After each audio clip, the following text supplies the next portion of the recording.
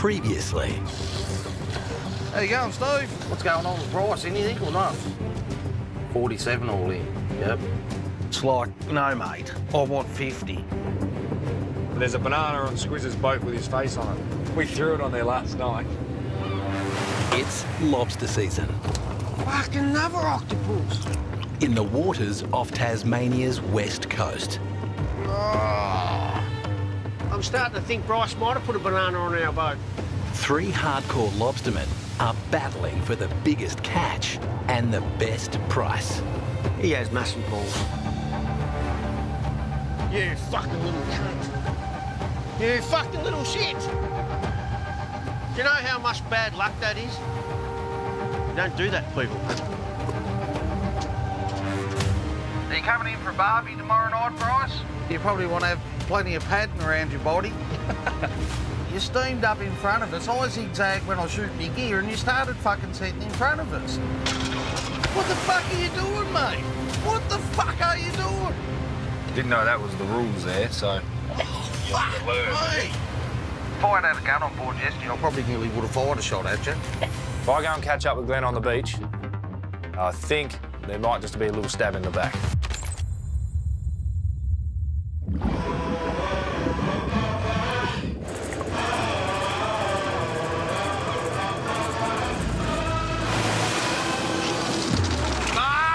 Look at that! He could pot that one, I like that. As the sun rises, so too do pots full of lobsters for the Anson's Bay crew. It's peak season on Tasmania's west coast. 12! Fucking look out! Cray's aren't a bad size, so hopefully they keep coming up consistently and it'll be a good morning. Oh, there's a nice few craves in that one too, I like it. Skipper Snoddy and the boys secretly beat the fleet to sea. They have a boat full of fish, We're on a fucking roll, mate. but no one who'll pay the right price per kilogram. So our last offer was 47 bucks. 47, don't cut it. We want 50 because at $3, that makes all the difference. It's going to cover the costs and we'll make something out of it. So I'm not sitting out here for 19 days to lose money pretty much, so I want 50 bucks. Yeah, bloody, it's another beautiful day on the west coast here today, and we're going to go ashore for a barbie tonight with the boys, so looking forward to that. Light a little fire and might have to have a quiet beverage. I'm looking forward to seeing Bryce. Like, I've told him why I'm not happy, and Bryce knows if he does it again, it's just, that's not what I like, so he's been warned pretty much.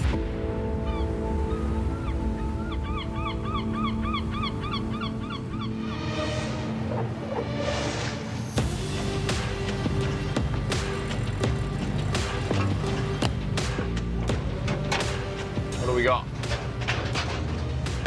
A yes and a maybe. Not 100% sure whether I beat the other two up. I think they're still thinking about their beach dinner this afternoon.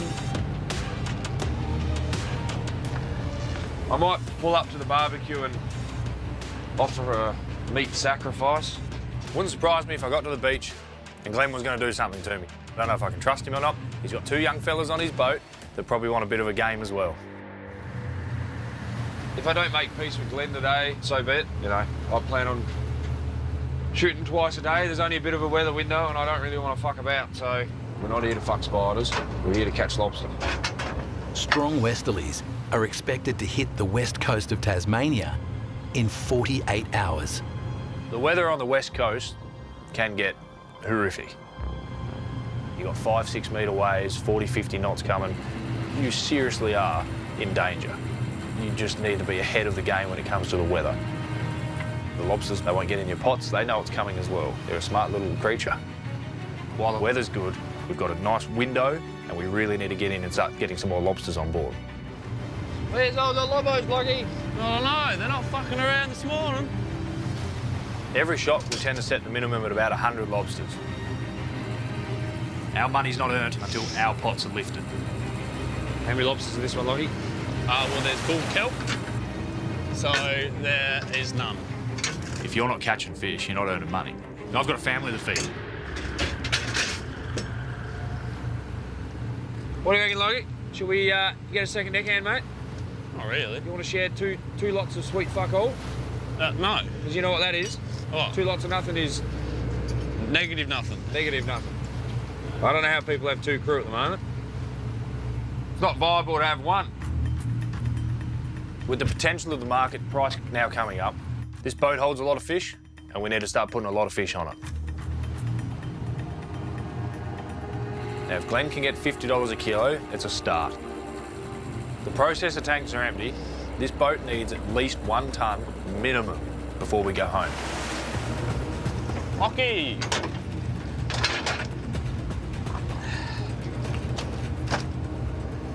How many lobos have we got this morning? 7. But price rise won't mean much to us if we don't start catching more lobsters.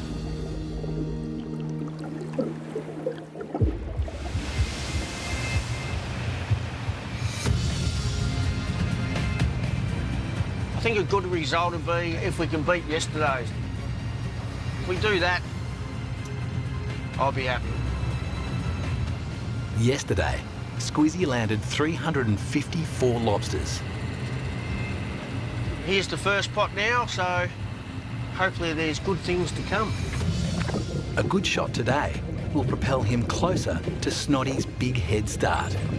Glenn might have more fish on board, but technically, the way this game's played, I'm in the lead.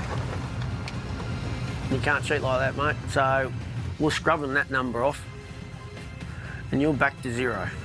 I got 4 out of that one. Not a bad start. Touch wood.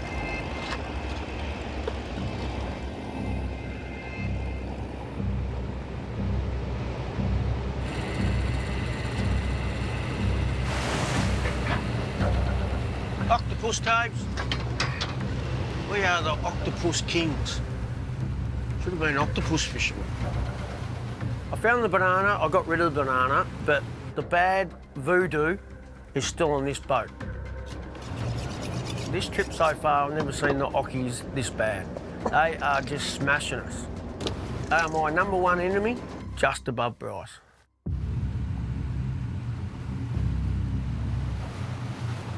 Like a knack at everything. Yeah, no, they'll inject them with an enzyme and suck all the meat out of them. So the meat comes out of the shell real easy. It's supposed to be translucent, not white. Octopus sells for $10 to $15 per kilogram straight off the boat. Much, much less than the lobsters killed. I hate octopus, and it just seems over the last 3 days, mate, they've beaten us to a pulp. The full moon's out, which makes them very active. There's another Ockie in that pot. Fucking hell. Fucking wiped out heaps of the cunts.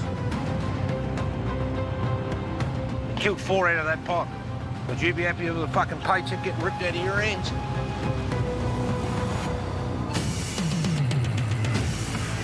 I'll say 4 out of this one. Oh, I told you they live here, mate. They're the things that lift your spirits. Just nice, chunky fish. Fuck yeah. We got 79 out of 20 pots. Each full pot leads to an even fuller tank.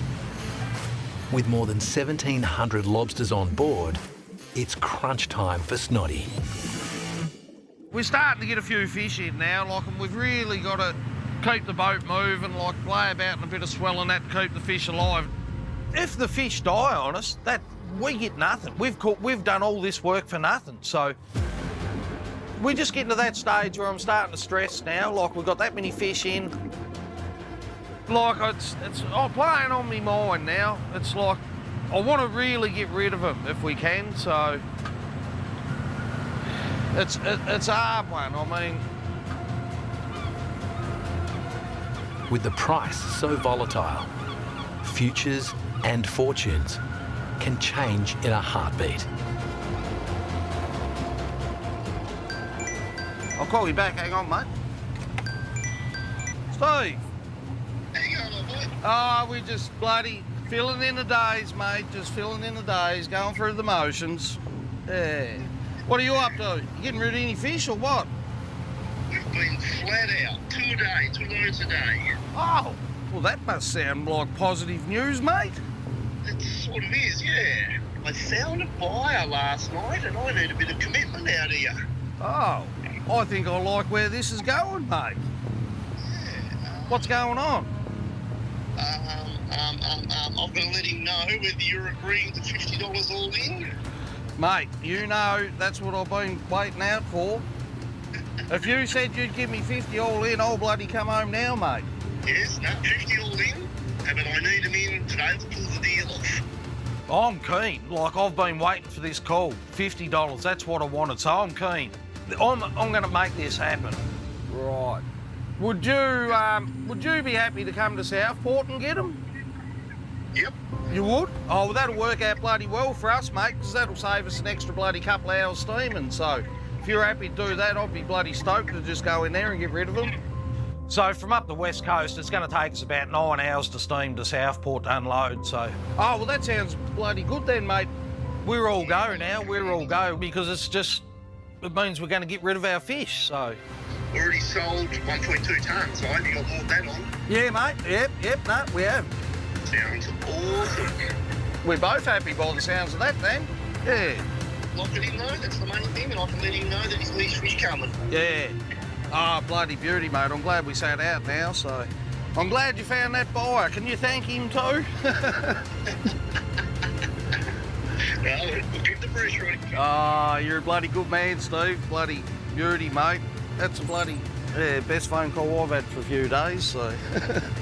We need everything to go to plan to pull this off. If it don't, we're in trouble. Are you there, old boy? Yeah, Roger. Yeah, no, we're going back to unload, mate. Yeah, we won't be able to do the old Barbie. Ah, yeah, Roger. Change of plans then. What's the price going up, is it? Apparently, yes. Very good. You get the number you wanted? Roger said he was happy to give us 50, so we're happy to be heading south, mate. Go and get rid of them. You got any more to pull over you? 40. Did you have a sleep in, mate?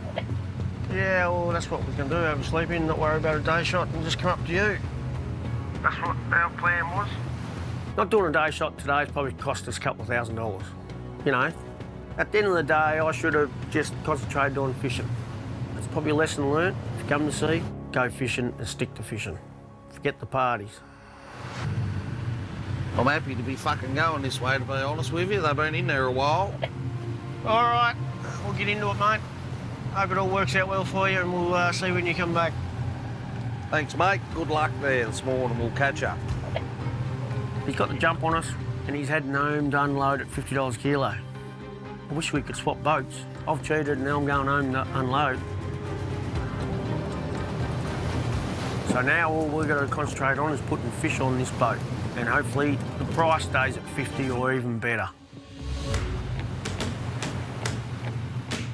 Anything less than 100 lobsters this shot, we're going to start going backwards. I reckon the other guys will be at 5 to 10 every pot. Probably. At the moment, it's just not looking good. So I hope these pots are full of lobsters. And if the lobsters aren't there, I don't know what we're going to do.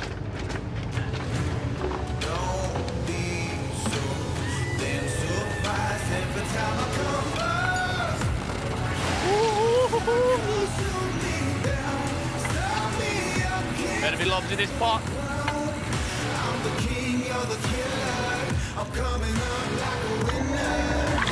Not bad, Lockie, not bad. I wonder how Squizzy's going this morning. That's what we call a good pot.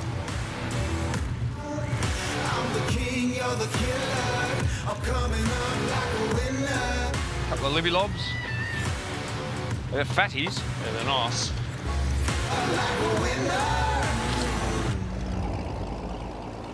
It looked like a good shot, but looks can be deceiving. This morning was our worst shot so far. I Shot all the gear in last night. I wasn't really focused on where I was doing it. I just really wanted to get them in because it's not every day that someone says, if I had a gun on board, I would have shot at you. It just makes it really hard to concentrate, so we did end up with 94. The problem is we just need more. We need consistency. We've really got to zone in on what we're doing, where we're fishing, work out what's working, what's not, what depth is, what depth isn't. 94's not good enough. If you're not catching fish, you're not earning money.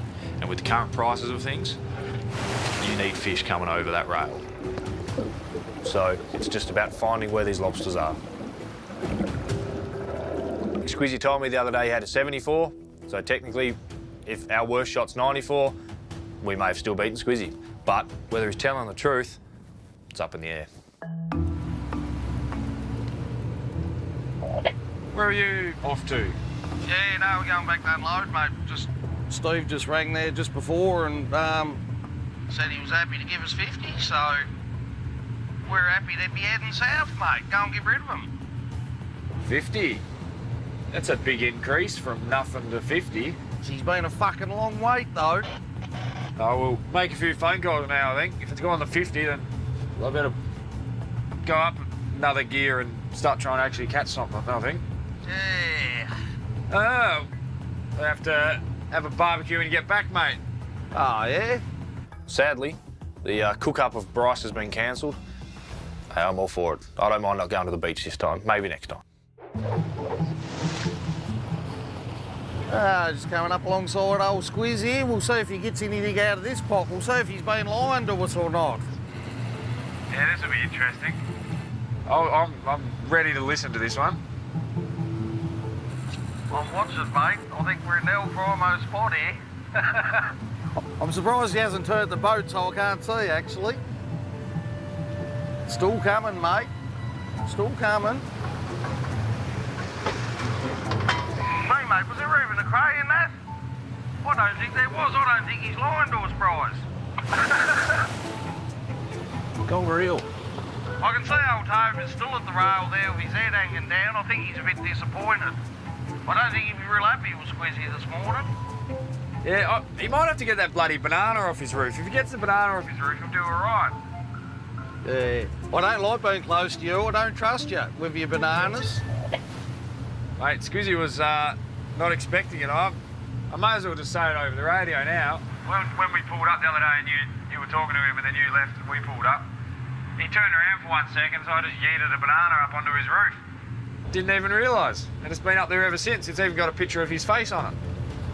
Bryce is going to get himself into trouble here shortly, like throwing a banana on Squizzy's roof and what he's done to us, like, he's playing a dangerous game, the boy, he really is, like. Just remember, Bryce, paybacks, mate, paybacks. Ah, so you did find yourself. Just, I'd like to apologise to your old man right now. Oh, why is that? I'll call him up. He's cocky, you got to give him that. But at the end of the day, mate, you're starting a war, and I'm going to make that chieftain look like an omelette. Yeah, Squiz is threatening violence now, Loggy. Nothing like threatening someone over a banana. Not a banana. What did he say? He said, I'm going to have to apologise to your father. Egg NATO, I reckon. I'm not fucking cleaning it. We shall be anchoring nowhere near them. We're floating out here today, and our gear is going nowhere near them for the rest of the trip. I'm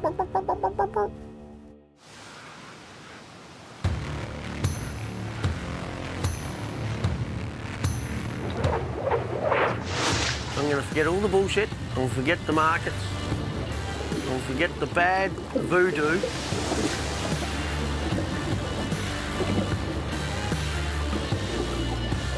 Forget about these octopus. Forget about Bryce. I'm just going to concentrate 105% on how to catch them lobsters. Because I think the price might creep right up. It's come on, baby, come on. We need more fish in the tank.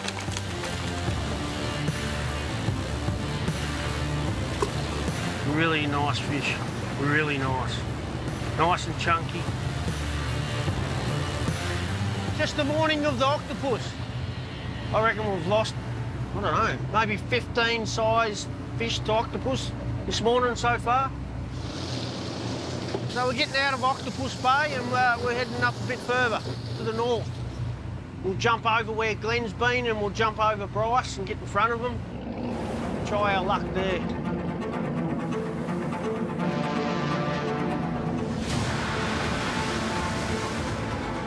The night shot tallies are in. Bryce and Lockie's 94 is the worst shot of the trip so far.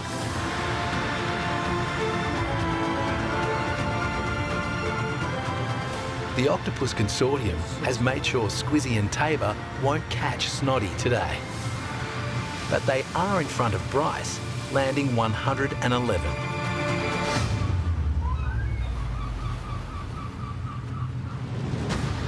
Snoddy's steaming home with an extra 181 fish in the tank and a $50 a kilo deal locked in. They all looking good, mate? His strategy worked. He beat the pack, caught big red lobsters, and now he's the first to sell, commanding the best price. Yeah, no, they're pretty lively. Of the 1,800 plus lobsters on board, 2/3 will be sold locally. The rest are destined for international markets, including Hong Kong, Vietnam, and the US.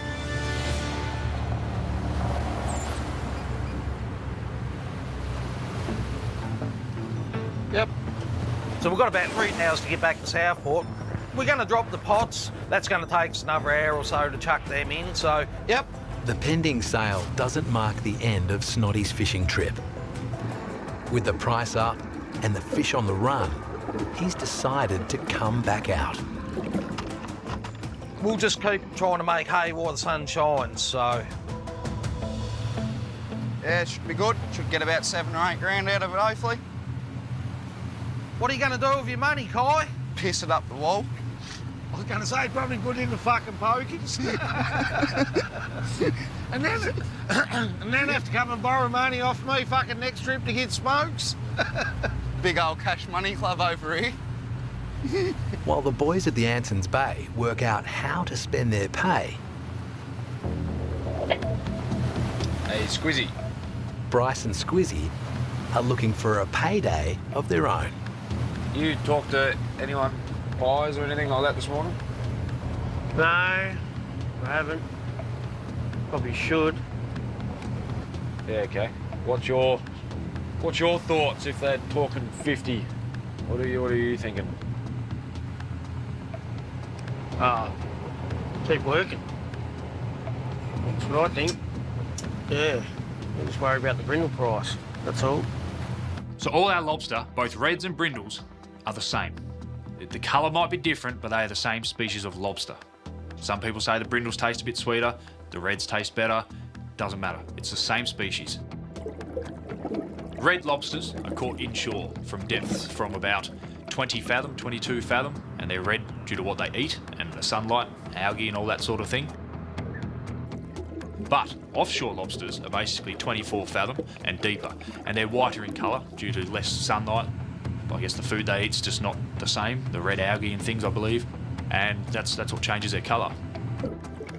Working out which ones to target can be tricky. The brindles are more abundant, but the big reds fetch a higher price. It all comes down to what the market wants and what they're willing to pay. Yeah, righto. Yep. That's my brindle price can come up $5. I'll start chasing them, I think. Yeah, I don't want to. Yeah, I don't know, it's a hard one, mate. Yeah.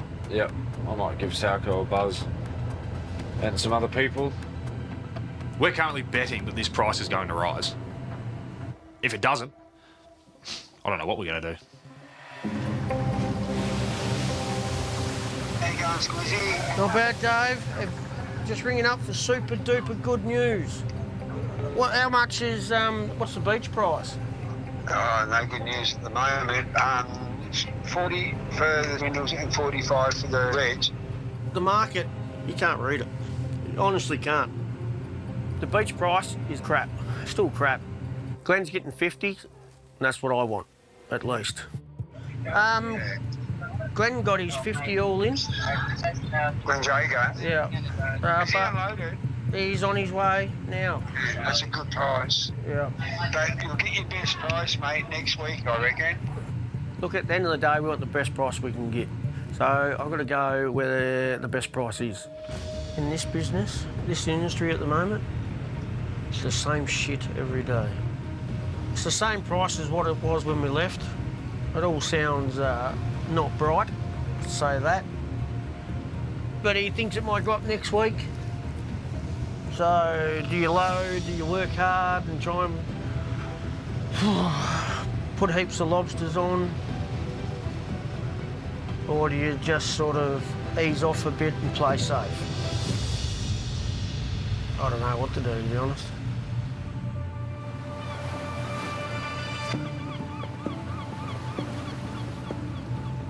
I'm going to give one of my buyers a ring. They're a small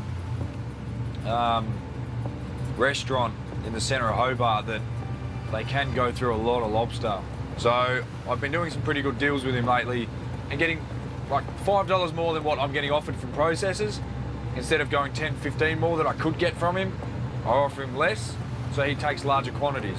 The catching is the easiest part of fishing. The hardest part is selling your lobsters. When it comes to the buyers of my lobsters, these are relationships my father's built. Now, at the same time, I can't just rely on what my father's built. I need to start going out on my own. Hey Bryce, how you doing? Good, Jock, yourself? Yeah, good. So, being young, on my toes, I'm looking for other avenues, other venues, other places to go to, other ways of getting an income.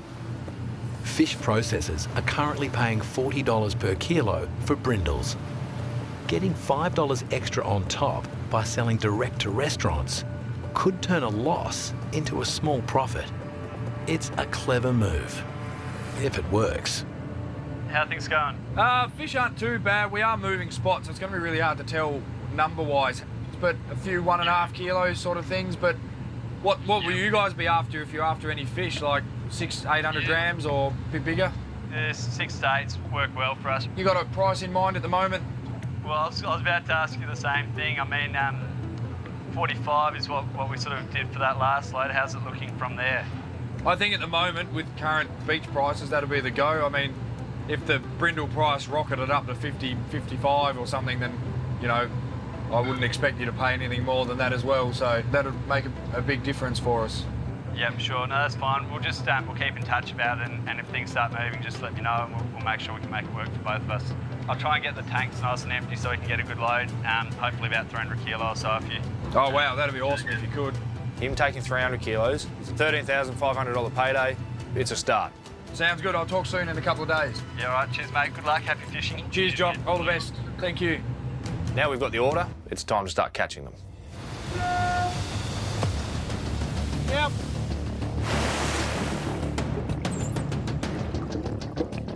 We're off the Bay of Islands. There's no rock-solid plans in this game. Things just change, just like with Glenn today. He was going to catch up for a barbecue. Now he's steaming home to unload. And we've come north. When you're at sea, time is money. You're better off to put fish in the tank than no fish in the tank. So I didn't have a full day shot, so we're going to have a half a day shot, just to make them losses smaller. Each lobster boat is equipped with 52 pots. Squizzy will drop 30. And he needs each one to be full if he has any hope of turning today around. Let's try and get some money back. The least Snotty could do is throw some of his luck Squizzy's way.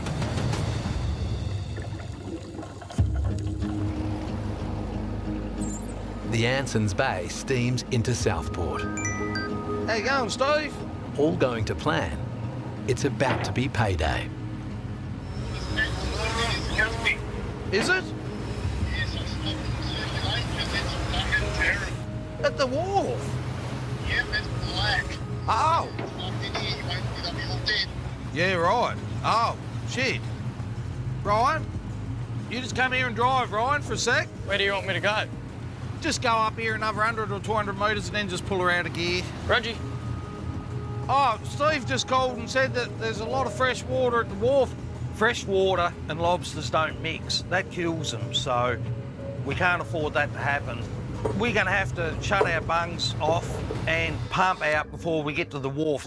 Yeah, I'm glad he rang, so at least we can just do this now. Shut the bungs off, pump her out, and get these babies out. They aren't babies, man. They're old ones. Get the fucking clunkers out. Yeah. If we don't shut the bungs off properly and there's fresh water there, that's still coming up through the boat and getting into the lobster tank. Get out of the fucking way, you cunt. If the lobsters are in fresh water for too long, bang, they die. This has cost me a lot of money to catch these crays, and we've put in a lot of work, so we can't afford to lose them.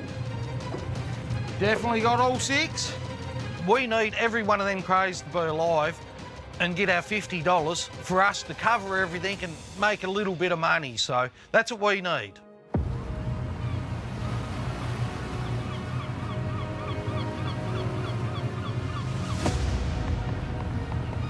Do you want me to pull up and when you come up the side, just me jump straight up with this springer straight onto that back pot? Oh, someone will grab the springer, mate. Yeah. Surely the Christ.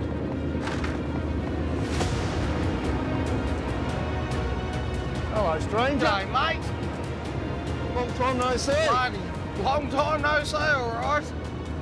After 19 grueling days at sea, Snotty arrives with just moments to spare before his end-of-day deadline. Where I want to throw the bins in, I'll throw them off about there. Yep.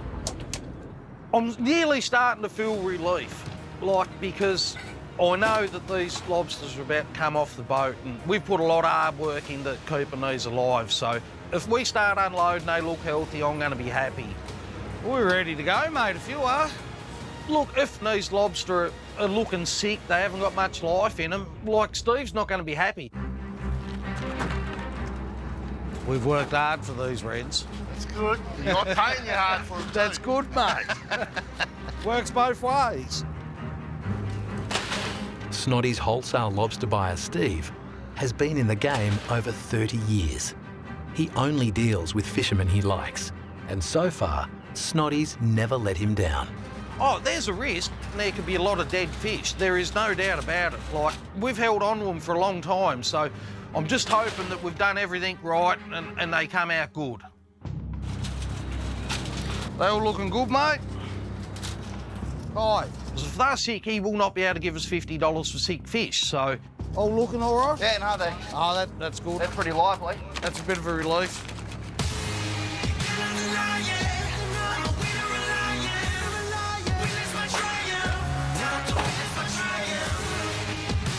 Some more bins, Steve, please.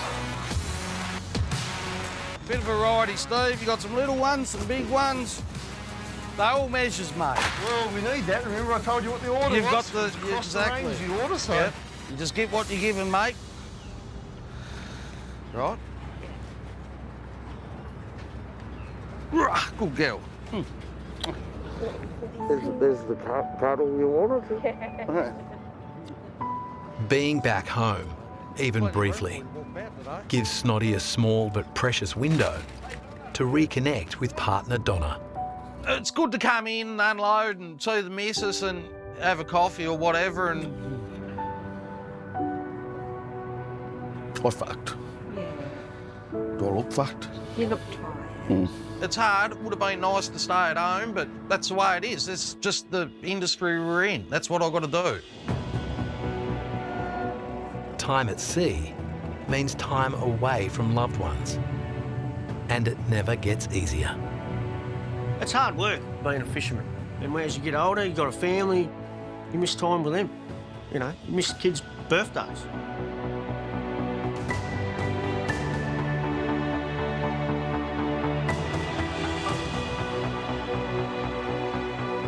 And that's what people don't realise.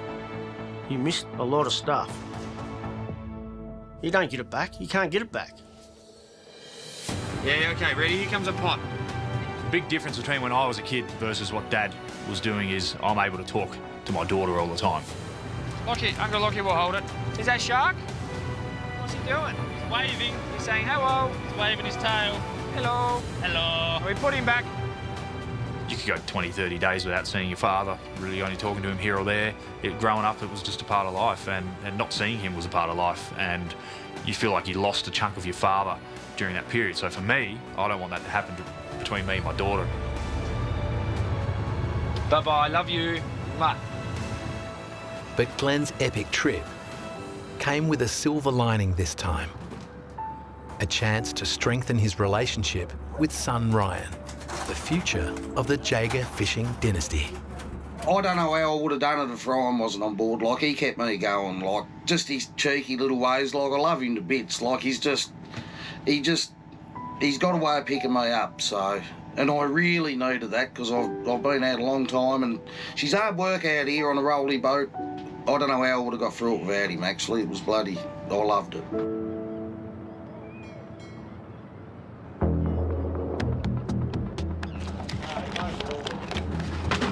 How many dead ones on that side, boy? 4. That's pretty good for all that time. I'm bloody happy with that. So we've probably had about 15 dead ones all up, so... I think we got away with that pretty well. Like, well, I'm happy with it, so... They come out of there bloody beautiful, so... There's nothing more we can do. She's all on Steve's end now. Oh, still crunching. Still got 30 crunches to go. I'm halfway. Crunch them numbers, mate. In my favour.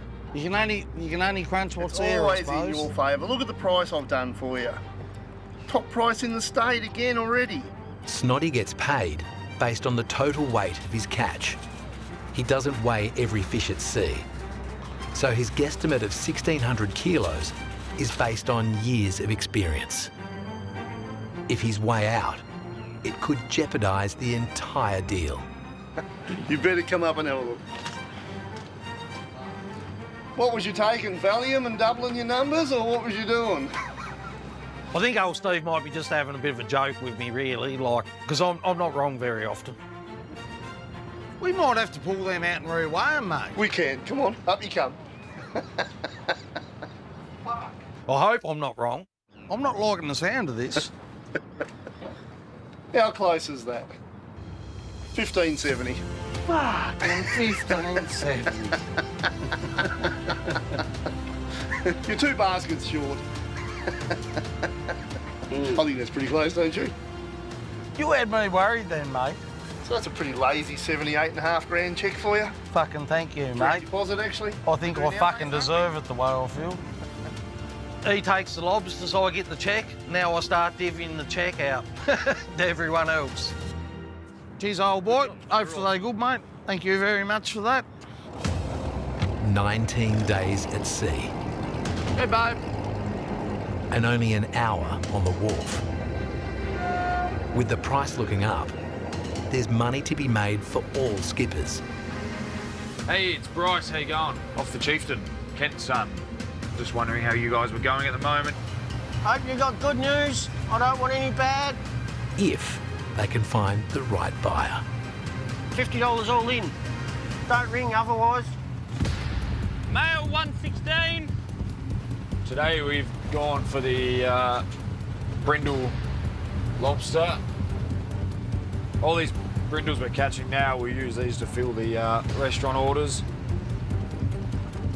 After a horror shot of 94 fish this morning, the worst of the trip so far, Bryce is facing a massive loss if things don't turn around.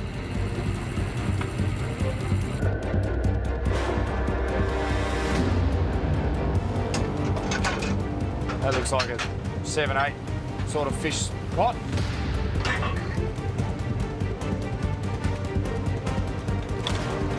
This might be the place to be tomorrow, Lockie. This is looking promising here. These last few have filled those bins, so let's get out of the last one.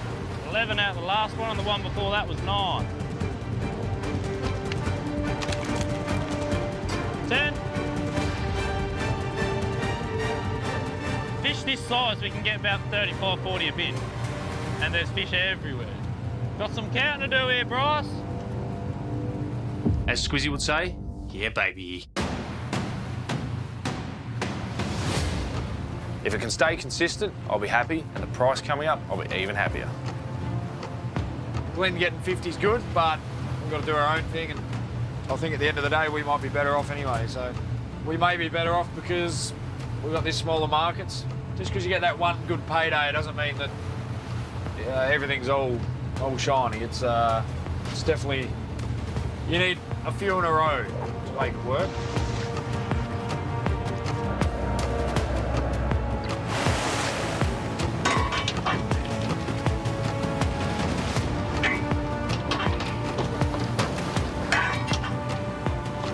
Pulled 12 pots of this 30 pot shot.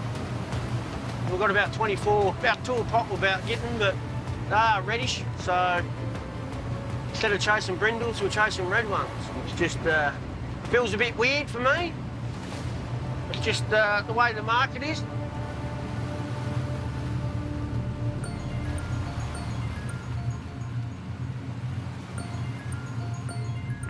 Squizzy, how are you? What's going on?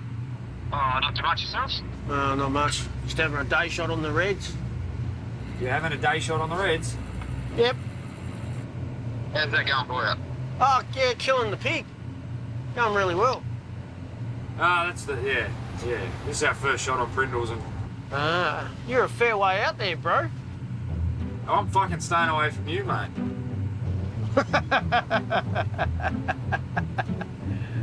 Yeah. I'll have to ring your dad and just, like, apologise before it all happens, I think. Oh, well, when are you going to come out of hiding? Mate, we're staying on the Morris tonight. Bullshit. I'm not joking. I don't trust you one bit. Ain't no one getting me while I'm sleeping, mate. How many did you get this morning? We count to 3, say it at the same time. All right, then. 3, 2, 1, 94. 191. 91 and 94, that's what I heard. 90. I said 191. Oh, we beat him again, Lockie. I said 191. Oh, 191. Yep, 191 this morning. Lockie, we got flogged. We got changed that. We got fucking flogged. I was about to say. That'd put you on about, what's that? You'd be on about nearly 600 lobos now, wouldn't you? No way. No way, mate. No way. That's what we're on. Better pull my finger out then. All right, I'll get going. Get these up.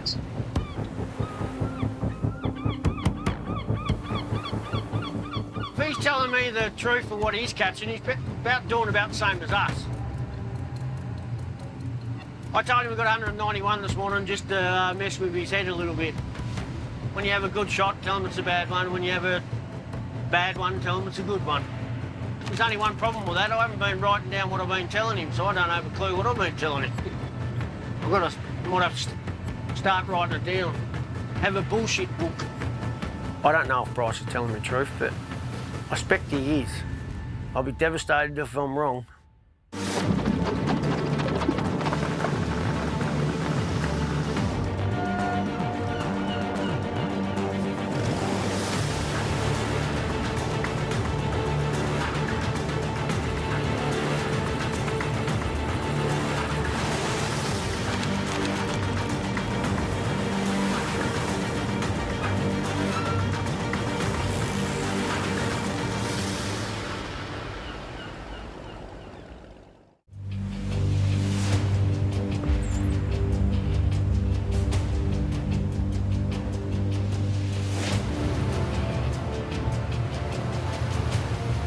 Want to get over here to this good bit in case he gets over to this bit. No, this is first in best dress. Whoever gets here is first in it. She's a race now. I feel like he just hammered her down because I think the fucking sock came out of his exhaust. He's coming. Fucker's trying to cut us off. Let's get in front. We're just about to set a pot, so I hope you don't run over it. Yep. They're fucking throwing them in fast. Not as fast as us. What was that, Squeeze? Shoot in front of Glenn. Oh, all right. Fuck! What the fuck are you doing, mate? What the fuck are you doing? He's turning with us. I can put my pots wherever I want. There's no one stopping me from putting my pot next to someone else's. Fucking Jesus. I haven't had a fucking shot like this for a long fucking time.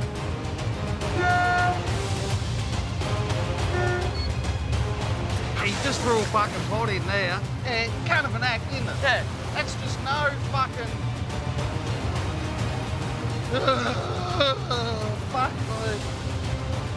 I've never fished around Bryce before, but if he does that to other people, he'll get his head belted in or fucking shot.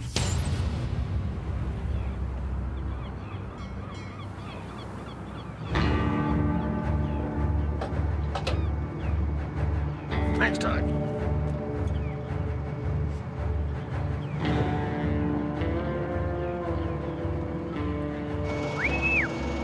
Keep tipping her in. Give us some more. 3,000 litres of diesel. Got 1,500 kilo of bait going. We're out of here. It's officially hunting season for the lobstermen of Tasmania. The prized rock lobsters are running hot. The best restaurants in the world want southern rock lobster. When you got one of ours sitting in the centre of the table, their mouths are dribbling, going, I can't wait to get into Squizzy's lobster. Mate, awesome feeling. What are you up to first, Bryce? Mackerel. The fleet's been grounded, waiting for the price per kilogram to rise. But some skippers are ready to take a gamble.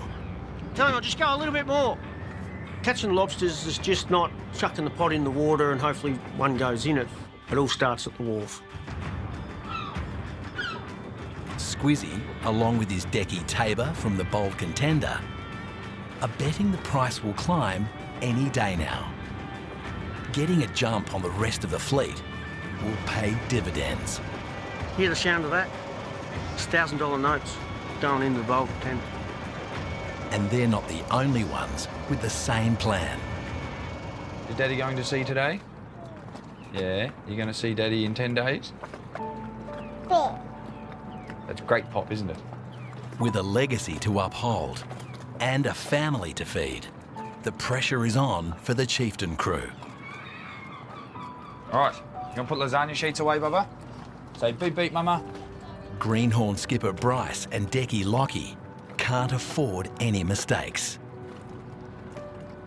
Good job. More? Oh, I don't know if we have more, Bubba. So Lockie and I on this trip, we need 3 things. We need bait, fuel and food. I think the pump stopped. Oh, that's all there is. Those 3 things, if we run out of one, we're stuffed. The fuel truck's got no fuel left, so we weren't able to fill the boat up completely. Squizzy took all the fuel. It's a little bit annoying because you'd like to be able to fill the boat up completely, but Bryce won't be happy about that. Nice. You know, I thought all the fun and games were going to start when we're at sea. I didn't think they were going to start on the wharf. Less fuel will mean a shorter trip and fewer lobsters for the Greenhorn. Fucking Squizzy. While the Bold Contender crew cash in. What are we talking about, Bryce? Rice? Bryce! I don't want to talk about that fuck. What about rice? We're talking about rice. But that's all right. I can work with that. I love games, so that'll work. Weather looks all right, Bryce? Yeah, I might follow you around the south, mate. Go around the west as well. Like normal. Like normal, I'll just shoot where you shoot. Yeah. You throw one, I'll throw one. Just give us a little bit of space this time, mate. That's right, that's right. All right, mate. Best. All right. I'll see you. I'll chase you down. Yep. Good luck. You got any bananas on board this trip? Hey? You got any bananas? No. Yeah. Better not have. Better not have, mate, I'll tell you. I'll check everything. I'll check my bed, you too. won't find them. You worry it's me, a fruit, Bryce. mate. There's no need to get angry about a fruit. You worry me. I hate bananas on a boat. It's bad luck. Even if I don't know they're on there, it's still going to bring me bad luck. And at the end of the day, he is a little sneaky little shit, so he probably would do something like that to me.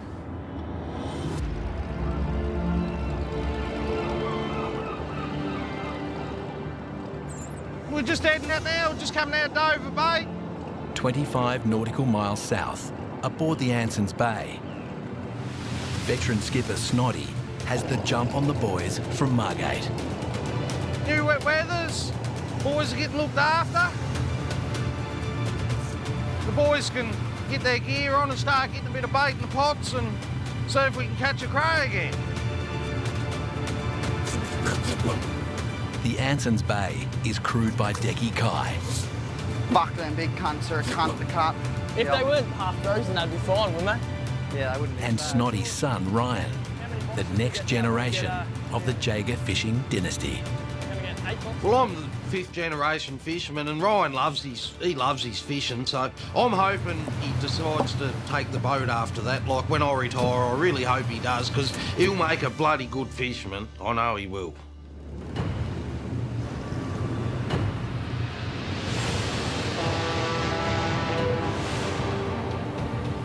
All three skippers, some of the country's most hardcore lobstermen, will fight it out in the same prime hunting ground on Tasmania's west coast.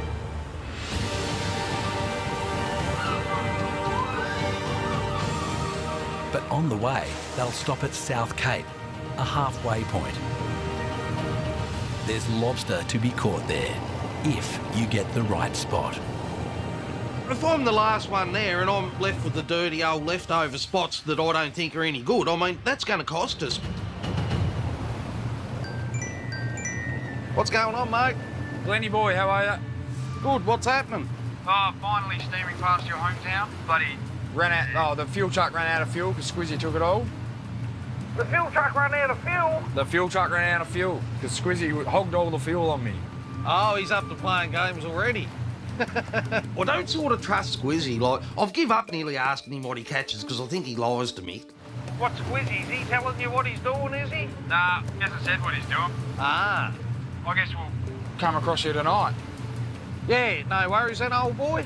Yep, okay doggies. Talk to you soon. So, That sort of thing pisses you off a bit because it's like, you like to go away knowing you got enough fuel. You don't want to be worrying about not having enough fuel. So, yeah, I don't know where he'll go there, old Bryce. That'd piss me off. Like, just for me mental stability, I suppose you'd say, but... You still on 19, Squiz? Just check up on your roof. It's with all those bananas on board, mate. If you open your hatch in your wheelhouse, there might be one sitting right there. You never know. I think most fishermen have got a superstition, really. I don't like to leave on Fridays. I don't really like to wear red undies on the boat. Don't ask me why, but I just don't. There's no bananas on a boat. Not even banana milkshakes, banana lollies, nothing. Anything with banana in it is not allowed. I think superstitions are for people that just don't know how to blame themselves.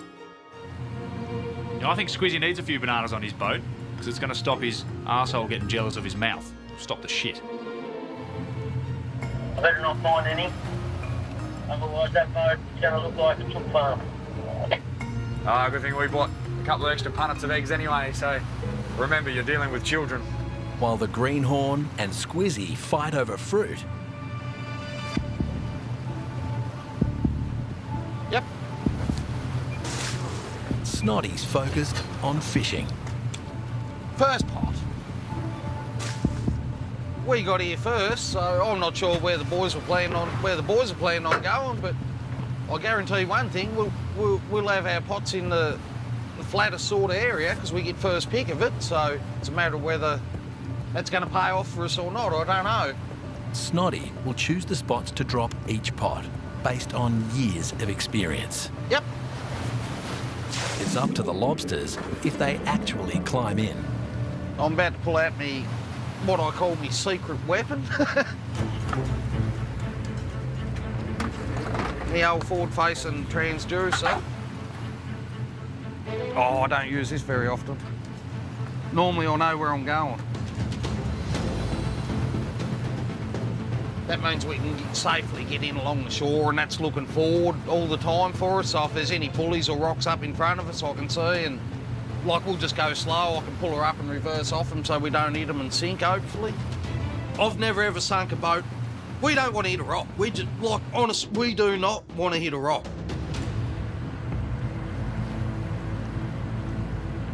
In close is where you find the biggest lobsters. For Snotty, it's a risk worth taking. Yep. It's giving me a little bit of a false reading there at the minute because we've just got a little bit of white foamy water here just where there's been a bit of swelling. It's just foamy, so it's just picking that up and telling me there's a rock there, but I'm pretty sure there ain't. Yep.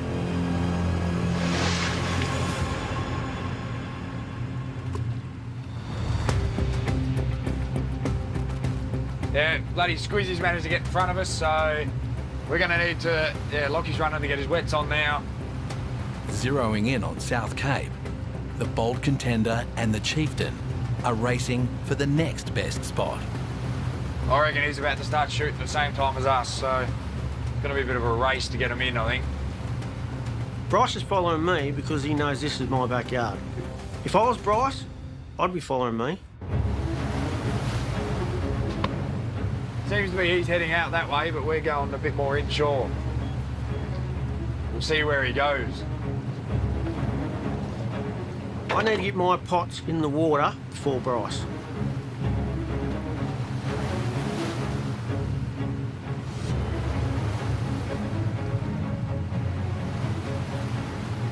You ready? Yep. Set? Yep. With 52 pots to drop, Bryce needs to make each one count. I'm a greenhorn, there's no doubt about it. I've got a lot to prove. I don't want to stuff this up.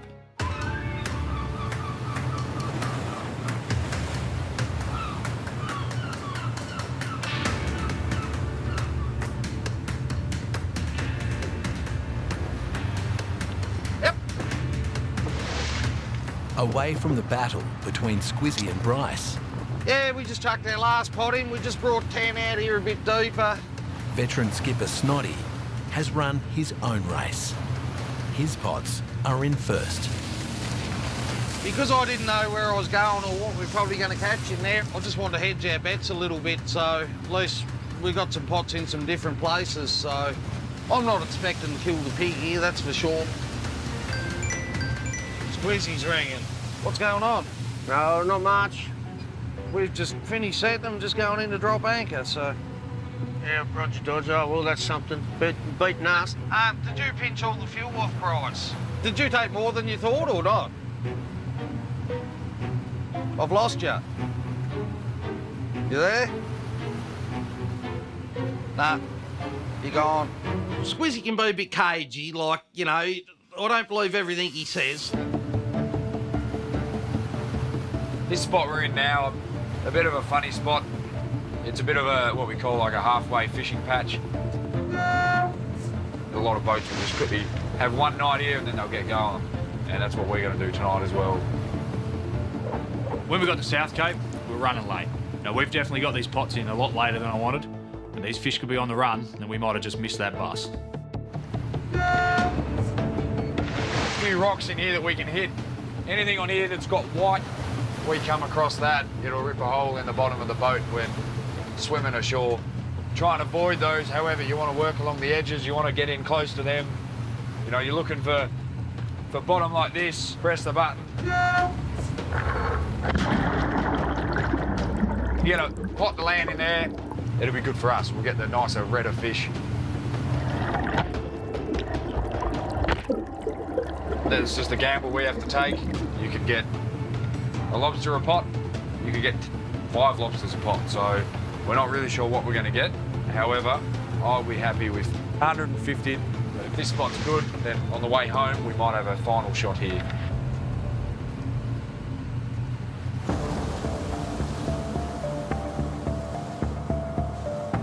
In lobster fishing, time is money, and money is on their mind.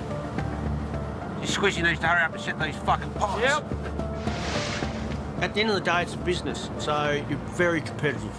You want to get out there and do the best by your deckhand, getting the best price, getting heaps of lobsters on board.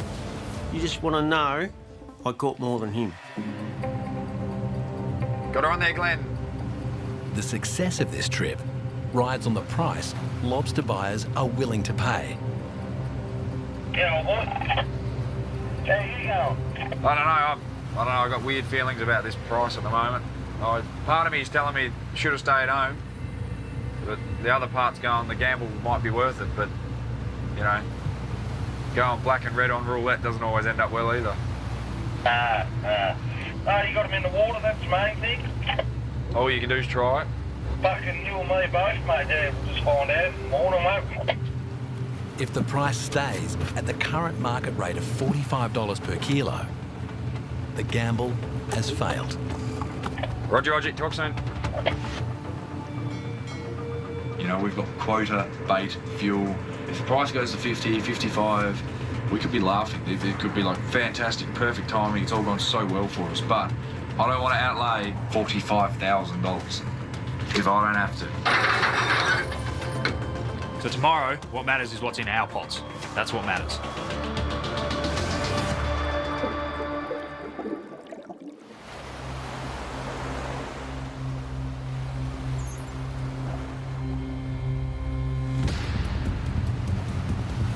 First pot of the trip. Hopefully there's a few lobsters in them. I don't have high hopes because I haven't shot this area for probably 5 to 10 years, I reckon. We'll see how we go this morning. Hopefully they're all right. Always like to start on a high. It's like going out, having a game of cricket, getting a 6 first ball. You're away and going. Looks all right from here, but you don't never know till Taven puts the measure on them.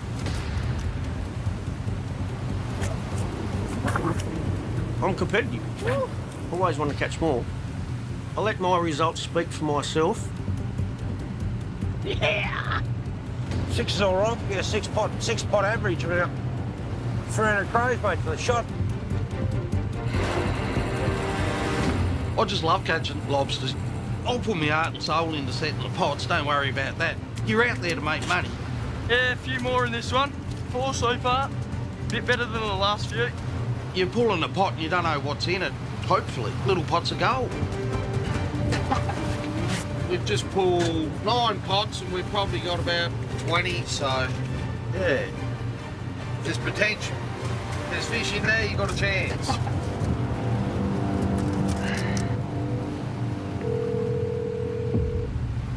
Squizzy, what are you doing, man?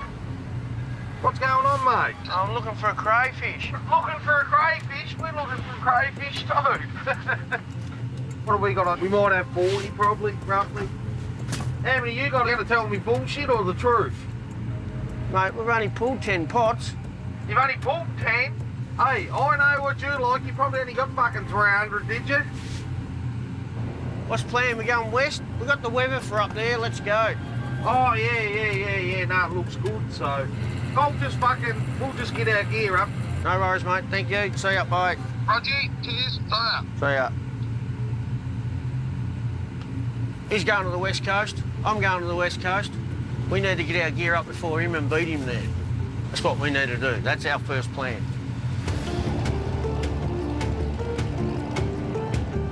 We're 10 pots in. We've got 20-odd fish. We're not going too bad, as long as I'm catching more than Bryce. I'm a greenhorn, there's no doubt about it. So I'm here to prove that I'm not just on Dad's boat. I'm here to be fishing amongst the bigger guys. Yeah, 5 fish in a pot's good, but it's not really good enough. We want to see more. Bryce took over skippering the Chieftain when his father went into semi-retirement. Bryce's father, Kent, has got the respect of the whole fishing community. I've got a lot to prove. People always look at me as if I've been handed everything on a silver platter. I know what I've been given, and I know what I've worked for, and other people can think what they want. If Bryce, old man, wasn't Kent, I probably wouldn't give him as many brownie points. Come on. With every single pot, Right, we're going to look at fish. the pressure is on Bryce to perform. So we pulled half the gear, we pulled 26 pots. We'll see how this morning's gone so far. Dad's not going to hand anything to me. He never has. That's not how he works. If we have to tread on some toes to catch lobsters before anyone else, I'll do it. I don't mind treading on a few toes here and there. We pulled 26 pots and we got 53, so it would have been good to see at least 80, 90 out of that first half, so we'll just have to see what the next half's got. We've got 100 in this next half. I'll be pretty happy. We got our gear in second and then Squizzy steamed a bit further, so that could have been a bad choice for Squizzy, I don't know. If he does bad this morning, then it's probably got a bit to do with he got him in too late for a night shot. Hopefully that happened to him, that'd be good.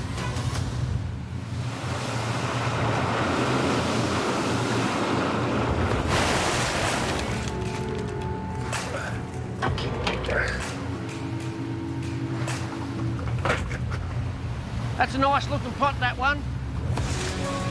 I haven't been to South Cape for a few years. I don't think I'll leave it for another couple of years, that's for sure. 12. Yeah! Woo-hoo-hoo-hoo.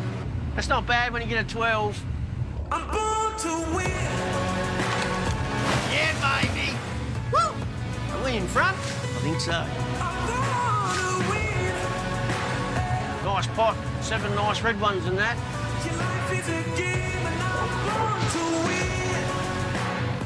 One pot to go. The shot looks pretty good.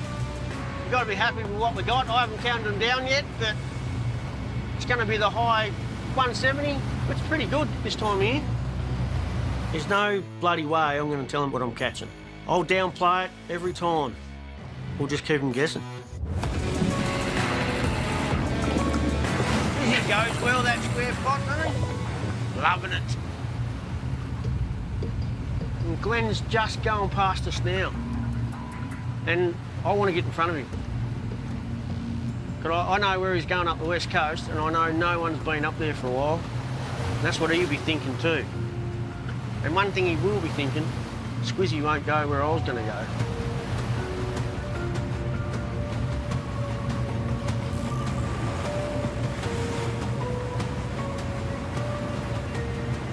Oh, well, Squizzy's minding us in there by the looks of it. He must be keen to get up and get the spots before us.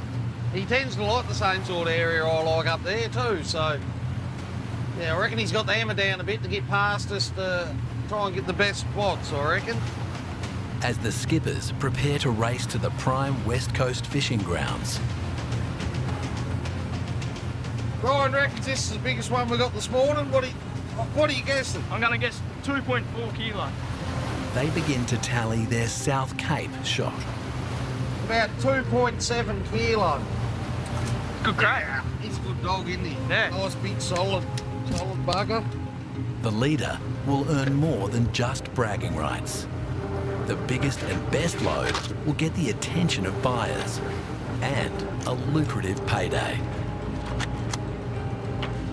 For a shop we didn't really know what was doing and just floating around, like, I'm happy.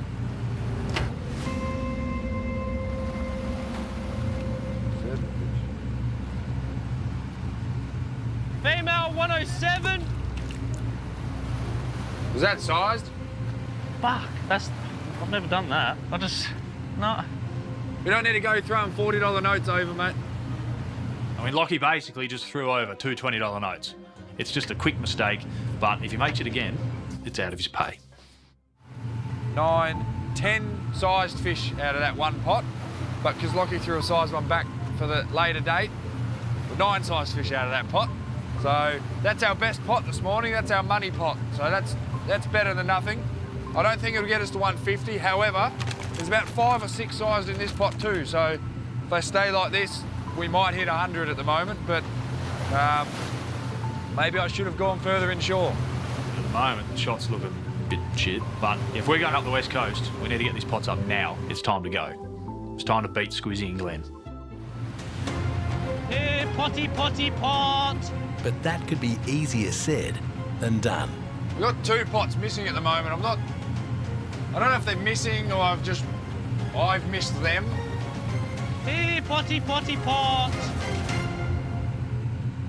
It's about $800 worth of pots down the drain. What's worse is the multiplier effect. 2 less pots for every drop over the course of 10 days at sea could lose him up to $4,000. All I can do is steam the whole way back down where we've shot, and then we'll see if we can't find them.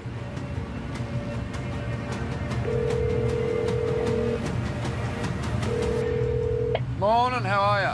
How you going with him, mate? Oh, getting there, but I think I'm missing 2 pots. From off the southeast cape head, right on the head there. I don't know what the fuck. Oh, fucking Jesus. How are the fish treating you? Yeah, I think we may just hit 100, so... right. We got a bit over 100. It could have been worse, I know that, because we pulled the first pot and there was only 1 Cray in it, so he was a measure, but I thought, oh, not looking good. Not sure how it went against Glenn. Roger then. I'll talk to you soon. Look, so, mate. Cheers, mate. Bye. I'd love to beat Squizzy, only because I know it'll piss him off. It's going to be hard to beat Squizzy if I can't find these 2 pots. A pot ahoy! Oh, I wonder if that sized female you threw back swum back in this pot, Loggy. Oh, don't know, mate. Wonder if we'll hit 100. The missing pot. Bit of a long line, this one. It's an orgy of sharks. Yeah, we've got an orgy of sharks. All they want is the bait. Bait saver destroying shark. Worthless. I have a feeling that's where it was meant to be. I found it! I found it, Ross! Ross! Found it! I got pot! Fingers crossed, there's nothing better than a pot full coming up. The final pot of the morning. This will determine whether we have over 100 or not. Come on! And the answer is...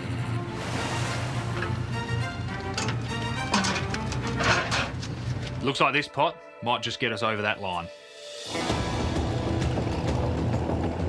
We've ended up with 110, so that's not too bad. Round the west we go. That's where the real fishing is. The Squizzy's there, it must be good. Squizzy leads the pack with 174. Snotty scored 118. While the greenhorn lives up to his name with 110. A good trip will see each skipper catch in excess of 2,000 lobsters. There's a long way to go. Yo! Hey, how you going? All right. Are you in front of us or behind us? I can see a mast, but I think that's Glenn. But I'm outside you. How'd you go this morning? oh, we're going to tell numbers, or is this just Bryce telling numbers and Squizzy not saying nothing? No, I was going to tell you the truth, only because I got a crap shot. What did you get?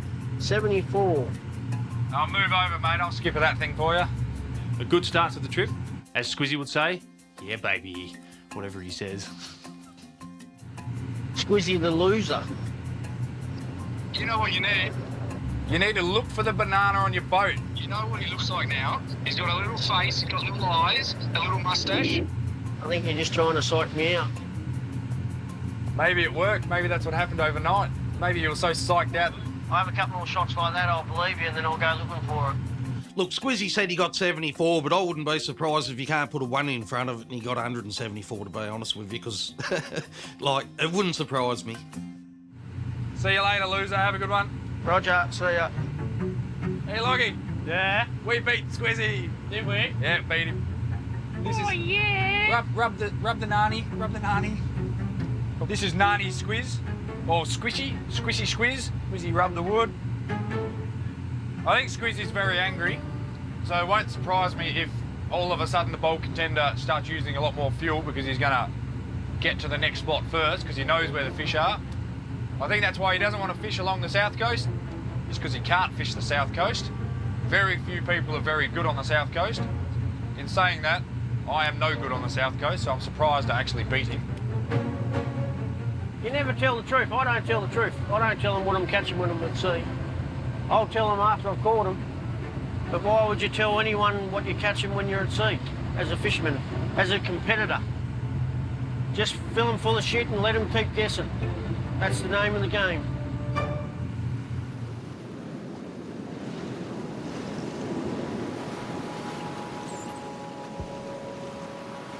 We've just got to the west coast where I wanted to set them. Hopefully all ours are in the water before everyone else's.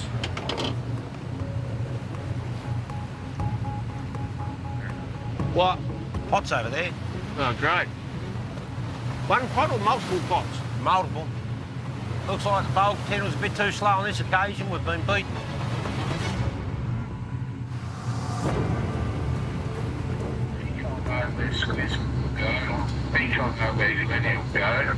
Yep. I was going to give you a suggestion around the island there.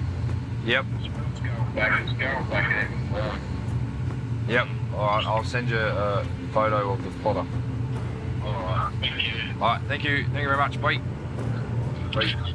That was Dad. Dad would love to see me at least flog Squizzy. He doesn't believe I can flog Glenn. I don't think anyone can flog Glenn. The only person who can flog Glenn's himself. Or his brother or his dad. Nah, Glenn shits on them. You reckon? Oh, fuck yeah. I reckon Glenn was only a day old and he was fist fighting a lobster in a rock. That man can literally put a pot in a bathtub and lobsters will get in there. They just climb through those pipes just to get in his pot. That is how good he is. Where we're going now, he's got 30 years experience on me. I've got nothing. I've got, what, 2 weeks experience around where we're going? Hey, I've been up the west more than you. Lockie's fished more of the west coast than I have, so maybe I'll go on deck and Lockie can shoot the gear in. Dad and I have already had a quick chat. I've got a pretty good idea where we want to be, but it's going to come down to where's Squizzy going to stop, where's Glenn going to go. I know where I want to go, so hopefully no one gets in between me and what I want to do. Squizzy had the same wish, but it wasn't granted. Another boat has beaten the bold contender to this prized West Coast spot. That sucks, Toves, doesn't it? Huh? Yeah, who the fuck is it? Eh? Something, it's TU. I see a TU on it. That's right, isn't it? I rocked up where I want to set my pots, where I thought Glenn would go. And Peter McKenzie's here, the mad genius. So he's actually outsmarted all of us. He got here first. He's supposed to have retired last year, but he's still here. He's one of the best fishermen in Tasmania. And now I'm just trying to work around his gear, so I don't want to get too close to him. You get too close to someone, they catch nothing, you catch nothing, then you just have an argument over nothing, because you never caught nothing. It's an unwritten rule. Just don't shoot too close to someone. Give them some room. You know, you don't go over there and cut your next door neighbour's grass.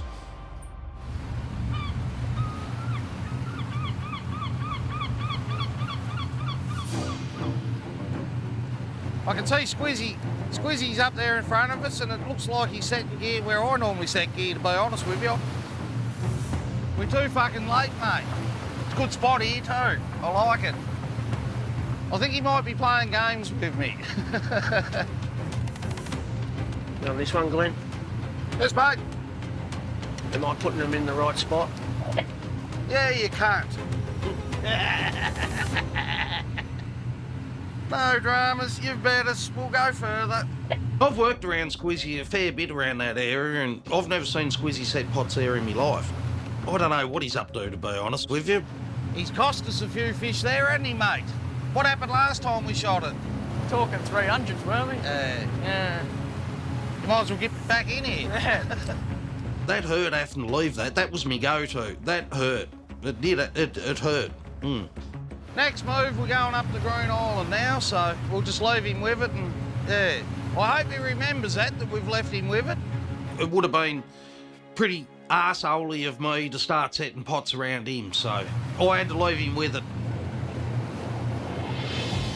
Even further behind, with everything to gain and nothing to lose, is Greenhorn skipper Bryce. Oh, Squizzy beat us to the first bit of bottom here, so there's Squizzy now, shooting his gear in. You got the jump on us, so Glenn's got the jump on us up there, so it looks like we're gonna have to just keep going past. Are you starting about where you are, Glenn, or are you gonna keep going? Nah, mate, we're going up a bit further. Yeah, no worries.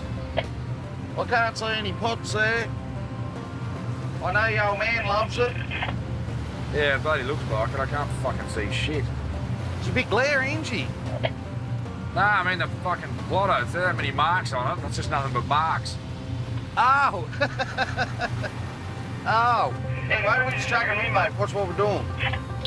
No worries, get out me gulch. Bryce is calling it his gulch.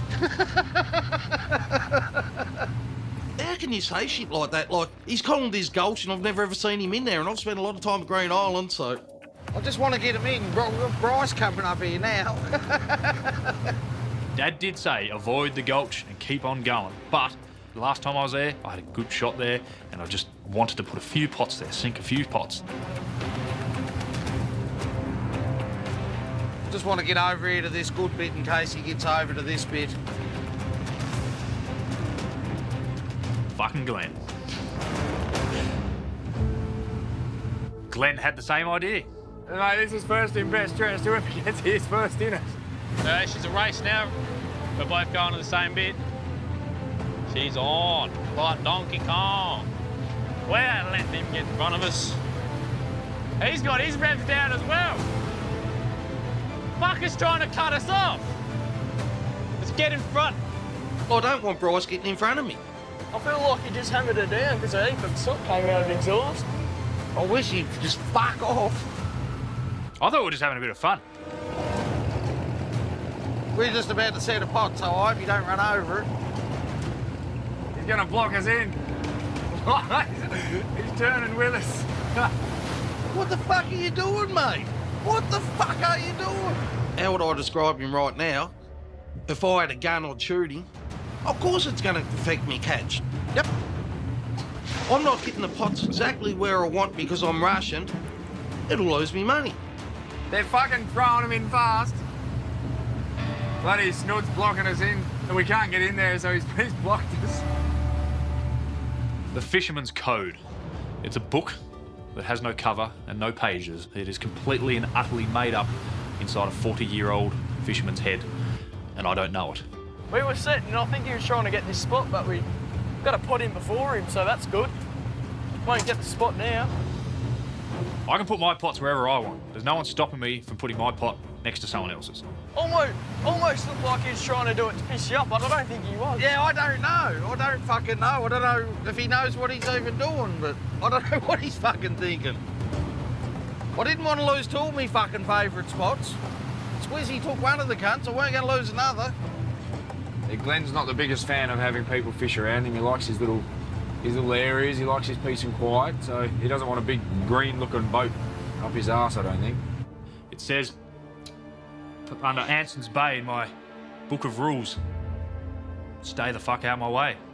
Something I must have missed when I hovered over this page. However, he's on the move. He thinks I'm going this way, so what I'm going to do here is I might try and sneak up the inside of him. I saw a little opening. There's a little shallow patch that often you probably can't go over. The tide was up, and I thought this could be an opportunity to get through there. I'd love to know what he's thinking. What was that, Squiz?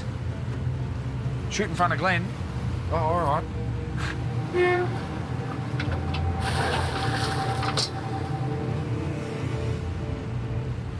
He's just threw a fucking pot in there. Yeah, kind of an act, isn't it? Yeah. That's just no fucking... Fuck me. Honestly, when I get that wild, I could nearly ram that. Like, that's his father's boat, and I respect his father, but, like, I could have honestly just put my boat into gear and rammed him. Like, I'm wild. I am, like, honestly wild. I've never fished around Bryce before, but if he does that to other people, he'll get his head belted in or shot. Looks like he's turned around and gone the other way, so he's given up because it's not a place you really want to be stuffing around. I feel bad for pissing him off, but shit happens.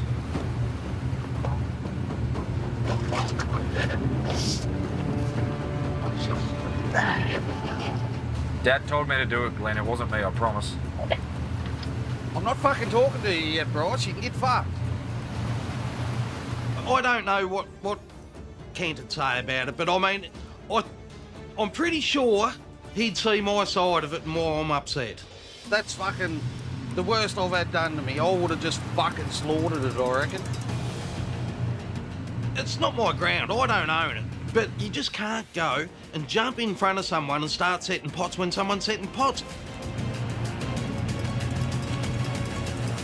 Fucking ropeable now. Fucking ropeable.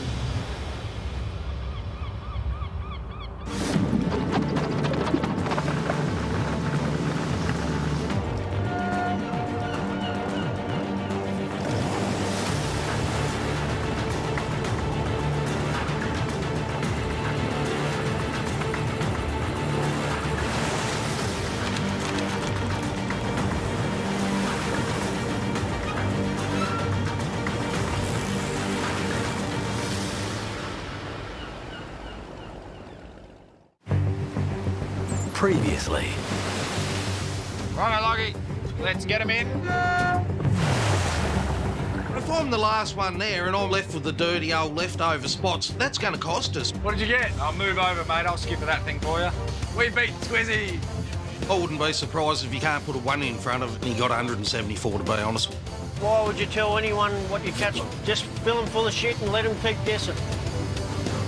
It's lobster season in the waters off Tasmania's west coast. I got weird feelings about this price at the moment. Part of me is telling me should have stayed home.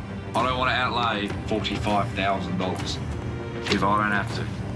3 hardcore lobstermen are fighting it out for the best spots and the biggest catch. I think most fishermen have got a superstition. You need to look for the banana on your boat. I think you're just trying to psych me out.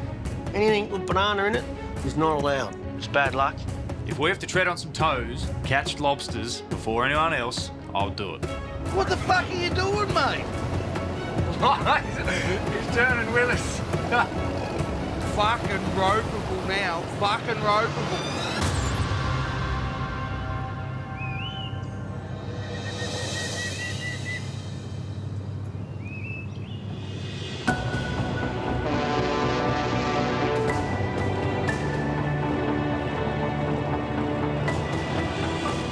It's the calm after the storm. The skippers are setting the last of their night shot pots. Securing the top spots leads to more lobsters and more money. But the battle has left Snotty rattled and Bryce a little confused. I don't really know the bottom, so I probably don't really know the road rules either, but all I know is Glenn is unhappy. So maybe happy Squiz might be able to cheer him up, but for now, we've got angry Glenn in the corner. The 2 banana boys are talking to each other, so we'll see what happens. What's happening? Not much. I'm having one. I've got to run. I had to have a fucking de-stressor. Why's that? Oh, fucking Bryce, fuck me. Who? Bryce. What's he doing? Lover's tiff. Oh, we just started setting pots and he just went in front of us, started setting pots. It's like, oh, for fuck. We was going to set pots where you was, and I said, no. We'll leave Squizzy alone, we won't annoy him, we'll go up here to a fucking fresh patch. Then we've got up here and we've got fucking flustered. Fucking hell. I couldn't tell who was in the right, who was in the wrong, but I had an idea. If I was a betting man, I'd go Bryce is in the wrong. I think he's forgot about the unwritten rule. I think Glenn's very mad with me because I've just pulled up with Squizzy and Glenn and Glenn's left. So there might be a banana coming his way in the morning.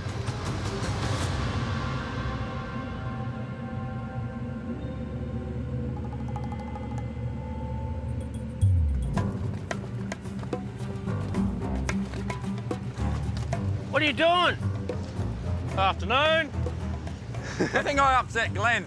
He won't talk to me. I've had to add another character, another banana. So I've got Squizzy, and I got Glenn. Glenn's not very happy at the moment, so tough titties, really. You know he goes off, don't you? Glenn wants to play games. I'll play games. I love games. Squizzy knows that. Glenn can now learn that. Did you find that banana? No, mate. I There's did not. one. I'm surprised you haven't found it yet. I don't think you're looking hard enough. I've had a bit of a look, but I'm not gonna. I reckon there's none on here. It's up the back. I bet there's none on here. You scared of heights still? Yeah. No, it's not scared of heights, it's scared of falling. Is Tabor scared of heights? No, he's not scared of anything. I ain't going up there to check it out. He's just a head fuck, this bloke. I'll see you in the morning. All right, I hope I beat you in the morning. With your banana luck, mate, you'll be fine. There was no banana on his boat before. Just the thought of a banana was on his boat. A bit of bad luck might rub off on him. The curse of the banana might start. I'm sure we'll come up with something.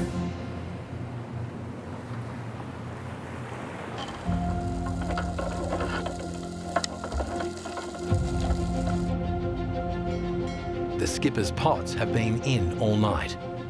The leaderboard and their livelihoods ride on what's inside. It's 5 a.m. and their day has started. Beautiful morning for the west coast of Tasmania. It's not cold, it's flat calm. It's just, it's going to be magic day. Touch wood. You get nice weather like this, the red crays might have a run. There's only two things in life that are certain, death and taxes. The skippers try and pull their pots before daylight. Once that sun is up, the lobsters are on the crawl and they could walk right out of the pot. But daylight isn't the only nemesis of the fishermen. There are many. A couple of sand sharks, more of a nuisance than anything. You're a fucking rat. Two for us. I believe in superstition. I was brought up by the older guys, so it stuck with me from day one. First job I ever got, no bananas on the boat. It brings a shitload of bad luck.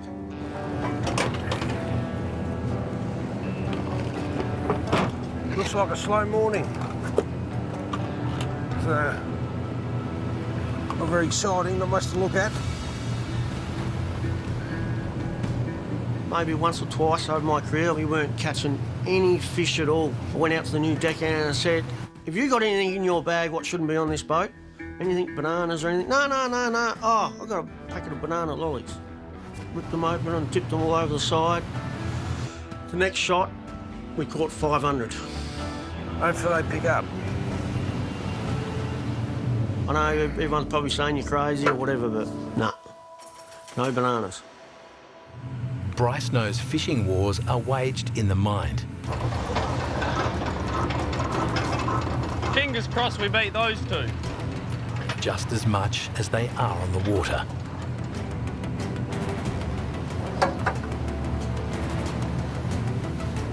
Pulled the first pot, and that was shit, and it's about exactly the same as what my fucking mood is, actually. Fucking shit this morning.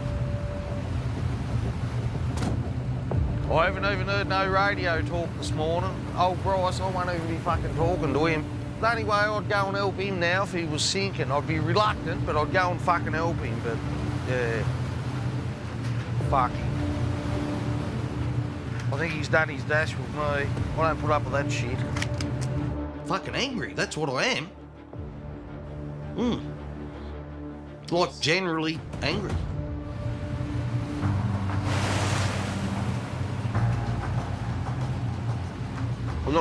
I'm not excited at all. Fucking shit. When I was coming up versus Bryce, I didn't want to tread on anyone's toes. I know I did a few times. I treaded on his old man's once and I learnt that lesson pretty quick. Come on, this one's got to go.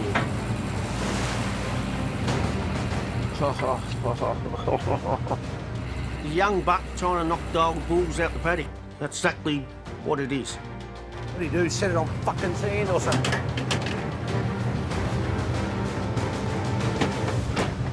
He has massive balls. He does. You're not having a good morning, Squiz? No, I'm not. You don't just go in there full bore and tell them how it is, because it'll come back to bite you on the arse pretty quick. Oh, shit. I'm starting to think Bryce might have put a banana on our boat. We keep going the way we're going, I might have to go searching. Hope there bloody isn't.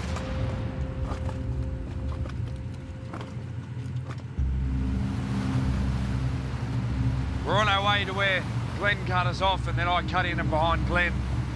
So we've got 3 pots to pull just outside where that happened. And I guess we're going to find out if that was worth it. And I reckon Glenn's going to be over here in a minute as well. Looks like he's only got 1 or 2 more to go over there. And then he's heading this way again. So let's see if we can't have take 2. There's a generational battle unfolding in the waters around Tasmania's west coast. It's youth versus experience. I'm not worried about it. I've got heaps of eggs on this boat, so if he tries anything funny, he'll look like a bloody chicken coop. So shit happens, it's fishing. We're here to make a living, we're not here to work together. The older generation of fishermen, they're stuck in their own ways, their thoughts, their processes, the way they do everything. Yes, lob's in the pot. Just get on the radio and tell Glenn the fish are fucking good here. He'll probably steam over here real fast. I think our average age of the fishermen is in the 50s, low 50s. Now, I'm only 28, and my deckhand's 21, and there's very few boats that are nearly under 30. 6 out of that one. 6 out of 1 that Glenn would have got. That's not bad. Thanks, Glenn. Thank you. So this imaginary rule book with the Anson's Bay in it and the bowl contender and all these other fishermen in it with their own specific pages and rules and how you work around them and stuff, that's just in their head. Cheers for the lobsters, Glenn. Thank you. I should ask the old man if he doesn't have one of these rule books sitting in some chest in locked in his house or something like that. So I wouldn't mind having a quick read. Lobsters. Not bad, Loggy, not bad. I wonder how couple more. Squizzy's going this morning. Now he's got a banana on the boat. Is he going to do really well? Or is he actually going to have bad luck? I reckon he'll be fine, mate. Or he'll be fine that he's got fruit on his boat. If he eats it, he might look healthier. Bit of potassium never hurt anyone. Potassium never hurt nobody? No, no.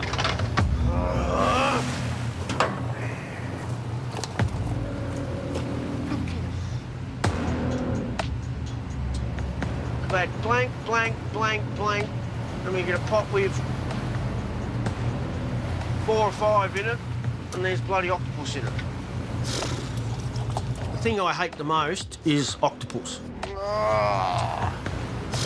And the ones I really hate are the ones that just get in the pot, kill the lobsters, and they don't even eat one.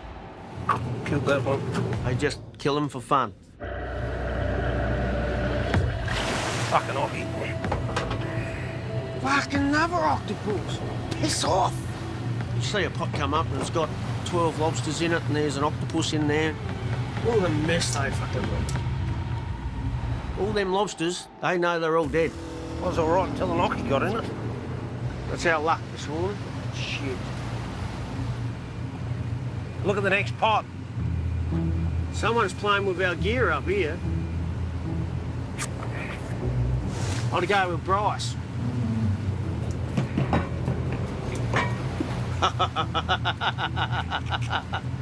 We've got plenty of gloves for the trip anyway. Never got us with a flower ball trick. Eggs. You know the bonus about that? We got more eggs. Read that. Lifeline, call Glenn Jager. I know Bryce can't call him because Glenn ain't talking to him. He's very upset with him. Hey, Tabes, we know that's not you because it's smiling. Must be me. Have a nice day. Gonna call Bryce up on the radio and see if he did it. I reckon he did. Get it? Bryce, you there? Hey, how you going? You didn't stick a drum on our pot, did you? I said have a nice day and call Lifeline, Glenn Jager with his number. A drum? What do you mean a drum? Drum. And about 10 pairs of gloves. And a flower bomb. And about 10 eggs. Oh, I did nothing. I didn't do anything. That wasn't me at all. I'll ask Lockie. Lockie, did you put a flower bomb on Squizzy's gear, and did you put a drum with a smiley face and gloves? No, negative. Dodgy dodge. Just remember, paybacks are a bitch.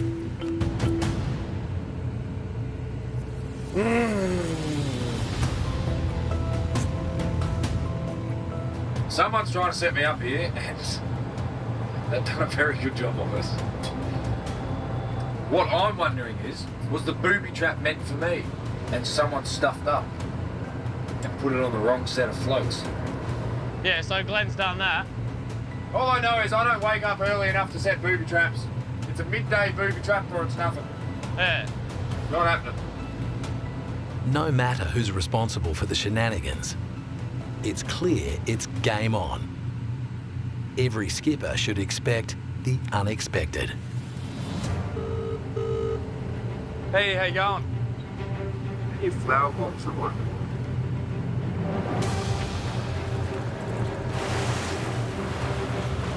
Looks a bit better, Glenny.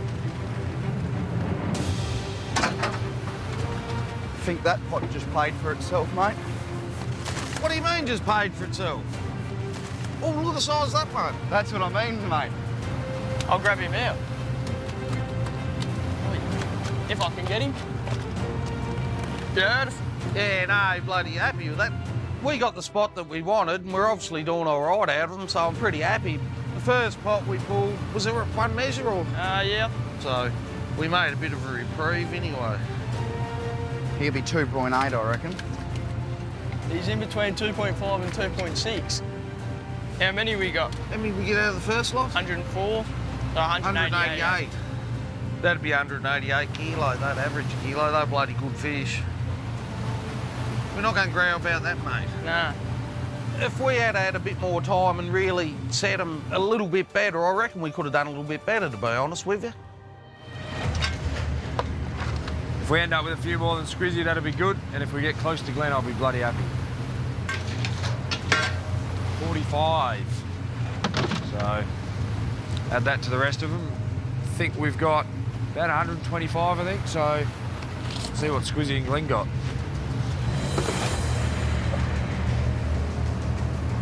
Ended up 124, so not a bad recovery. If there is a banana on the boat, that's probably why we had a bit of a bad shot this morning. That's why we're getting so many octopus. I haven't seen octopus like this for years. Despite Bryce bagging one more than Squizzy, he still trails him overall. While Snotty's 188 sends him to the top of the tally board. But Snotty has a secret, and it's going to change the game. We've got 306 fish on, so pretty happy with that. But I've got a bit of a confession to make. You can probably put a 1 in front of that. We brought some fish out with us, so the boys don't know that yet, so yeah, we'll see how that unfolds.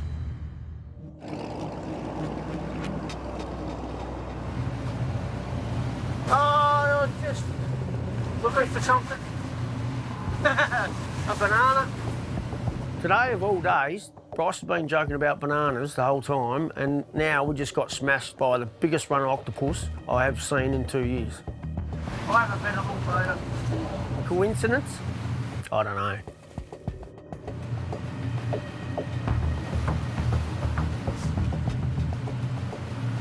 If I find a banana, it's going to be a payback. Daddy's boat might look like a chook farm over that nice shiny paintwork, as Bryce says. Sorry, Ken. If we find a banana on this boat, there's going to be fucking hell to pay. Bryce makes his daily phone call to his father, Kent. Mornings. Good. Squizzy, like you said, went too inshore, too close. So he's had a shit shot this morning. But there's a banana on Squiz's boat with his face on it. We threw it on there last night. They all weren't looking. and I just chucked it up and it landed on top of the vinyl covers on top of the roof. I think the old man liked banana pranks. He probably would have liked if I'd put it up high up the mast because Squizzy's scared of heights, and I think Tabor is as well. I'm unsure what Glenn got. I've got no idea. Stop talking to me. He had plenty of room. I didn't shoot any pots on top of him or close to him. A bit over the top. Okay, doggies, talk soon. Have to get a sticker put on the boat drum alarm.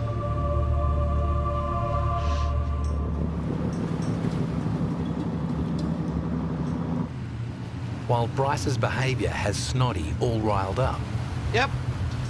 Snotty has a secret set to send shockwaves through the fleet. Well, the boys think we got 306 on board, but we've actually, got a lot more than that they don't know about. Snotty's departure from Dover 2 days ago was actually just a pit stop to pick up supplies. He's been out fishing for 18 days straight. And he has a boat packed with 1,325 lobsters to show for it. Yep. We got a bit of a head start on the boys, which is a bonus. They don't know about it, but hopefully we can make some money out of it. That's what we're up to. It gives him a huge advantage over Squizzy and Bryce. He could be the first to cash in, but only if the price rises. When we headed out, the price was 50, and then when I rang up to come back in, they dropped it to 45, and then they didn't even really want them, to be honest with you, so it was just like we're stuck in a bit of a predicament. With the price at $45 per kilo, he's around $7,000 short of what he needs to make the trip a viable one. He could easily be stuck at sea with a boat full of fish that's cost him more to catch than he can sell them for. Yep. We need $50 to make it work. Anything less, we're nearly doing it for nothing. To keep tabs on the market, skippers are in constant contact with each other. Hey, what's going on, mate? The boys are always talking about what the price is doing, going up or down or whatever, and if you can get a little bit of a intel of what's happening early, you can sort of plan for it. Well, everyone sort of was predicting it was going to go up, but they try and hold it as fucking low as they can for as long as they can, don't they? But they're pretty quick to drop it when she drops. Each skipper negotiates their own deal with their own buyer. $50? All in. Ooh, she's starting to move, mate. Who's that for? And not every skipper gets the same price. I've heard nothing. Like, it's still $45 as far as I know. Roger. So, mate. If we can get 50, I'll be happy. Like, that's what I wanted to start off with. The price of everything's gone up. Everything. Everything you look at's gone up, except the Cray price. That's come down. It's the only thing in the world that's come down, I think. You've sort of got to have a little bit of luck on your side too, if you know what I mean.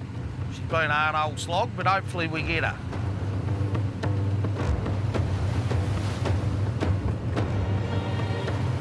Luck of a different kind is playing on the mind of Squizzy. I'll go have a bit of a search, see if I can find a banana. He said it was up high.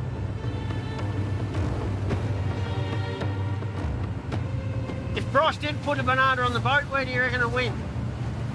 It's got to be outside. I could search for days looking for this banana if he's stuck it somewhere. Little Bryce is going around in my head going, no, look at that banana. Fuck off, Bryce, leave me alone.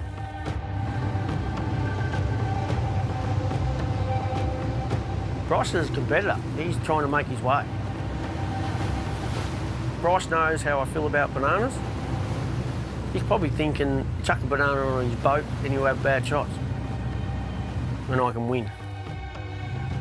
He's treading on toes, and he don't mind if he treads on toes. You know, honestly, he has psyched me out. I should be pulling pots, but I'm looking for a bloody banana.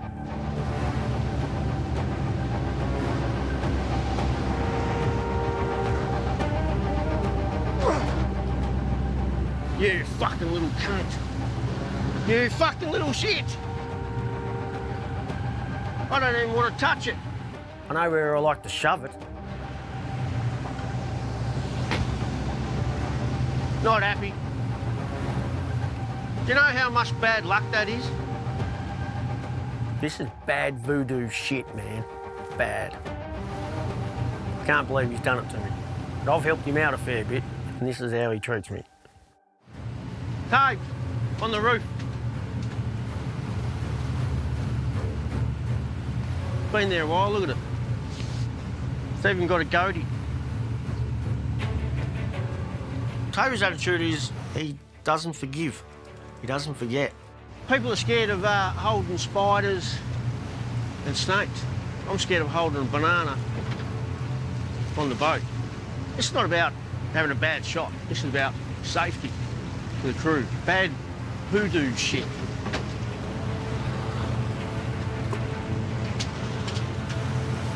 You don't do that to people. Putting tricks on their pots and that's good. But giving them hoodoo stuff?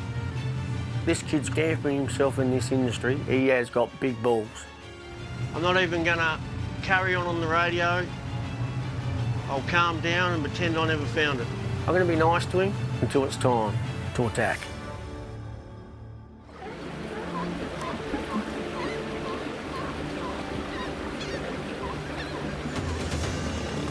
With a boat nearly full of fish and no buyer at the right price, the boys from the Anson's Bay are being forced to change their approach. Today we're just going to go ashore and have a go with the Cray rings and try and get some nice big ones. While the other skippers are focused on volume, Snotty is going to focus on size. The big ones are the ones the buyers want. They're the ones they're paying the money for. So the more of them we can get, the more of a chance we are of getting a better price, I reckon.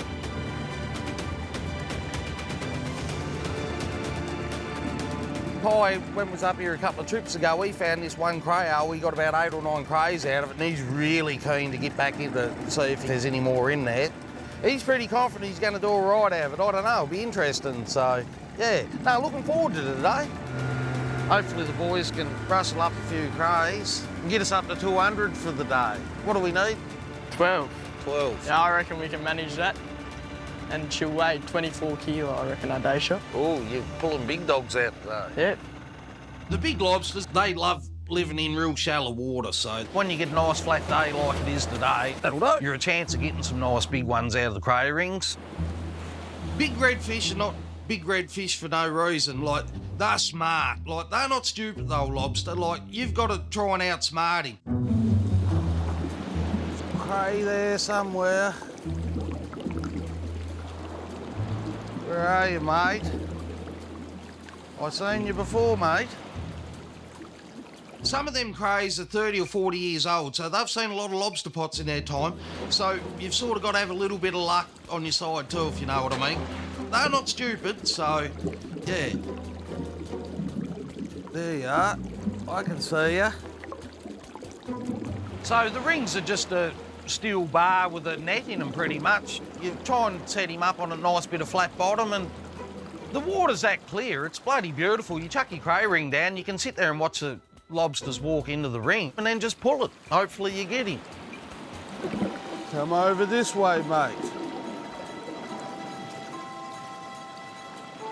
Lost him?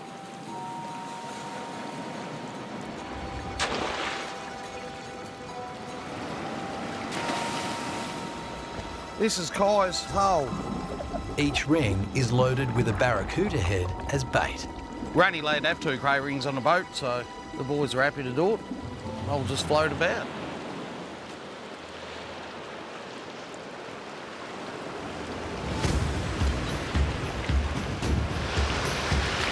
Mate! When the lobsters are hungry, they don't muck around. They bang straight into it. He should pay for your Cray rings, son. He'll pay for the bloody oath he will. He's a beauty. What'd he be bloody? Here, big. 35. You've done well, mate. 2 minutes and you got a clunker. Your old favourite always come good, mate. Yeah, he's a bloody beauty. Like, he'd be 2.5 kilo, I reckon. Oh, the boys, they'll love him. He's a bloody beauty, so he's a big, solid fish.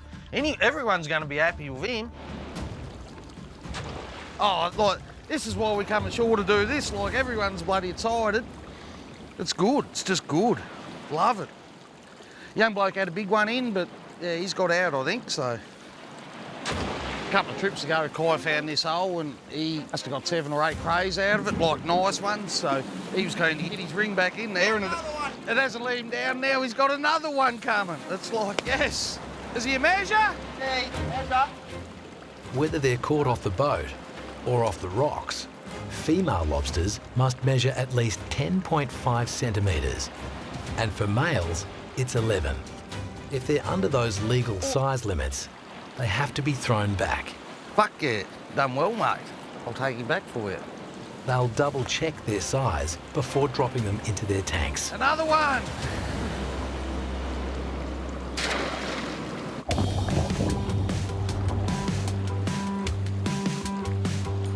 One just got out, I just seen him and he got out. Now I've got a wet foot. Oh. Gonna have to find another rock, I think. Oh, you got both of them too! Mate, your hole! You're gonna have to slip one in the hole. Keep bringing here to make you feel a bit better. What do you got, mate? Oh, they're not as big as the last one, but they're still bloody good ones, aren't they? Yeah, they'll do the job.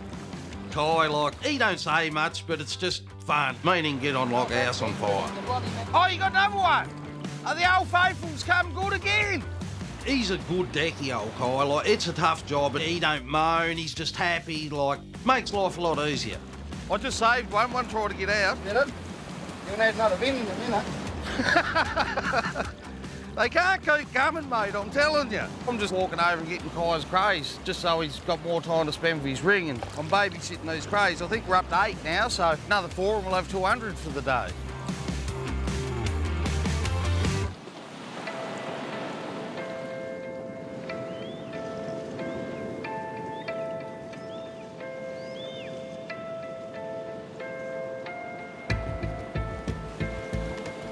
I think this is the first time I've been on land for about 18 days. It's just like, it's amazing. You don't appreciate how much you love being ashore. She's a good feeling. It's nice to get ashore and relax and forget about like the price and everything that's going on. Oh, fucking oath, I nearly thought I'd lost him. I'm just relaxed and happy the boys they're having a good time, and so am I, just watching them pretty much. I'll get you another one. You do that, mate. 3 more would be nice for 200. Oh, or unless old Bugger Lugs has come to the party down there.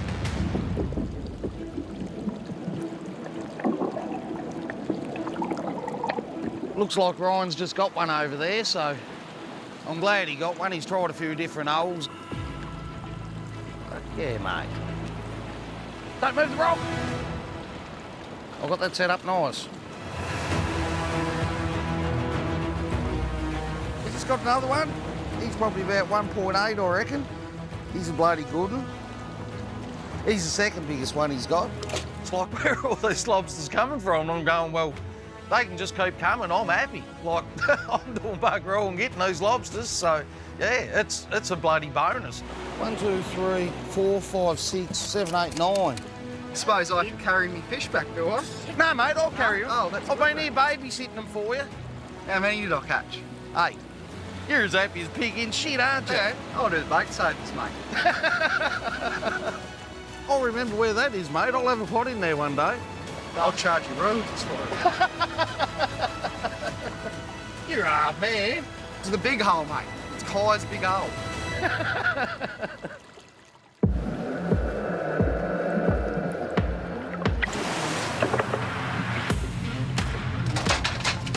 Sometimes you get very lucky, and then you might end up with a lobster in 28 fathom, like that. And that's a nice redfish. That's bigger than all the reds we caught this morning. In our industry, we catch reds and brindles, and often the redfish can grow a lot larger and they're inshore. He's about 2 kilo. Very rare you would see a very big red lobster further down in the depths. We might be in brindle territory, but there's opportunity here to still catch reds. Nice big red dog, as we call them, comes up, you're happy. It's good. That'll pay your bills there. Size comparison? Big as my torso, nearly. I'm not very big, though. If they all come up like this, we'll be home in a jiffy. And then I get to see my baby. Baby daughter. I love you, Daddy. And my dog, sir. I love my dogs.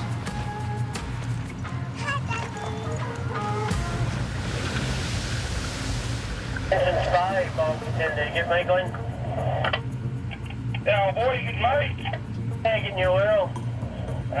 When we're ashore drinking and what the boys get, they got 9, I think. Oh, yeah, that's right. Nice. Yeah, it's bloody good. Real good. Glenn doesn't sound too mad. He sounds like he's had a good afternoon to calm down and relax on the beach. He might have even got a tan on that head of his. Hey, Glenn, how are you? I would have never done the drive-by on Glenn if I had known it would have had repercussions of him not talking for a long time. Yeah, good, mate, good. How's your day going? However, I don't actually know, is he just playing a game as well? Is he just joking about pretending to be mad and salty and whatever you want to call it? I don't know. Yeah, good, thanks, Glenn. That's good, it's good. Good to hear your voice. Miss you. But if this continues for days, I'm going to get a bit concerned because to me it's important that whoever you're fishing near you're talking to. 10. 10? 10. Damn. Yeah. I tried talking to Glenn. He didn't respond, so I just had to talk to myself. I just pretended I was Glenn, so... On the radio? Yeah, I've had my daily dose of Glenn now. I just had to talk to myself. He fucking hates you. Are you coming in for a barbie tomorrow night, Bryce?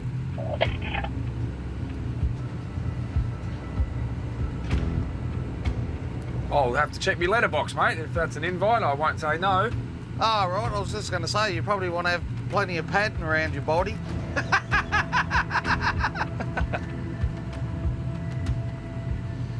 You don't know what to say. Oh. Or maybe I won't check the letterbox. Where are you chucking them tonight? Funnily enough, I had a little phone call to Dad and worked out a plan and received some photos of where I should go. And then I woke up, looked out the window, I saw this red Anson's Bay shooting the entire area I was planning on shooting. Is that a true story? No, I'm not joking. Fuck me, that'd be 2 days in a row you fucked us up if you was going to do that. We measured it this morning and it was 7 boat lengths to the closest pot, to the first pot I set when I shot inside of you could call it. It's not this fucking 7 boat lengths, mate. You steamed up in front of us. I zigzagged when I shoot me gear and you started fucking setting in front of us. Ah, see, I didn't know that was the rules there, so... Fuck me! Well, you're going to learn the hard way if you do it to someone that's not happy, I'm telling you. Yeah, but I'm a drama llama. I enjoy drama. I think I've nearly worked that out, actually. Fucking, you can't do that, mate. Like, honestly, someone will fucking shoot you. Like, if I'd had a gun on board yesterday, I probably nearly would have fired a shot at you.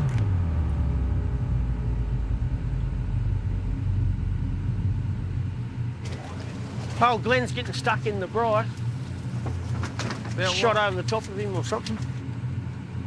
Now, you want to have a little bit more of a think about how you went about that, mate. That's not how you should go about setting bloody gear. Nah, Roger, I'll do that indeed, and I'll bring an apology roast tomorrow. You must have thought you was doing the wrong thing, surely to Christ. That's... Now, sadly, I was smiling from earlobe to earlobe. I don't think it was a problem. We're on a different section of the reef. There's plenty of room, there's plenty of rocks, and there's plenty of fish. I'll do the same thing tomorrow. I don't know if I'll let you get away with it if you've done it again, mate. I'll forgive you this time, but fuck me. That caused me a lot of stress. Glenn's dropped a big hint. Don't do it again. My apologies. Yeah, anyway, no dramas then. We got a leg of lamb on tonight. God, I thought you would have saved that for the barbecue, mate. Or am I the lamb? 1 minute Glenn's not talking to Bryce, and the next minute he's getting invited to a barbecue. I'll be a little bit nervous, I think. Whether the barbecue is a chance to extend an olive branch or deliver a payback remains to be seen. I'll see your friends with Glenn again, Bryce. We'll see what happens. Apparently you're lucky you didn't get shot at, mate. Me? Hard target to miss. It's not every day that someone says, if I had a gun on board, I would have shot at you. To me, it's over the top. It's ridiculous, it's stupid. It just annoys me because someone can so easily let that slip out their mouth. Either way, you've still got more fish than anyone else. And in this situation with the market and things happening, well, tough titties. Tough titties indeed. I'm just here to catch lobsters. And I don't care who's in my way. Last spot's just about to come up. Looks like a pretty good day shot.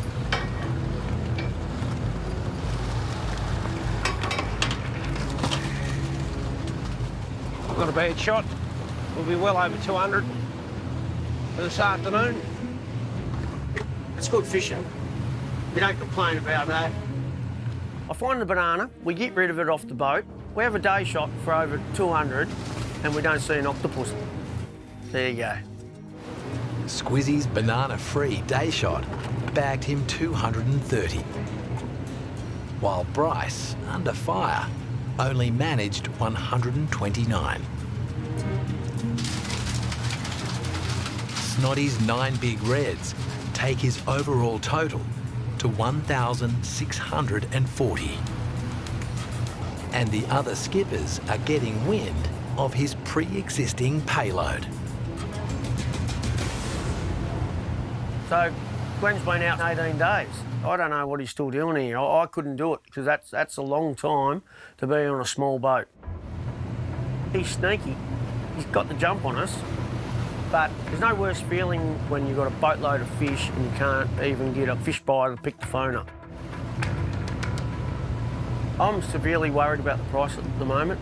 This time of year should be going up. How you going, Steve? What's going on with Bryce? Anything or not? Steve's me buyer, he buys the crays off me. Yep. He's a good bloke, he's loyal to us and we're loyal to him. Oh, you're joking. But he does give me the shits at times. 47 all in. Yep. It's like, no mate, I want 50. I was talking to old Mackenzie, he said he was getting 50 all in today. He's come up a couple of bucks, so there must be something going on with the market. All right then, mate. Thanks very much for the call. I appreciate it. I can't get too pig-headed and just say, I want 50 and I'm just not coming in till I get 50, because at the end of the day, we're getting a few fish in and they are going to be needed to be offload, like, you know, it makes it hard, like bloody oath it makes it hard. It's nearly there. It's $3 short, but it's 5 or 6 grand's worth of money. That's an extra $500 each for the boys, and I'll get bloody whatever I get. There's not much after I pay everything, but yeah, but I just want it. That's what I want. Fishermen are sneaky buggers. They'll hide everything from you. And here in Glenn's got fish on, means he's ahead of us. He's already got that jump on us. If the price goes up, guess what? He's got nearly a ton on already. He's ready to go. The rate we're going right now, we don't have enough fish on to even think about going back home. So we need more fish. Right, let's shoot them. Let's shoot them fast. Oh, let's put the pots in the water. We don't go shooting anything. Oh, yeah. We don't want to go give people the wrong idea that we have guns on board. After this afternoon's Glen attack, just feeling a bit unsure about how to take what he said. Was that a threat, or was that just a, you know, a bit of a fisherman's term that he's using? I don't know. You got your Kevlar on, Loggy? Jolly good. It's a new design. It's a prototype for friends. Nice. It's called Cotton Kevlar. I've heard rumours from back in the day, fishermen would shoot another boat at the waterline, and then you end up with a bit of a leak. So whether it's true or not, I don't know. Chop, chop, hurry up. We don't get paid by the hour, mate. Glenn has a temper and he sees red. What he does is, who knows? Where am I going? Over there. I hope Glenn don't own a gun. I'll try not to think about much to stress me out, but it just makes it really hard to concentrate. So if we're going to have a shit shot, tonight's the night.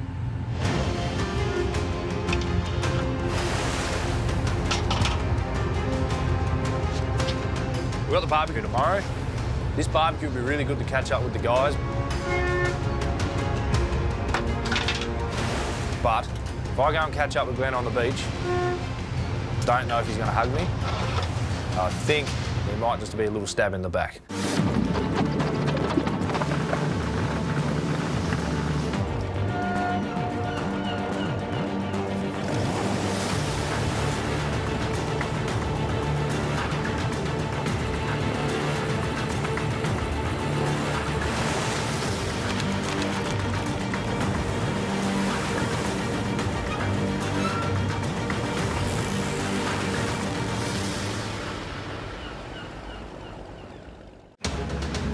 Previously. I might as well just say it over the radio now. I just yeeted a banana up onto his roof. Bryce is going to get himself into trouble here shortly. You fucking little cunt. You fucking little... I got rid of the banana, but the bad voodoo is still on this boat. I've never seen the Ockies this bad. They are my #1 enemy, just above Bryce. It's lobster season in the waters off Tasmania's rugged coast. You steamed up in front of us. I zigzagged when I shoot big gear and you started fucking setting in front of us. What the fuck are you doing, mate? What the fuck are you doing? 3 hardcore lobstermen are battling for the biggest catch and the best price. The catching is the easiest part of fishing. The hardest part is selling your lobsters. Hey, it's Bryce. How you going? I'll try and get the tanks nice and empty so we can get about 300 kilos. So if you... Oh, wow, that'd be awesome if you could. Now we've got the order, it's time to start catching. We got a bit of a head start on the boys, which is a bonus. I wish we could swap boats. I've cheated and now I'm going home to unload. That's a pretty lazy 78.5 grand check for you. Fucking thank you, mate. What's the beach price? Oh, no good news at the moment. We're currently betting that this price is going to rise. If it doesn't, I don't know what we're going to do.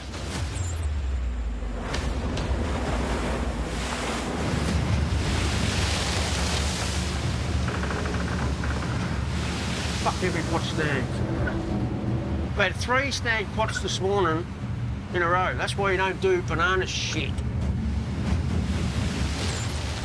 Catching lobsters on Tasmania's west coast is not for the faint-hearted. It's one of the wildest and most dangerous stretches of coastline in the world. Dozens of fishermen have lost their lives here, hunting for lobsters.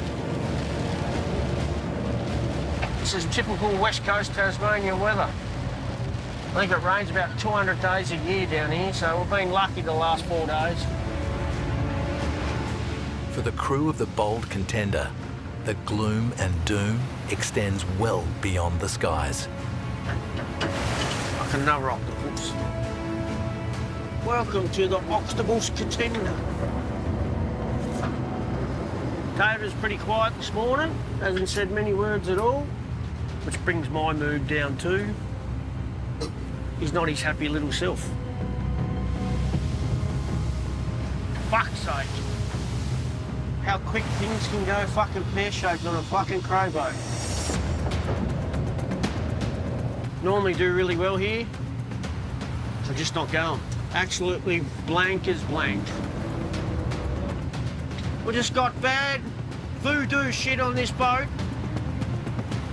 What I put it down to is a banana. Makes me so angry. You have mornings where your confidence just drops and you just feel like everything's starting to pile on top of you. The octopus are winning. We're getting snagged pots. Just everything just claws you down a little bit. Fuck, I just feel fucking stressed. It'd be nice to be Glenn now, unloading over a ton of reds at $50. We're out here slaving ourselves away, hoping for 50 when we get back. Everything's just going to shit. Price is shit. The fish is shit. Everything's just shit. You don't sound very motivated today, buddy. No, don't. I just feel down in the dumps. Yeah, Squizzy sounded sort of a bit depressed, to be honest, on the radio. So he was on one of the other radios and another fisherman called him on the other radio asking if he was all right. So there's a reason it's called fishing, not catching. It is a gamble. It just is. It takes a toll on you mentally, physically, everything. The Chieftain crew is chasing brindles. Fuck's sake. And their luck is no better. Oh, for fuck's sake. Today, we really need to be seeing around the 200 fish mark. I've got orders to fill, people to catch fish for. This boat holds a lot of fish, and it's time to start loading up with a lot of fish. We got one! finally got one. Finally got one lobster. Fucking settle. Bryce's direct deal with a local restaurant will earn him $13,500 if he can catch the 400 brindle lobsters he needs to fill the order. How the fuck did that miss? When you come offshore, you're a bit more tide affected than you are inshore. Inshore's sort of got it easy when it comes to the tide. The tide's running really hard back in, and in this area it runs down the coast. So our floats are basically, we've only got the head float. There's two floats on our sets. One's been sucked under and the other one's just bobbing on top. Now, the problems that brings is it's incredibly hard for Lockie to grapple. It takes multiple attempts most of the time. For fuck's sake.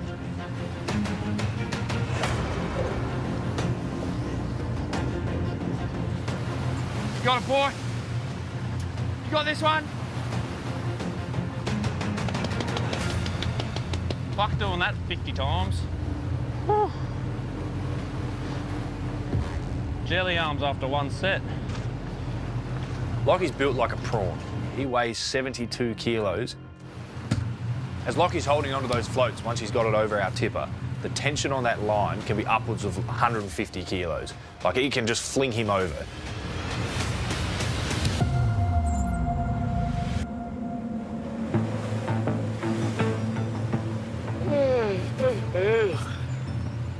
I'm feeling fucked.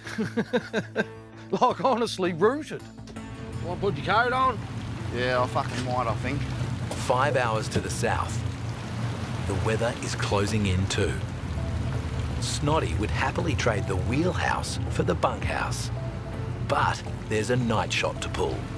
My body nearly went into shutdown because I thought what I was going home, because that's what normally happens, but we've come back out and, yeah, I'm feeling it. The presence of his 16-year-old son, Ryan, has given Snotty an idea. And if it works out, he might be able to get the respite he's after. I'm going to give the young bloke a little bit of a crack at driving the boat and pulling pots and setting some pots this trip. I think he's keen on me having to get my skipper's ticket and taking the boat for a few trips here and there, so definitely got to have a bit of practice at it. If I've got him trained up and he can do the job, like, I could jump off the boat here and go home and he can take it out. That's what I want. That'd be good. It's nice and warm in here.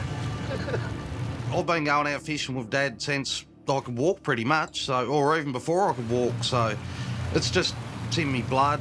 I'm the 5th generation fisherman, and Ryan's just like pretty much the mini-me, what I used to be like when I was his age. This is the sort of weather where I'm glad I'm not a deckhand anymore. It's all right. Just put me hood on and keep getting the crays out and just do me job. I've got to give Ryan opportunities to drive the boat to learn. There's only one way to learn, and that's through doing it. The last sort of 10 pots have saved us. Oh, right. Getting like 5s and 6s and shit. Yep. Snotty will skipper the rest of the shot. The next one's in Ryan's hands. At stake isn't just a $350,000 fishing vessel. It's their place on the tally board and the financial success of the trip.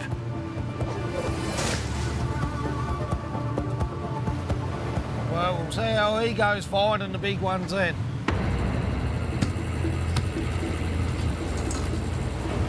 It's literally all hands on deck just to get these pots aboard. I don't want Lockie to be harmed. So me going out and giving him that little hand to pull these floats in, it's really important to make sure he's all right.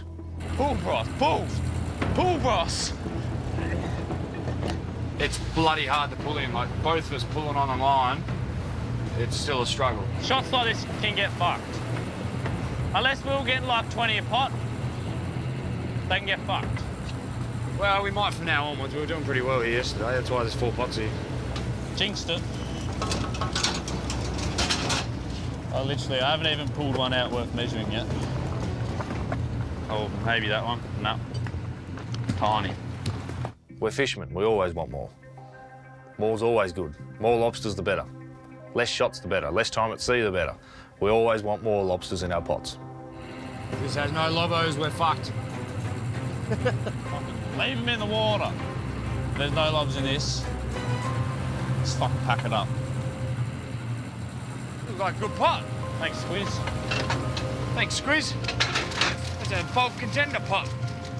The previous owner of the bulk contender, Neville, who Squiz worked for, I was down at the wharf one day and he was putting some pots on and I made a remark about, they're bloody nice pots. And he turned around and gave me one and said, you can have that. And then about, 6 months later, Squiz said, that's my pot. What's that doing on there? And I said, well, Neville gave it to me, so yes, but rest in peace, old Nev.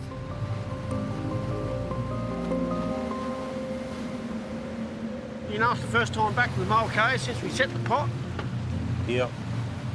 I think one of the reasons I've been feeling a bit weird the last day or so is since we come to the Mulcahy is it's the place where me and Taver said goodbye to our mate and the previous owner of the bulk contender. We got a pot, put a bottle of scotch in it, 6-pack of EB, a couple of other personal things, and didn't have a rope on it. I only had just a buoy to it, a couple of private little messages, and we set it in one of his favourite spots in the Mulcahy, and it's still there today. He's the bloke what taught me everything about fishing. And I think that's what's first time back. It's been 8 months. And yeah. Just the emotions of all that. It's probably just come to take its toll on me, I think.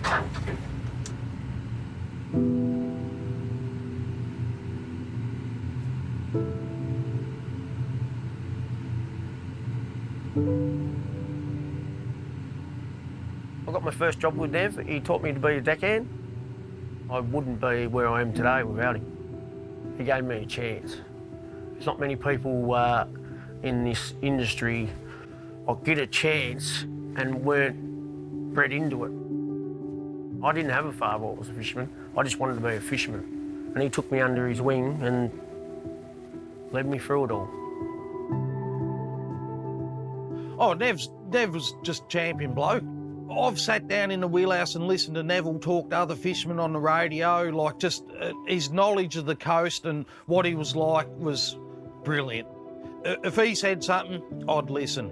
Neville was almost like a second father. He was someone that was there through all my childhood, was always at his house causing a ruckus. Every kid, no matter how young they were, they looked up to Neville, and Squizzy had that same thing. Never battled with mental health for a number of years, a long time, and eventually he just took his own life. If you ever got mental health issues, just make sure you talk to someone about it.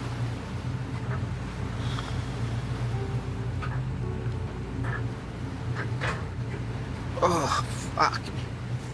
Because what you leave behind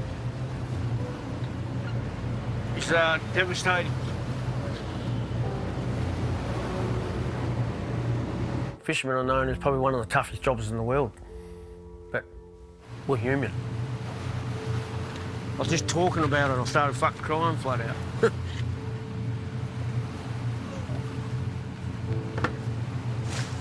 You got to lean on your mates, your family.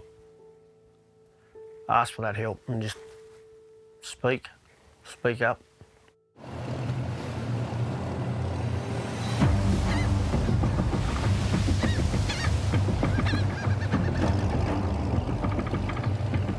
Tide's definitely not our friend today. I can't wait for this shot to be over. That pot's an easy 60 plus kilo, 70 kilo. It's a fucking heavy pot. That pot weighs as much as you. That's like 70 kilo. Fuck yeah. Good job, quick boy. Thanks, fuckwit. I'm a third generation lobster fisherman. My grandfather was. My father followed his footsteps, and Dad knew that's what he wanted to be when he was in high school. The moment I left school, I didn't want anything to do with it. So it's been a few too many years probably for me to come around. I'm a late starter, but I've got a lot of catching up to do. I've only been in this industry for a few years, really. As a kid, I was never really paying attention. You know, I was driving the boat when I was only little. You know, Dad was on deck doing things, and he'd let me haul some pots and drive the boat around the gear. But that's not, you know, that's fun years.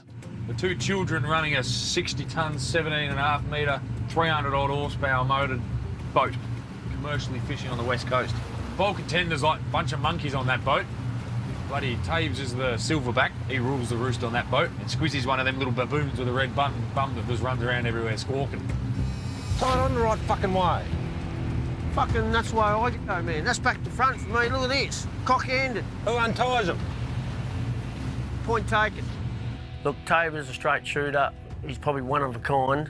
Just take me fucking 30 seconds longer to tie them on. Take me 2 minutes longer to fucking untie the cunts. He always pulls me back into reality, that's for sure, and he says it in his own words. He's old school. He's hard to get out of bed, but he just works like a Trojan. He doesn't complain. He does complain in his way, it gives you a dirty look and all that stuff, but he just still does it. He's old school, mate, and they don't make them like that anymore. How many more you pulling? I see two. You can definitely see two. Now, Taves, I fucking can't see. I'll measure them fish when I get the anchor. Ended up pulling 40 pots for 108, so better than yesterday. We've improved. Didn't end up pulling all the pots because I left them ones inshore just to protect that zone, so we ended up keeping it.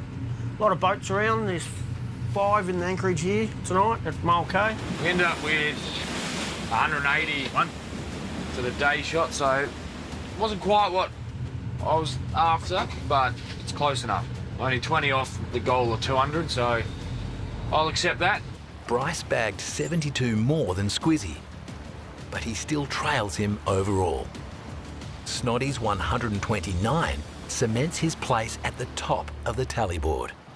It was first time back to the Mulcahy since we set Neville's pot, and yeah, as you could see, I took its toll on me today, like just mentally.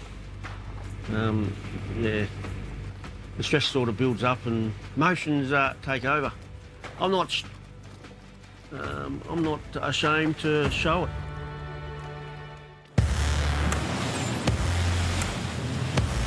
Yeah, come on, day 6. Woohoo!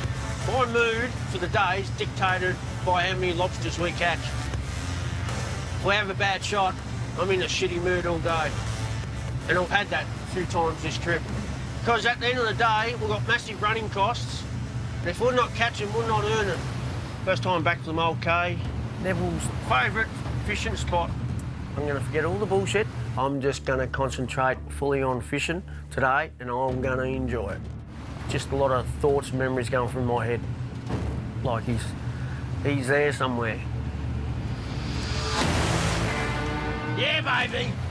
My mood's still good today so far. Once we finish our quota, we are done for the year. In order to catch lobsters in Tasmania, fishermen have to buy or lease quota. That quota gives them the right to catch up to 20 tonnes of lobsters each season. The quicker we catch our quota for the year, the more time we spend at home with our family. And the less costs we incur for that season. And that can lead to more profit. We did it last season in 55 days, so, I mean, that's great fishing. I'm rubbing me wood. Yeah, baby. Come on. Oh, yeah. It's gonna be my day. Oh, it's gonna be my day. 9. Finally got a few girls. 9. 9 red ones. Yeah, baby. We're going pretty good this morning.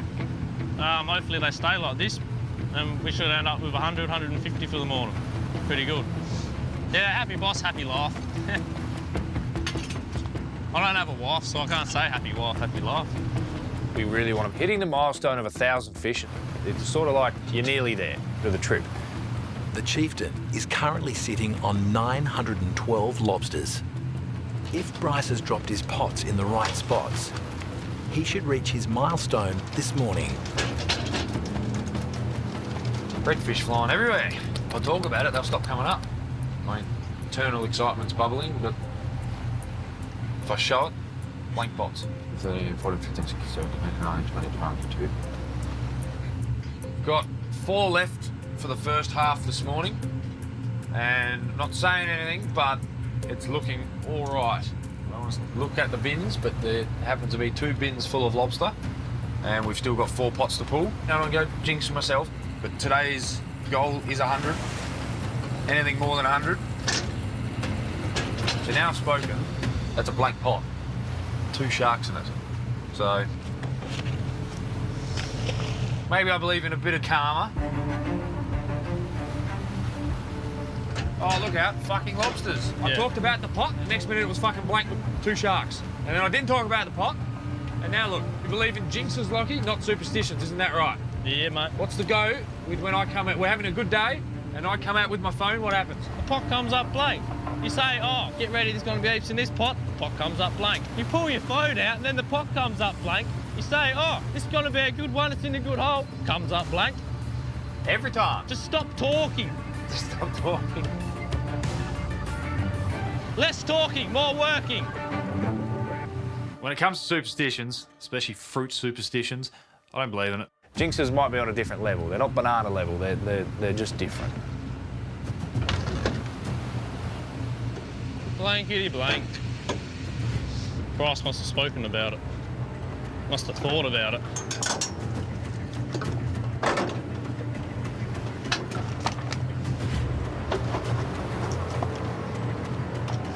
We've scratched up a few. We can't complain. The night shot brings Bryce's total over that psychological barrier of 1,000, and he's nipping at the bold contender's heels. The greenhorn has decided to take a leaf out of Squizzy's book. He's going to feed him some inflated numbers. Is that you out wide? I've got to try and catch up to you, mate. Well, we're on 1,200 total, so you have fun with that. It's all peace, love and friendship, mate. If you call it that. I'd let you kiss me toes. You can kiss my ass. That's too far to bend down, mate. You're a short man. Give you a hint, you want to shave it first. I think I just regurgitated all my coffee. Yeah, Roger. We need some coffee. If you've got any spare, we've run out. It's the wild west coast of Tasmania. There's no roads, no supermarkets, there's nothing. You run out of stuff, you don't get it till you head back to port. I've got a shit ton. I've actually got I bought one of them massive bloody, like $30 fucking glass jars. So if we can have a peace treaty like Christmas Day, World War I or whatever it was, mate, yeah, I'll pass you some coffee. You just tell me where your closest pot to me is when you shoot it today, and I'll go over to it, I'll attach a bag to the float with some coffee, and we'll keep it halfway. We'll call it the middle grounds, and we'll just stay away. Bryce won't bring us the coffee because he's a chicken. He just doesn't want to face us, and he's just running like a chicken. I don't think Squizzy even drinks coffee. You know, he catches enough lobsters to keep his heart rate up, so he'll be fine.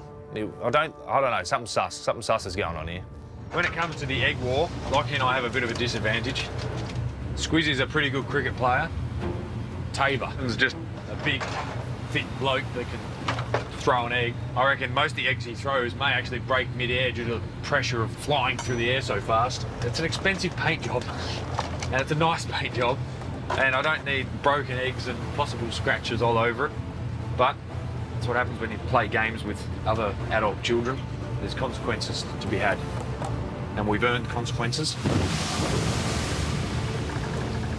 You happy to measure him in? Not really. Why's that? But if there's any close ones, just bring them back and I'll measure them if you're worried. Righto. I've only found one rat out of your whole fucking thing, so... I'm fairly sure there is one in there. It was like real... I'll just bring that one back to you. Yeah, just ram her up in you, just fuck, you know what you're doing, I trust you. Snotty Skipper School is open for business. And son Ryan's first class is measuring lobsters. I'd trust him measuring them straight into the well now. No worries at all. If the cops come along, I've got complete faith that they're all measures. Just don't talk to him while he's doing that, because it's easy to lose count. On every boat, the lobsters are measured twice. Firstly, out of the pot, and secondly, into the well. The fines for being caught with undersized fish could easily wipe out the trip's profit. If we come in unloaded and the cops went through all our fish and found 5 or 6 undersized crayfish, it's nearly like you've murdered someone in the fines. Like, it's ridiculous. It's probably like a 10 grand fine, then you lose points off your entitlement. It's ridiculous. Like, you can't afford to muck up. Everything's got to be bloody ridgy-dig and spot on.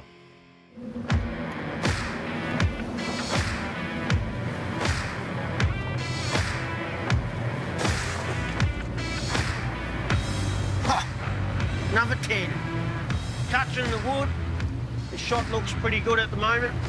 Pulled 19 pots, and there's been 5 pots with over 10. Rubbing the wood, I don't want to jinx us, but let's keep it going. Let's finish off strong.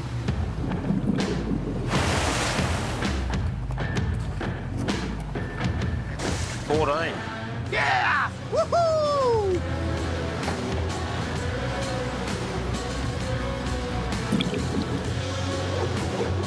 Woohoo! There's some nice red ones in that. Whoop! Thanks, Dad. Thanks, mate. We've already put 60 down. We got 201 for our night shot. It's our best night shot for the trip. I'm stoked. I'm stoked, baby. All red too. Woohoo! Squizzy's bumper haul may have come at just the right time. I think the price is going to go up because the weather's going to turn bad and there's not that many boats out. So I'm thinking now, let's just put as many lobsters in the tank as we can. It doesn't matter if they're brindles. I'm going to take the gamble. The price goes up on the brindles. The current brindle price is undesirably low at $40 per kilo. It's a huge punt for the bold contender.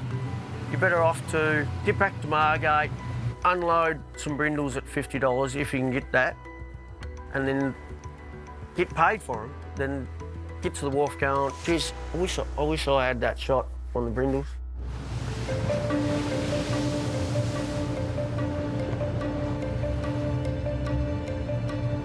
So the fishing's not bad. We're just working our way through this area we haven't been before. As you move along the coast, I get less and less familiar with it. Still comfortable, but less familiar. It's not like I was mentored my entire life before I became a fisherman. A bit harder when you've got not really too much idea as to what happens, but trying not to call Dad every 5 minutes and ask questions. You do need to learn a little bit yourself here and there. I can learn a lot from my father, but at the same time, the guys I'm fishing next to are the ones that are here now, and they're the ones that can give me the information here now as well. I don't know what's going to happen with the new generation of fishermen coming on, really. I've learnt that much stuff over just listening to the radio. Listen to them old blokes talk, like their stories and experiences. You can't buy that stuff. We've got the phone service around there now. Like, people just don't talk on the radio. Yo! How you going, mate? It's Bryce from the coffee company. I need some of that. It's going to come at a small cost. Yeah, what's that? I need some information. Yeah, what? Can your day shoot successfully long point up, or is it better to go down towards Green Island for reds? It'd be worth going for long point up.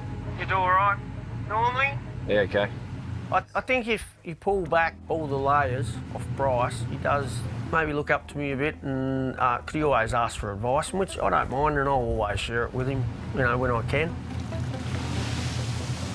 I got to learn, hopefully not the hard way, like, you know, I know spots where I shouldn't be, just because, like, listening to the radio, someone says, oh, it's breaking over here in 6 metres. You go, don't go anywhere near over there because it'll break. You know, that's how dangerous it is. Like, you don't really get many second chances.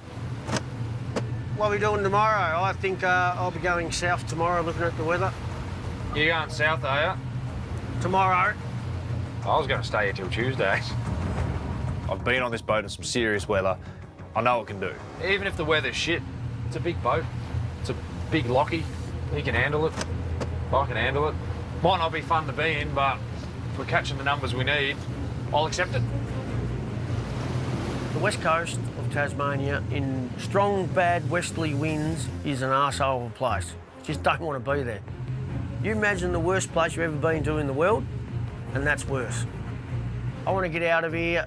If I was Bryce, I'd be following me. He doesn't have 30 years experience like I do, or Glenn's got 30 years experience plus 50 years from his old man. Why take the risk?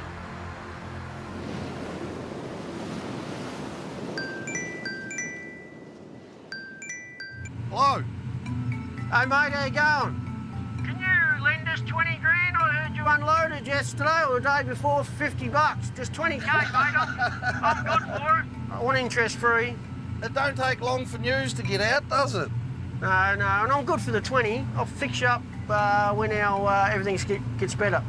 I need it myself, sorry, mate. Squizzy wants a loan. Jesus Christ, Squizzy got more money than all of us put together, I think, so... He's got that much money. When he's walking around Dover, they're all going... His nickname's Ching Ching, because the coins are chinging in his pockets. We had a couple of shots up at South Cape. Nothing to write home about, mate, but for South Cape it wasn't too bad. I don't think we had 115, so... Yeah. Weren't whinging about that, they're the numbers. We got 201 red ones this morning.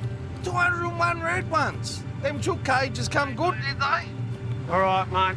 I'll catch up if you come down this way, old boy. Come down, get out of the wind. All right, mate. See ya. Bye. Roger. So I'm not sure how old Squiz has been going before then, but he sounds pretty happy now. He might have his natural good luck back again. Yeah, how'd you go this morning? Red ones? Yeah. No bullshit? No bullshit. You can never rely on Squizzy for telling you any numbers of what he's getting, ever, no matter what. Like if your boat was sinking and all you had to do to fix that hole was find out what he got, you may as well put a bigger hole in your boat. You will never get an answer out of him. So your number, then I'll go with mine. 1, 2, 3. 21. 108. 201. Did you really? No shit. I'll tell you the truth. Mate, you're honest. I don't know why I told Bryce the truth. I think I just had a weak moment. At the end of the day, experience pays the bills out here. And me having next to none, it's just how it works. How many fish are you guys on at the moment total?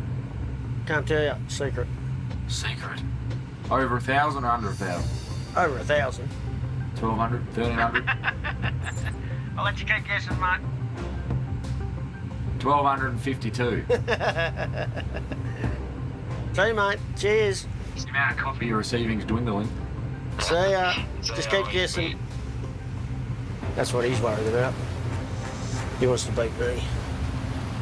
The psychological warfare is real. The race is on between Squizzy and Bryce to fill their tanks, get back to the wharf, and cash in. Squizzy said he got 201 this morning, so he did well. Yeah, we only got 108, so yeah.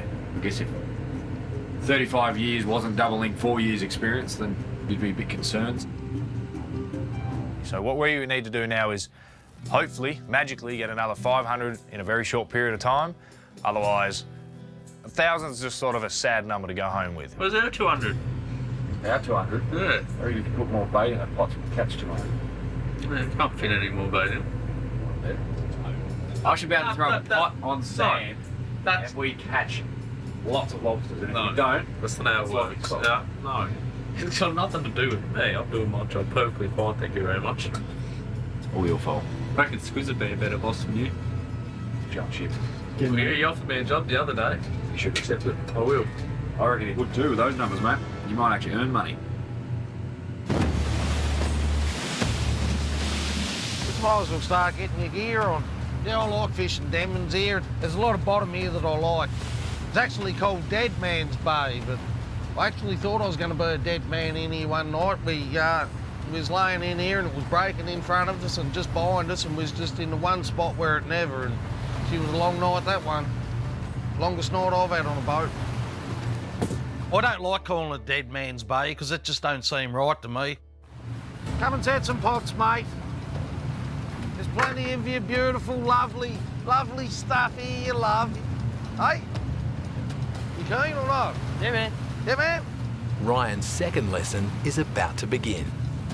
And this one has even higher stakes than the last. I'll just give Ryan complete control of the boat. Like, I'm sitting there behind him. He can go where he wants to go. I'll just keep an eye on him and, yeah, we'll see how he goes. Despite starting young, it'll be a long journey to a skipper's ticket for 16-year-old Ryan. You've got to do a lot of sea time to be able to do your skipper's ticket. So, really, you wouldn't be able to get your ticket till you're probably about 23 or 24. That's probably when you've had enough sea time. Yep. I'm rating where he put the first one. I like it. Taught you well, haven't I, mate? Hey? Yeah. I just sit here and I'll just watch. I'm happy. Yep. Being on the boat with the stresses and worry and trying to keep everything safe and going, and it takes its toll on you, like, it wears you out. Being able to share a small part of the mental load is not only great for Ryan's training, it's brilliant for Snoddy as well. The isolation and the rigours of life at sea feel more manageable with his son on board. I love having him on the boat. Like, he's a bloody good boy. Yep. Well, I'm just trying to find some nice thick cray weed to put them in for the morning. Hopefully get some crays or two. You know, love a bit of cray weed, don't we, Dad? Cray weed, mate. Cray weed. You want to give them a good amount of distance. You don't want to sit them on top of each other and confuse the crays, so just give them a nice bit of room. There's plenty of bottom up through here, so there's no point of smashing them in too close. Mate, that's exactly what I would have said. Yep. I'll keep an eye on him, make sure he don't get us tangled up here. Well, good that, like guys out there, I can just sit here and watch. He spent plenty of time in this seat when he was knee-high to a grasshopper watching me, so I think he knows what he's looking for. Yep. Don't mind that little spot there, do you? Yeah, Benny? no, I don't mind it. I don't mind it either.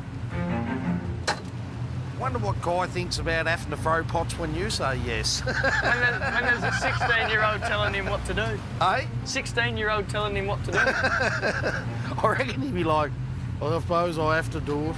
He'll do what he's told. Yep. Doesn't worry me as long as they're in the water. Yep. Ryan's focused on pots, but there are dangers lurking beneath. Just here, that's a rock there, so we don't want to go. Yeah, I'll just run up through it. Yeah, you don't want to go up through there. Yep. Watching someone drive me boat, it's hard. And, like, I'm trying to let him do whatever he wants to do. But I'm like, no, mate, don't go over there any further. My mind is going 100 mile an hour, and I'm thinking, don't go any closer that way. No, you have to turn. Go, turn out. You're going to get in, mate, and there's a reef here. It holds itself over. You've only just missed that, so... Don't stress. Where's the rock? Yep.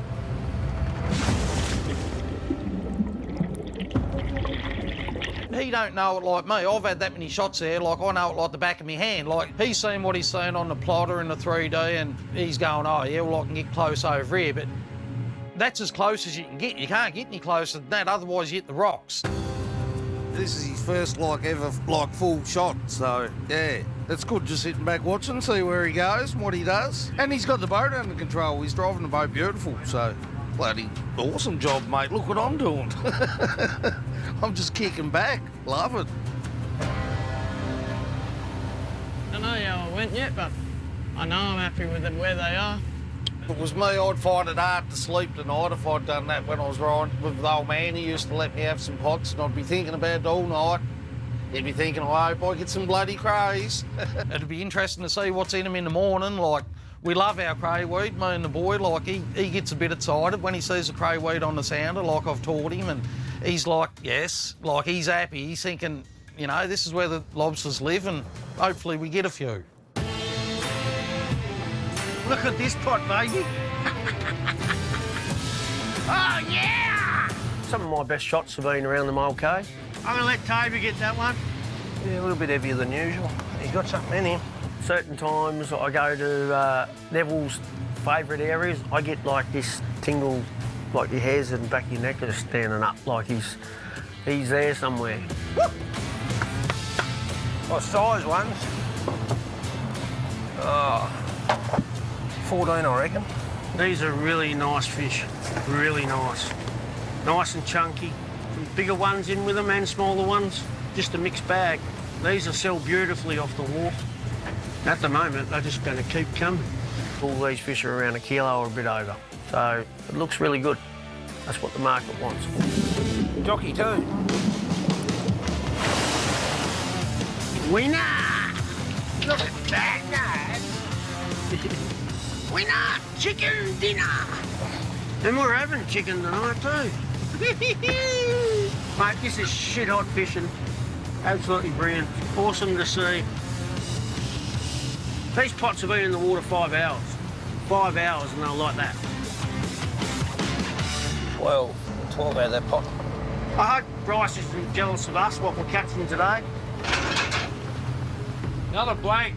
It's going to be our worst shot altogether, I think, today. So, yeah, it's fucked. You know, I've been throwing a lot of pots at a lot of Dad's good spots, but it still doesn't necessarily mean that the angle you're on, the approach you're on is correct. There's more rats in that than the city of France at the moment, with all their rubbish on the street, mate. Fucking hell. Looks like I'm just pulling size after size after size, but really, it's undersize after undersize after undersize.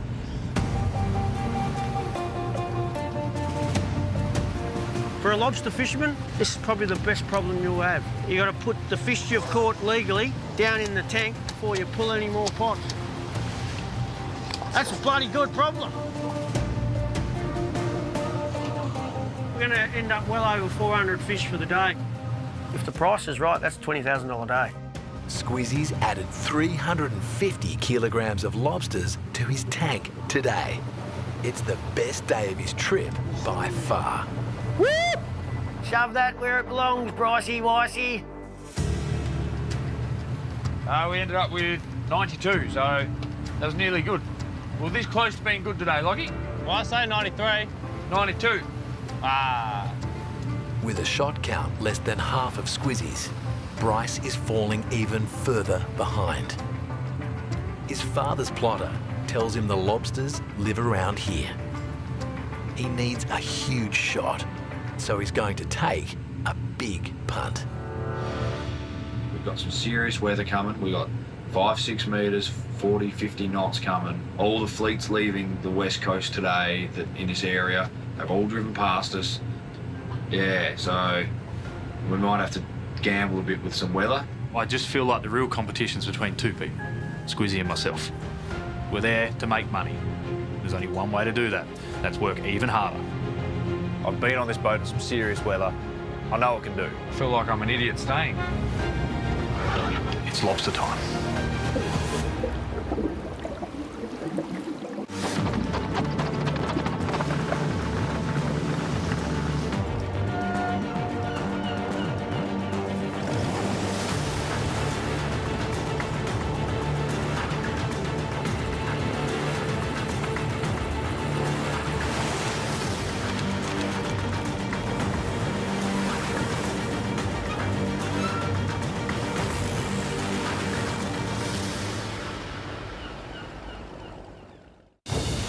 Previously.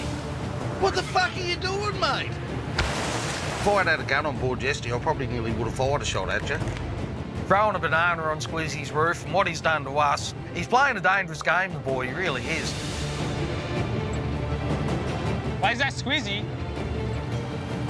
I've been on the run, but I'm looking at a limping deer here and I'm hungry, so it'd be rude not to take the kill, I reckon. Does he think I'm an idiot? We do have radars, Bryce. I can see you. It's lobster season in the waters off Tasmania's rugged coast. We got a bit of a head start on the boys, which is a bonus. I wish we could swap boats. I've cheated and now I'm going home to unload. That's a pretty lazy 78.5 grand check for you. Fucking thank you, mate. We're fishermen. We always want more. More's always good. More lobsters, the better. 2, 0, 1. 3 hardcore lobstermen are battling for the biggest catch and the best price. At the end of the day, it's a business, so you're very competitive. 10. Just these 2 little restaurant deals, we're talking around $25,000. What's the beach price? Oh, no good news at the moment. Just got quota $37 for brindles. That's just not acceptable. I'm over this shit. I really am. I'm over this shit.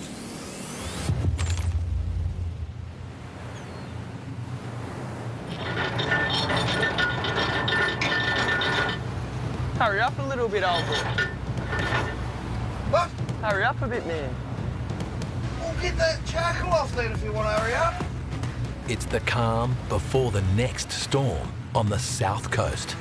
Snotty and the boys have a small weather window Shackles off. to put lobsters in the tank and money in the bank before the wild weather rolls in from the west.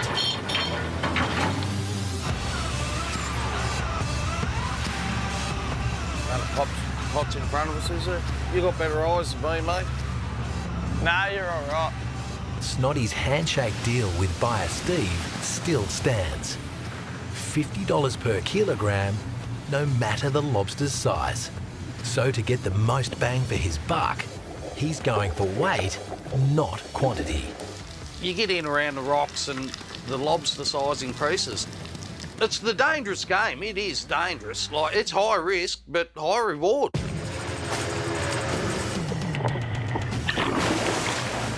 Got a good sized beetle in him.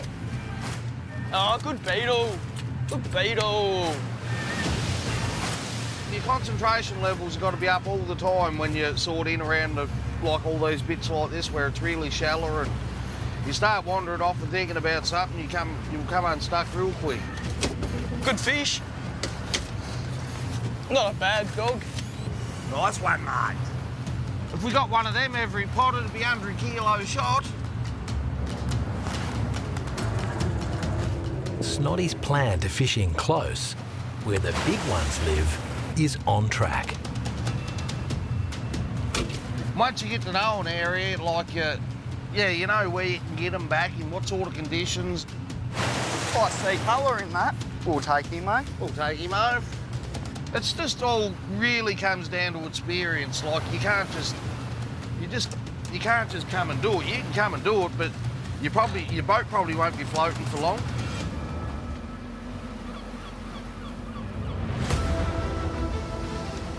Oh, here comes another one. Hang on. Fucking oath. 5 hours to the northwest, a massive low-pressure system is engulfing the west coast. The wider fleet has fled south, leaving the bold contender. The swell's making all the time. It's not a very nice place to be. And the chieftain to brave it out in increasingly treacherous conditions. This shot we're hoping to get, probably around the 150 would be a lot more ideal. And in that way, that's basically the lobster shack order done. We've got Muir's order in the tank. The lobster shack order's nearly done. But there's a lot of reasons that fishermen won't line up smaller buyers. And it's because when I come back to shore, there's no guarantee that they even want my fish. But I'm young enough and I'm willing enough to gamble. They'll take them. Yesterday, the brindle price plummeted to $37 per kilogram. Bryce has moved to lock in direct deals with restaurants for $45 per kilogram is looking like a masterstroke. We got 200 yesterday, and then 150 this morning would be handy. But with a pot like that, we won't get there. Pull a few crays out, throw a few pots. Nothing spectacular though. The storm front terrorising the west coast is set to intensify throughout the day. Productive fishing in these conditions is next to impossible. The west coast is unforgiving. There's nothing stopping the water at all in the Southern Ocean. It's just straight to Tasmania. So whatever happens with the weather system, you can be caught out. You got 5-6 metre waves, 40-50 knots coming. You seriously are in danger. You just need to be ahead of the game when it comes to the weather. The lobsters, they won't get in your pots. They know it's coming as well. They're a smart little creature. Just chuck them in the middle for us. Yeah. Thank you. Today will be Bryce's last shot on the west coast before he heads for the calmer waters of the south. It's not an option not to catch this fish for this order.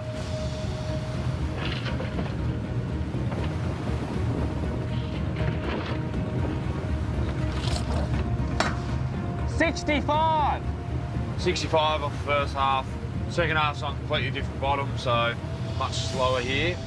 I sort of had high hopes for this piece than I did the other piece, so every extra day we're out here, every extra anything, it's just cost us more money.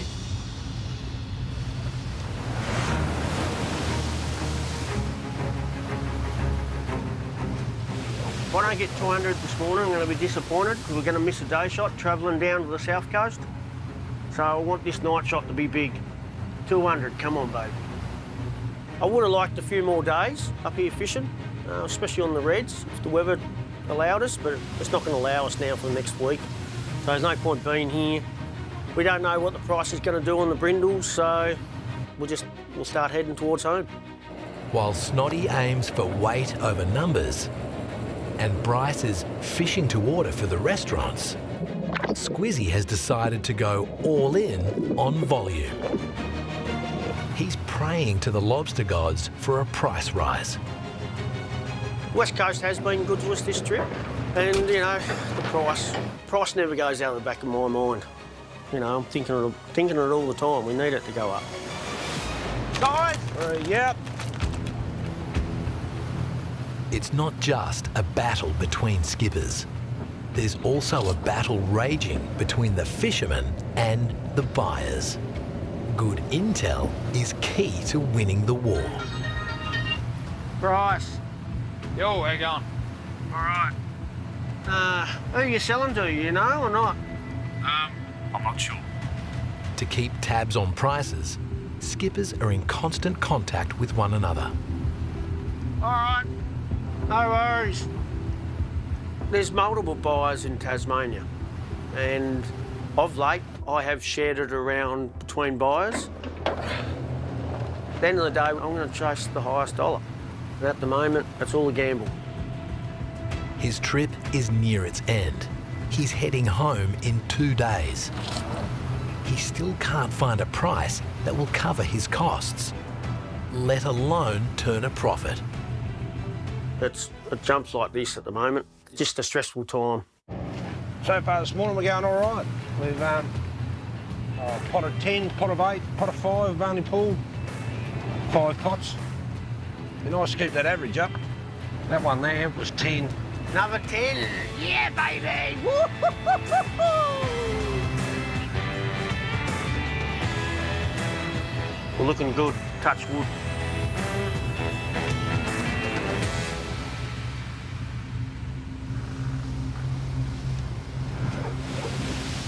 These pots we're pulling now are our shallow ones, what are on the reds. My fishing has changed over the last 3 years. It's driven by market, where we're sort of probably catching 70-80% brindles. Now we've gone a lot more reds, just because the price difference is, you just got to target them. But catching the more lucrative reds comes with a huge risk. At the end of the day, this is all tactics. Sometimes you get it right, sometimes you don't. Size? These spots are just shit. They're no good. I left them out where they was, Cobber. I left them out where they was. I I think our 200's looking a little bit sad at the moment. Just like I've been saying, once the swell kicks, the reds go quiet. They don't come out of their holes. Wish I just listened to myself. That's what happens when you try to chase extra $5 a kilo. Sometimes that $5 a kilo costs you everything because you don't catch any.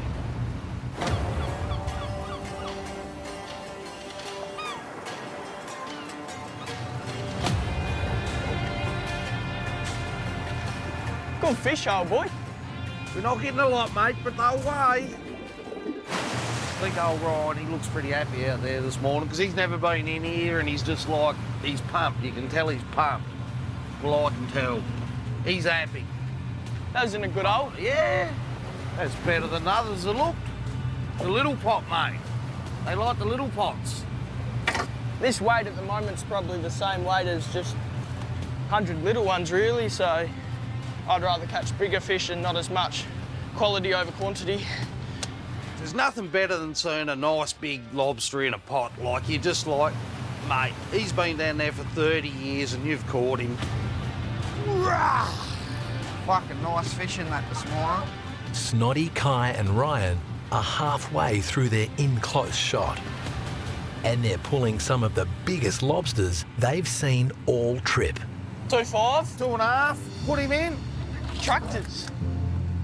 I got respect for the big lobsters. Like, I think he deserves to be worth more money, to be honest with you, because he's spent a lot of time on the bottom dodging these lobster pots. So, good on him. He's smart. He's 2.5. So chuck him in. You know, obviously, he weren't so smart last night.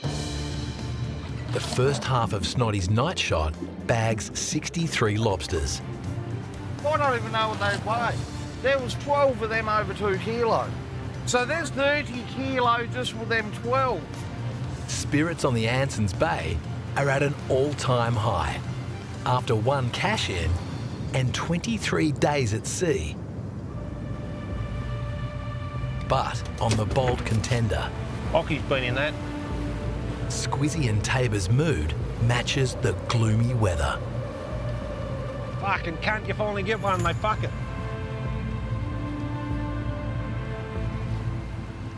What? Because you fucked up and you said I'm fucking shallow. Tabor just tells it as it is. If he don't like something, he'll let you know. We had a winning thing going yesterday afternoon and I fucked with it. I want my fucking head red. We're like a married couple. We fight. Been married 50 years and we have bitch and piss off, but we just still work together and we get on well together, but we do have them conflicts. We're halfway through. We've got about 70 or 80 lobsters in the bin. I'm nowhere near my target. I stuffed up. I got sucked into going for a few reddish ones again and paid the price. Sometimes you make bad decisions. Can't be perfect all the time. Like Tabor, he's always perfect. Always right. He's fucked it. A good deckhand will earn you money, a bad one will cost you a shitload. And there's not many deckhands around like him. Deckhands are the lifeblood of the lobster industry. Tabor started as a deckie at age 15. He joined the Bold Contender crew 8 years ago. Deckhands normally get paid by a percentage of the catch, whether it's 10%, 15%. But the more lobsters you catch and the higher price you get, the more money they get. If a deckhand gets on the right boat, they can earn $100,000 in 100 days. It can be a lucrative but physically taxing job. Most deckies have a limited shelf life before the rigours of sea take their toll. Only thing I'm worried about, mate, is he's starting to get old. And I know he's got to come in here and have a bit of a go. Tabor's he's skippering now. One of the reasons why Tabor's got his ticket and moving forward on the Bold Contender is because I know I've got to give him an opportunity, otherwise there's 10 people who want to hire him. There you go, kiddies, didn't get paid for that one. So I've got to really look after him. I've got a lot of respect for him, and I see him in our future on the bowl contender. So what do? We try and train someone up younger, but they've got to have the attitude to do that. And the biggest problem we've got at the moment, the money's not there to train someone up. I'd love to have a young fella on here getting trained by both of us now, because that's what the future needs. We need some young guys coming into the industry, but at the moment, the way the uncertainty in the world and uncertainty in the market just does not allow that.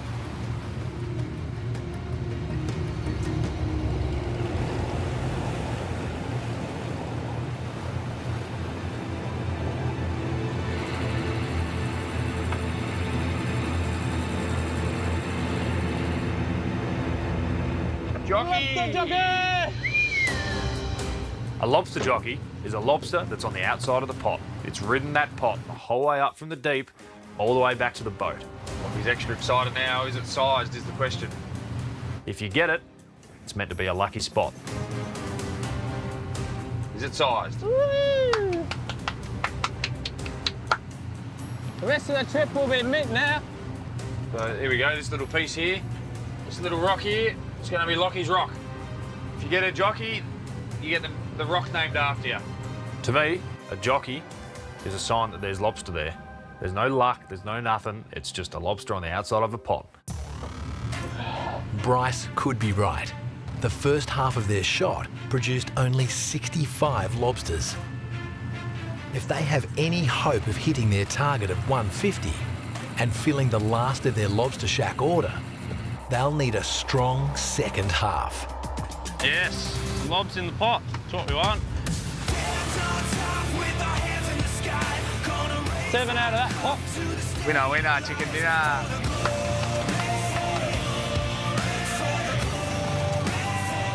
One, 3, 0. You want 30?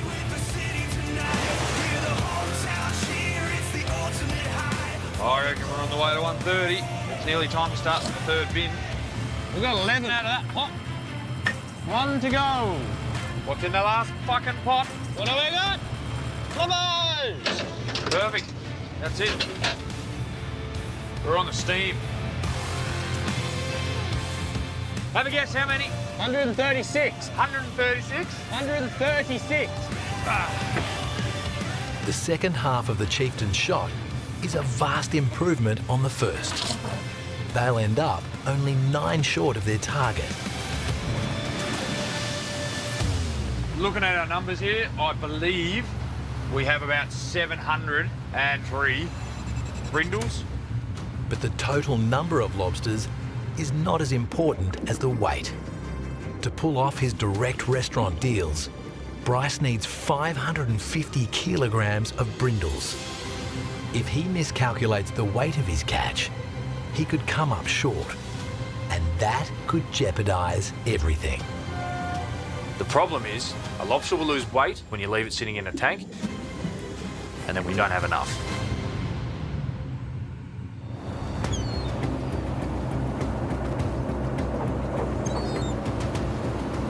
The beach price been playing on my mind a fair bit, so I'm just going to ring around and see what's on offer. That's all I can do.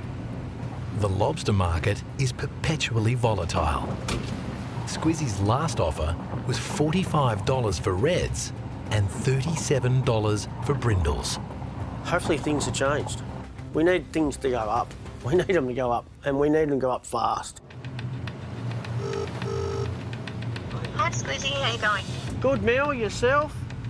Overnight, Squizzy received a lead on a new mystery lobster buyer. Mel, I was just ringing up to see if you were chasing any lobsters and what's the beach price. I was hoping you were hanging out for some fish. This is a stressful job. It takes a toll on you. I reckon we'd have probably about 1,500 kilos, I reckon. Okay. All right. So that seems like a pretty decent breakdown. This is a premium product, so I've got to go where the best price is. Yeah. All right. So we are at 45 for brindle all in, 50 for reds all in. But that's the best price I've been offered, so you're keen for them then? Oh, definitely keen for your fish. Yep, no worries, all right. Yep. Lock me in, Mel. I'm coming to you, baby. All right, you made me day. Appreciate it. You have a nice day. You too. Because I'm going to have a better one now. Thank you. No worries. All right, talk soon. Thank you, bye. Yeah, baby! Yeah! Woo-hoo-hoo! That's what I'm talking about. Hey, Taves, just got a big pay rise. Well, that's not the worst news I've had today. Mate, that's a win. That is a win.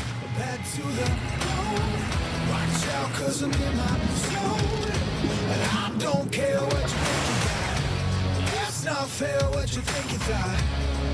That's how it goes. Watch out, 'cause I'm in my 9 red ones.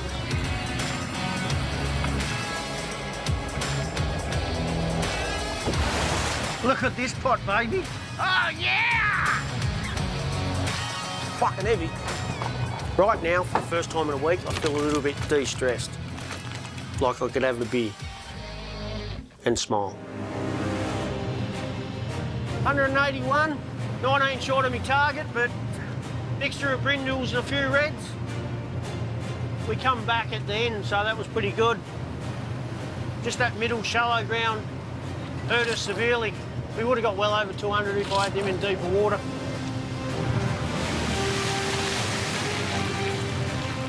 As you can see, the weather has deteriorated a fair bit, so we'll head down to the south coast, a bit closer to home. We've got a couple of days to go. Can't wait.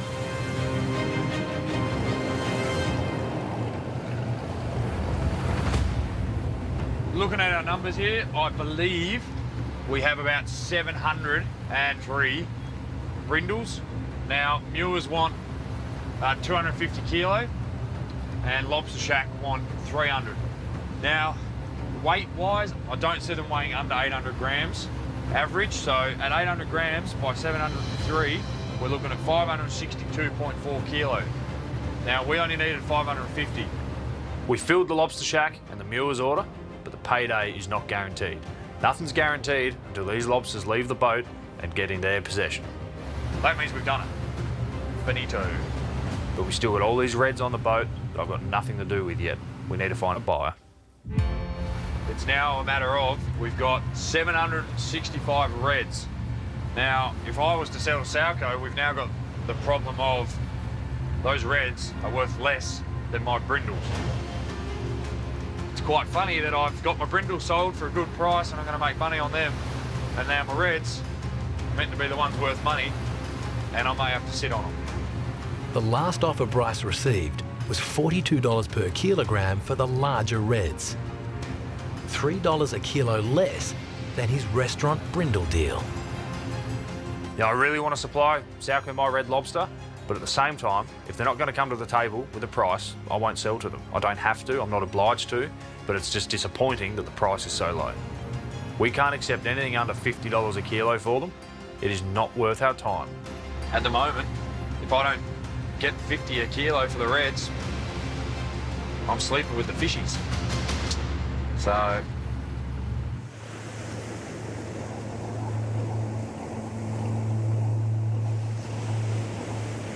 got my little forward-facing transducer going with an alarm on it, so if anything comes up too shallow, I'll get a little bit of a pre-warning that there's something there, and hopefully I've got enough time to slam her into reverse and stop her before we hit something, so.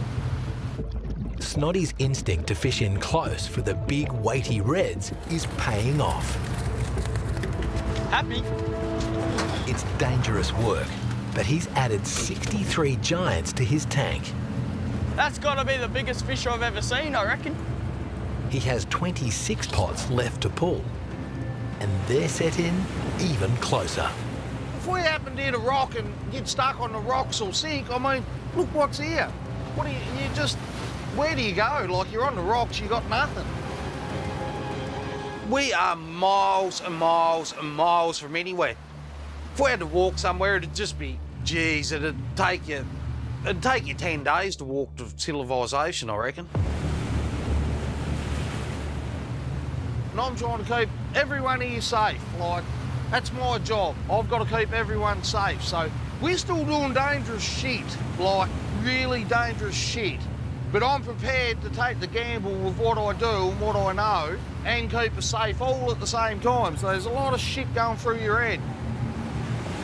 I feel like the rope's coming back this way, mate.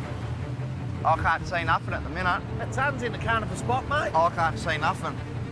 I can't see much either. She's over here, old boy. I think I might need to fucking run over this, have I? Yeah, I think, yeah. Can you fucking throw me in the grapple? I've run the rope over and it's heading under the boat. It's going from the bow to the stern to where the prop is. Keep it out of gear, we're still dragging it, I think. I don't know what your rope's going to be like. We do not want that going around the prop and us being stuck there and end up on the rocks. Fuck me.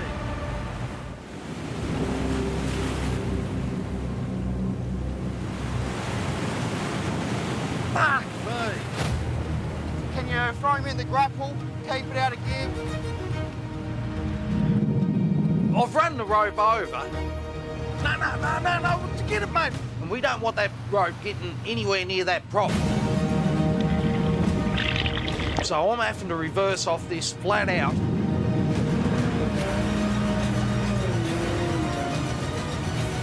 Yep, that's got him. Oh, you fucking beauty.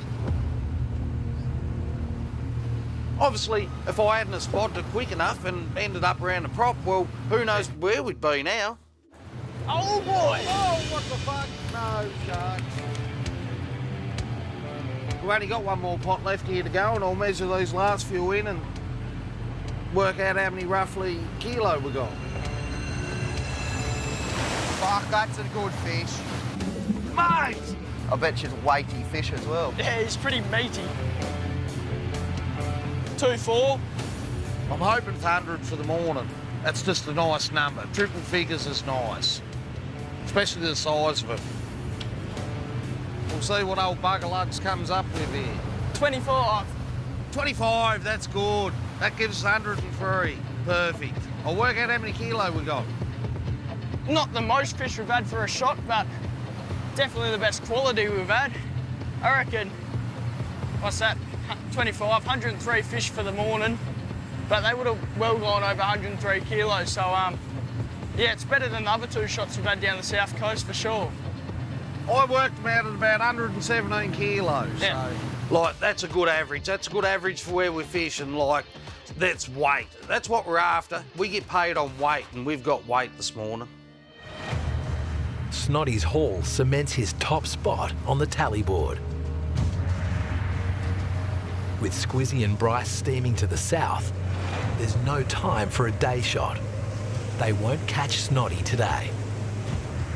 Just going to give Sacco another buzz. Just seems like everyone else's prices are up. Every day is different. Like every 8 hours, the price can change in the market. You can gain 5, lose 10. You just don't know. There's 3 parts to being a fisherman.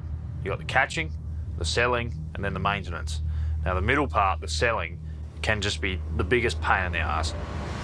Bryce has taken a punt and pre-sold his entire brindle catch for almost $25,000 directly to restaurants.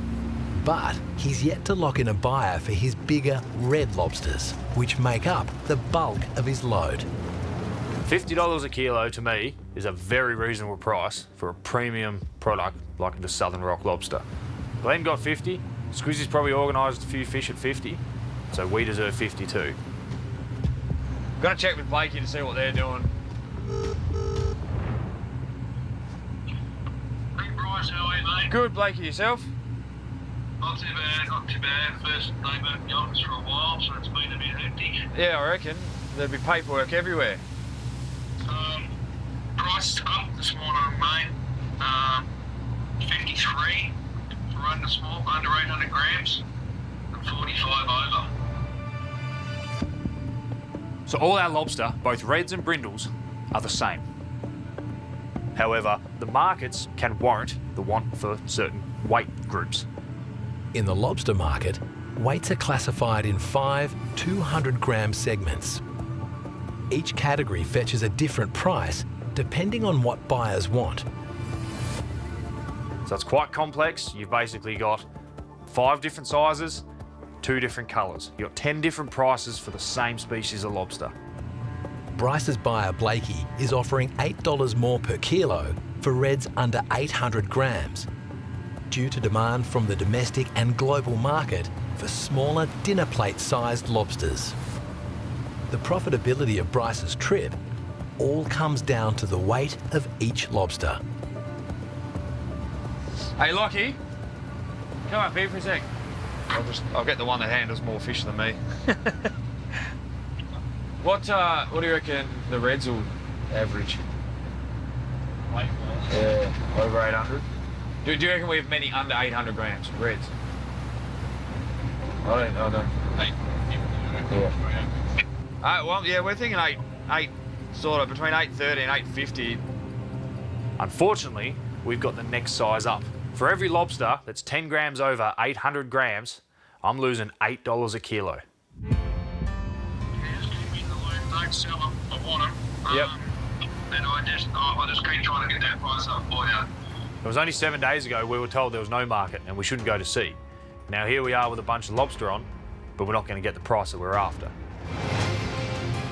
I don't want to sit around, but there's also a lot of boats on the south coast. There's a lot of boats have left the west coast and waiting to come back up. They're all going to want to unload. I don't know who Squizzy's selling to. He's got fish on. We could hold out for the price we want to sell them for. But with everyone heading home at the same time, you run the big risk of the processors dropping the price for the last person. And then it's a real race to get home.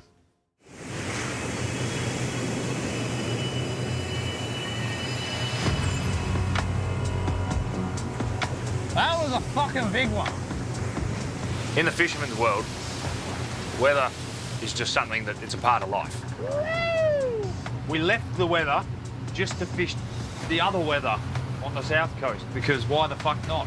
Really, why not? Hold on. South Cape, it's a beautiful place on a nice day. Couldn't hope for anything better and don't want to be anywhere else. But when that weather's shitty, you just don't want to be there. With the market price looking up, yep, Squizzy and Bryce are positioning themselves within striking distance of Margate Wharf for a rapid unload. The first one back could get the best price. It's a gloomy old day now. We've got heavy rain, a bit of wind, the swell's making all the time. Plan is for this shot to crack the 2,000 for the trip. That's a bloody good number. Now I've got my price off the buyer and I feel like a weight's been lifted off my shoulder. I'm just going to have a couple more shots to make sure I beat Bryce. Just to teach the young bull not to knock the old bull out of the paddock just yet. He's been a little bit cocky. Yep. So I'm just going to make sure I bring it home.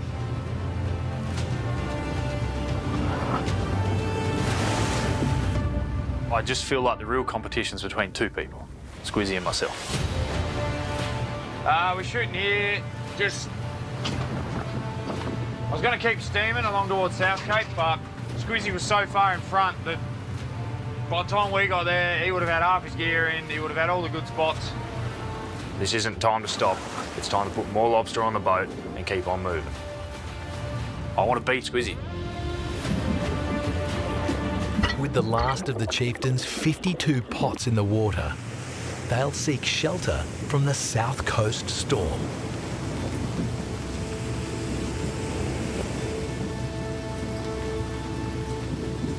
I smell food cooking.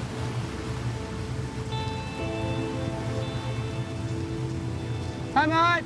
But tonight, we're going to be tying up with Jack and Daniel on the Booran, have some dinner with them and have a chat, have a gander. So it'll be better and a bit more fun being around people our age than it will the old timers who just want to put holes in your boat.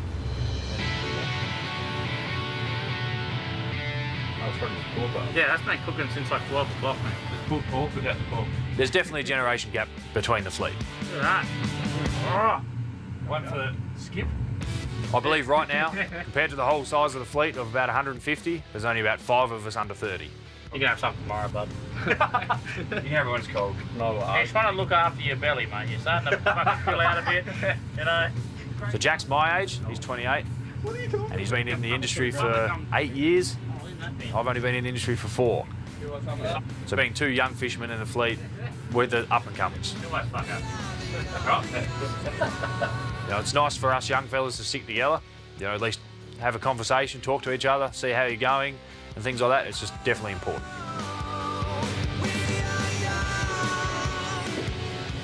The other day, we got to Green Island. Glenn was just in front. We got over there, it was a bit of a race, but he was at a quarter mile in front of me, and he got there first, cut in front of me, shot a few pots in front of me, went through a few of his pots, and then continued on. I was about 7 boat lengths away before we shot a pot. Right or wrong? What's the etiquette? Old timers are saying I fucked up, and my boat should have been shot at. What do you think? What's your go? Is it wrong? I reckon if you gave fair distance between where your last spot was and your first spot was, you didn't cut anyone off, you gave them enough room, like, you're not shooting through them, shooting too close next to them, I think it's fine. Everyone's got a bit of respect, they don't shoot next to each other, through each other. You give enough room. So Bryce may have fucked up then. Depends how much room was left between pot to pot. Really? Yeah. I think it comes down to pot, but I think Glenn thinks it comes down to the old timers boat etiquette of if someone's there, move on. But it was I was intrigued to know what fish were there. I was like, it was a good reef. When you're a young fella in the industry, like when I first started, everyone's going to push you, and they'll see how far they can get until you push back. And then they realise that they can't get that with you, so then they lean off. But they'll always push and see what they can do. Okay. Which is what I got when I first started, like 8-9 years ago. I got pushed by a few people, and then I pushed back, and they left me alone. Yeah.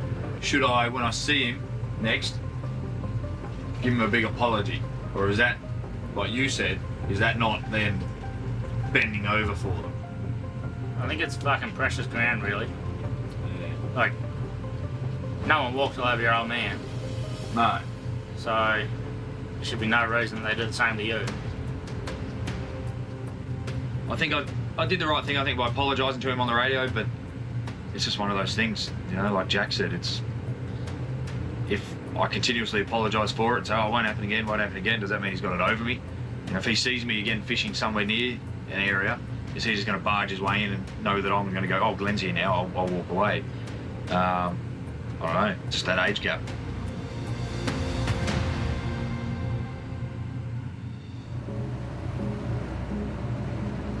I reckon that's Glenn up there in front of us. I wish this was Bryce's boat. We could just sneak up and egg the fuck out of it. If I did that to Glenn, I reckon he would get the guns out. Could I have seen his temper?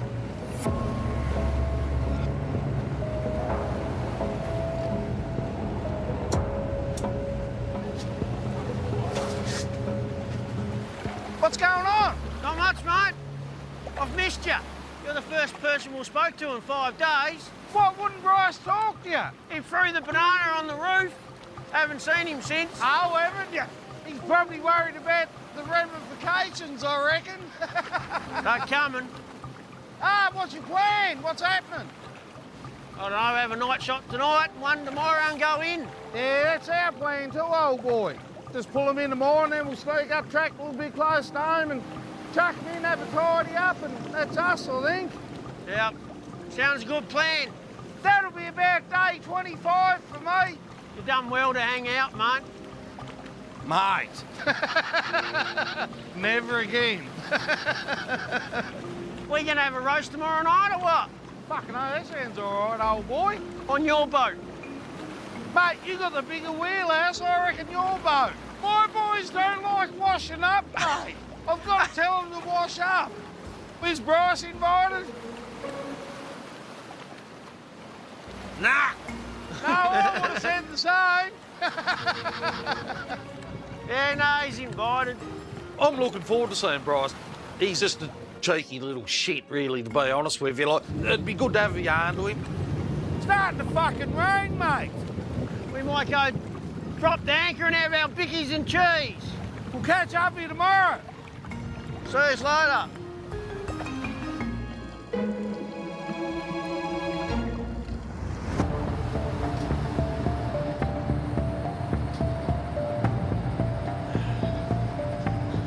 Fuck, it's cold. If we end up with a whole bunch of fish here, I think no matter the weather, we'll end up staying. There's no point running from fish to find fish.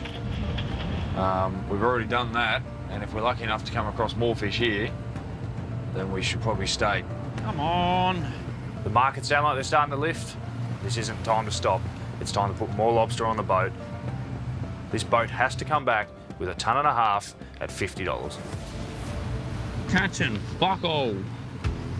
Was expecting this piece to be probably twice as good as it is currently, but it could have been hit recently with all the weather that's come. Plenty of people work down here.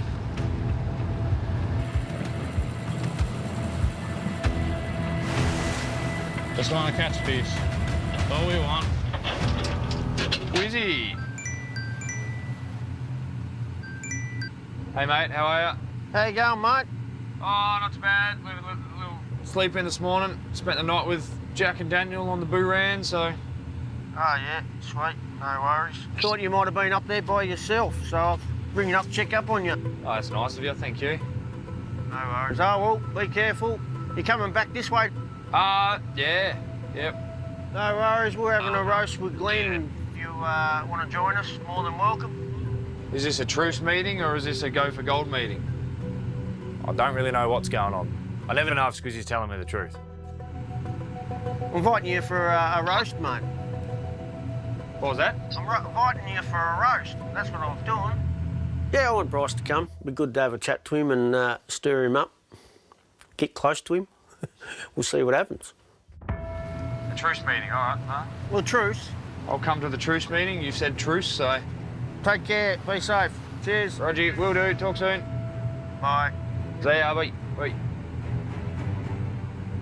Yeah, I think that's the official invite to the tie-up for Glenn and Squiz, so he said truce. It's a truce meeting. If this dinner turns out to be a fake and they're just there to egg us and destroy the boat, there will be a retaliation, no doubt about it.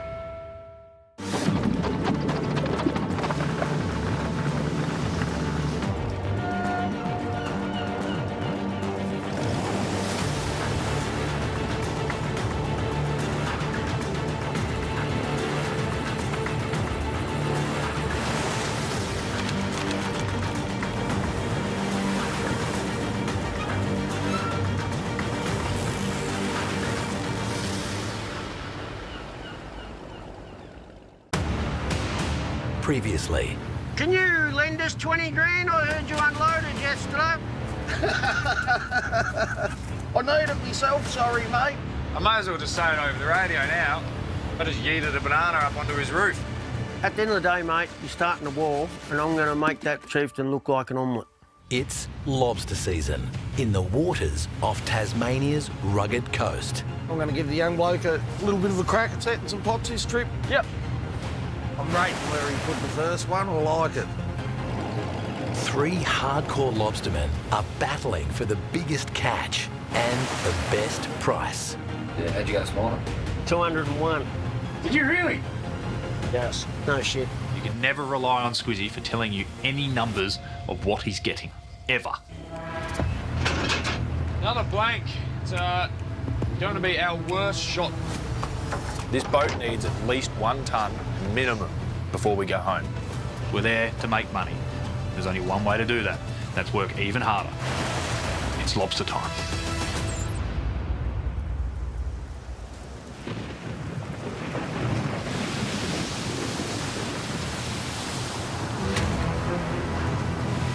Going about 30 knots at the moment. Raining, foggy. It's the start of the shitty weather. After days of calm conditions, the weather has turned wet and wild on Tasmania's west coast. Treacherous wind gusts over 100 kilometres per hour are battering the Chieftain and its crew. Hunting in these conditions is a whole lot harder. Better be lobs in this pot. Come on. The weather's no joke. Even on a boat like this, your risks for injury are substantially higher, your risk for damages, your risk for one small mistake. You seriously are in danger, and you've really got to outweigh the risk and reward.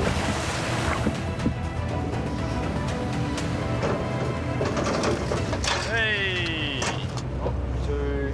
Eager to be up here whilst it's blowing 40 knots and 4 metres or whatever, but sometimes you just have to do what you have to do to make money. Just one out of that pot. It's Monday and I'm unloading Friday, so we're going to punch into the weather and we're going to fish. Female 88! In the lobster game, having a boatload of fish means nothing unless you have a buyer paying the right price. So it cost us around $46,000 just to leave the wharf. Due to the processors only offering us low value for our lobster, we've had to find other markets. Come on, lobos. Bryce is bypassing traditional buyer processors. He's negotiated an above-market rate by selling direct to restaurants. Very touch and go, those pots. So having these small little buyers is really going to help us in the long run. It allows us to bring our sort of medium price back up a bit, one little bit at a time. A few phone calls to make today. I'm going to talk to one of my other buyers and see what's happening. His handshake deal with Jock from Muir's restaurant is locked in for 300 kilograms of brindles at $45 per kilo, $5 higher than the current beach price. Two's better than one, one's better than none. These smaller restaurants, they've got a lot of things happening at once. So it's important that I check up with Jock to make sure nothing's changed. The deal with Jock is worth $13,500. Good, mate, yourself? Yeah, good. That's good, that's good. How's it going? Good. Fishing's not too bad. The brindles are easy to catch. What day will you be in? Aim for the Friday, this Friday coming, like a late afternoon. Yeah, okay. If that works. Yep. But if anything changes, I'll let you know straight away. Okay, cool. No worries. Just double checking. How many kilo were you after? Yeah, look, I reckon we can do, say, 250 is probably better. Is that going to work? Yeah. 1 minute, we got 300. Next minute, we got 250. Thank you. Cheers, mate. Wait. At the end of the day, that 50 kilos would cover half of Lockie's wage. It could cover the grocery bills, it could cover the fuel. So not having it just means we're going in the negative again.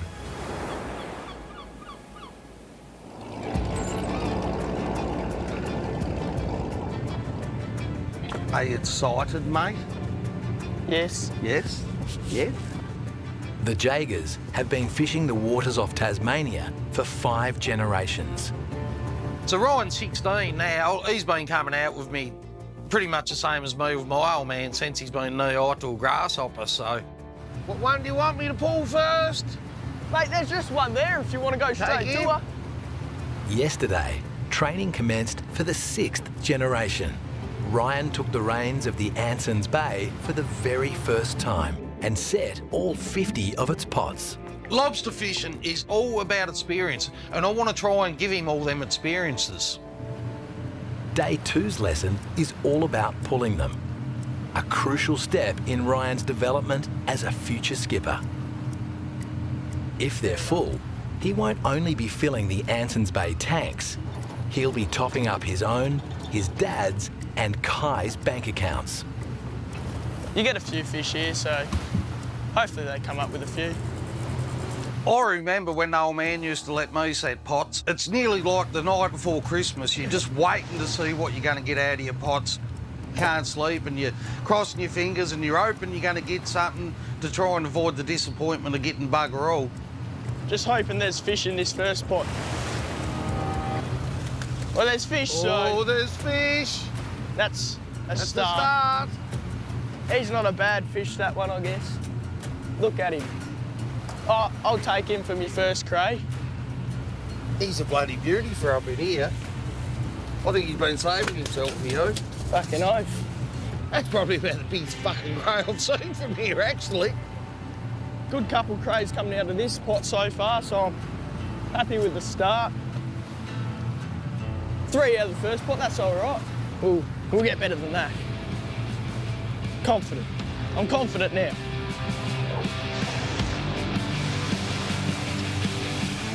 Let's just hope the run continues.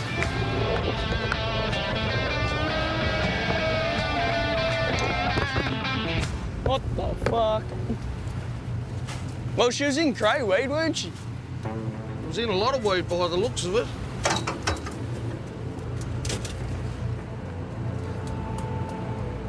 She'll be right.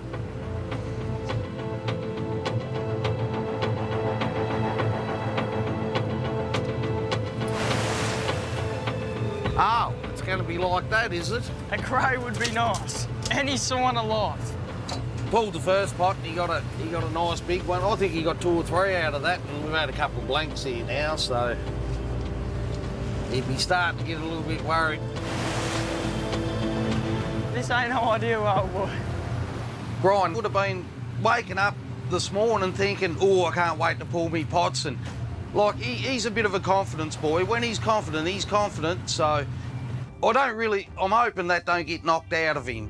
You know, there's a problem if you can't even catch a shark. We need a few more of them. Just wait on a little bit. You just gotta have faith, bro.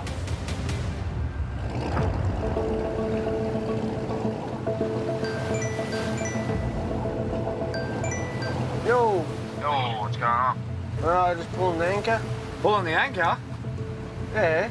You must be getting old. Those grey hairs are suiting your age now. How'd you go yesterday for those shot? 100. What'd you get? Double that. Double that? Nice. You might be in front now, mate. Bet. The battle between skippers plays out in the mind as much as it does on the tally board. Squizzy is slowly gaining on Snotty's head start, and as he does, he's leaving Bryce in his wake. Where are you going to be today? I can't discuss that over the phones, mate. He's mucked with us a fair bit this trip, so we have to get him back for something.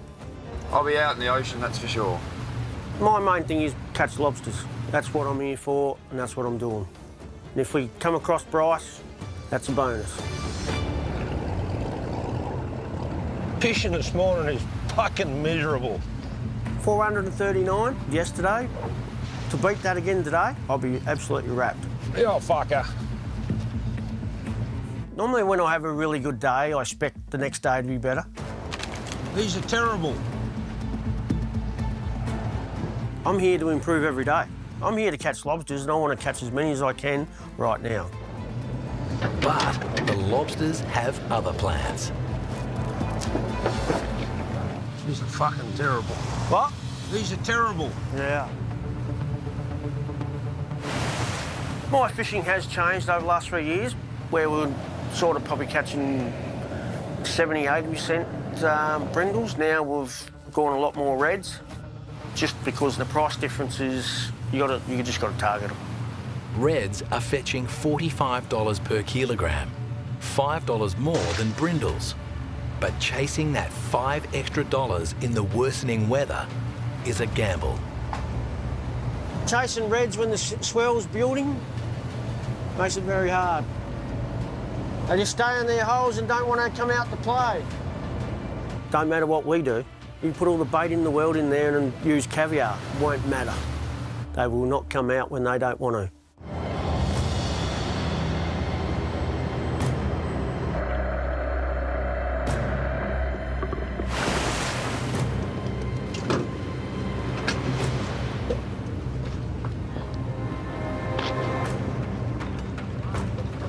one out of that pot. One's better than none. With bad weather, you've got swell picks up, they're not going to move, they're not eating, they're not going to come out of their little rock. If they do, they'll get flung around the ocean. If every pot was blank, I wouldn't be happy, but I'm making some money, so I don't mind. The weather system is intensifying, and it's wreaking havoc for the crew of the Chieftain. The lobsters are running slow, and the numbers are low. Just 59 from their first 30 pots. Every shot, we tend to set the minimum at about 100 lobsters. But at the moment, it's just not looking good. I don't think we're going to hit that 100 mark.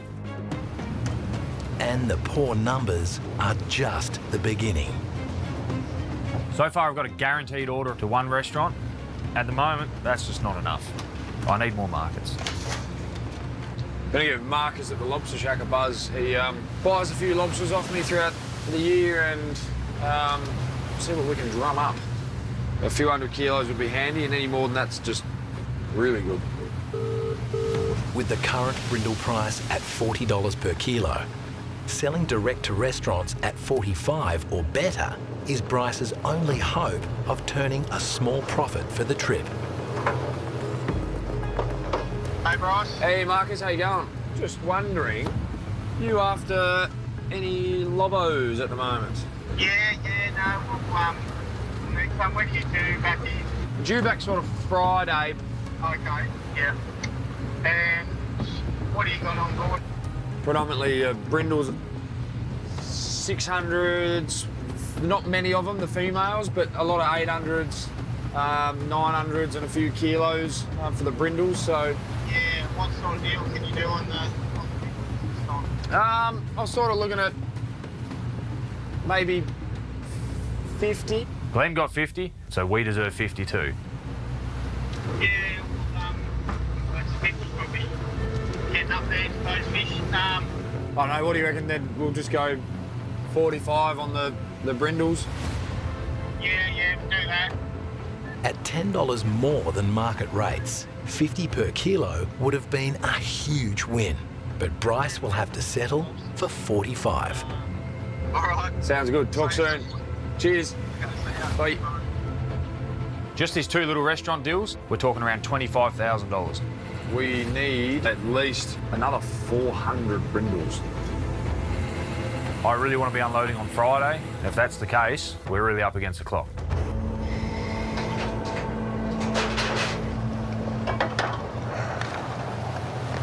When the swell's up like this, my gut tells me to go deeper. Because you're not going to catch reds in the forecast, what's forecast for the next couple of days. Not big numbers anyway. Brindle lobsters live at depths of 25 fathoms or more. They're less affected by rough seas, which means they're more likely to remain on the run. However, they're worth less than big reds. Squizzy has no choice but to suck it up and see how the rest of the shot pans out.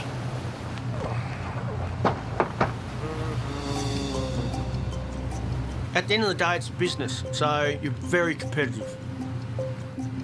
Intel helps you catch more lobsters and get the best price. Not bad, mate. Hope you got good news. I don't want any bad, or if there's any bad news, just hang up now. The latest market update is not due until later this afternoon, well after Squizzy's next shot has been set. So he's calling a top secret contact, hoping for some inside information to help him decide which type of lobster to target next. I just don't know whether they have a day shot on brindles or not. That's all. He's saying there could be a shortage of brindles, but he's not certain if the price will go up. Roger. See ya. Bye. Being a rock lobster fisherman is a total gamble. If the price doesn't go up, we could lose money. Our luck's got to change. Our luck has to change.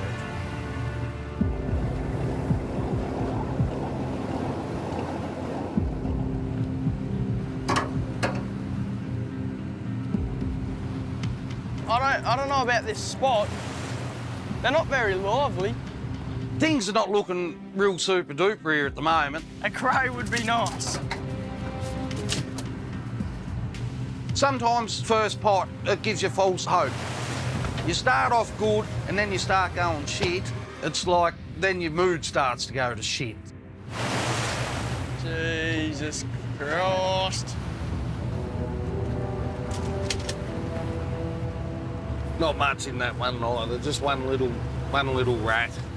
Not going to do the young bloke's confidence much bloody good.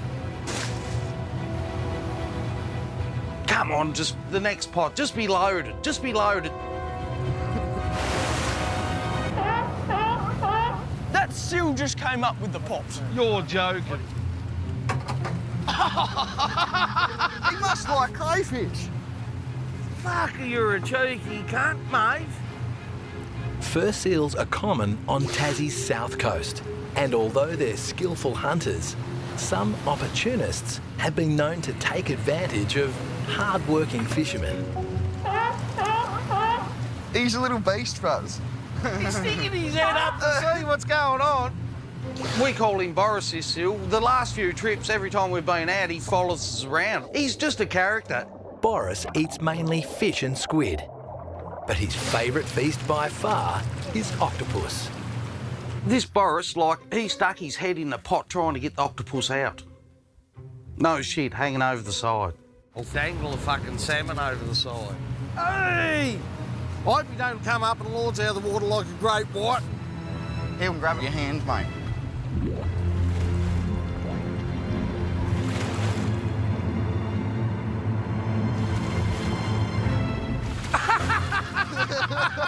I thought he was going to bite that. Cheeky little prick. I like him, like he's a bit of entertainment. He's bad luck. The seal's bad luck. Oh, yeah? There on the end of the beak. Good shot, mate. Yeah, he's took a bit of heat off Ryan, I think. Because we're getting a bit of a laugh out of him, so... Yeah. I think he's helping Ryan. Otherwise, we'd probably be bagging him, I reckon. Ryan is scoring less than a fish a pot on average. I'm upset. I really wanted him to do well. You start getting empty pots and then you lose your confidence and he knows he set them and it's like you get a bit disheartened. If this has got nothing in it, I'm just quitting.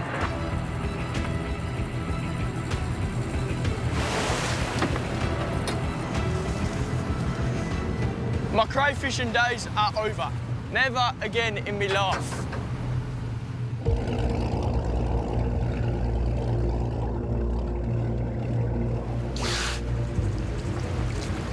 So if this has got nothing in it, I'm just quitting.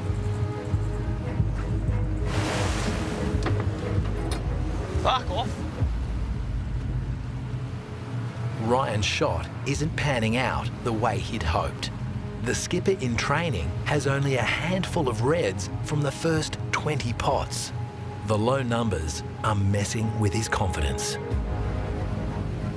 I don't think I'm going to be a cray fisherman.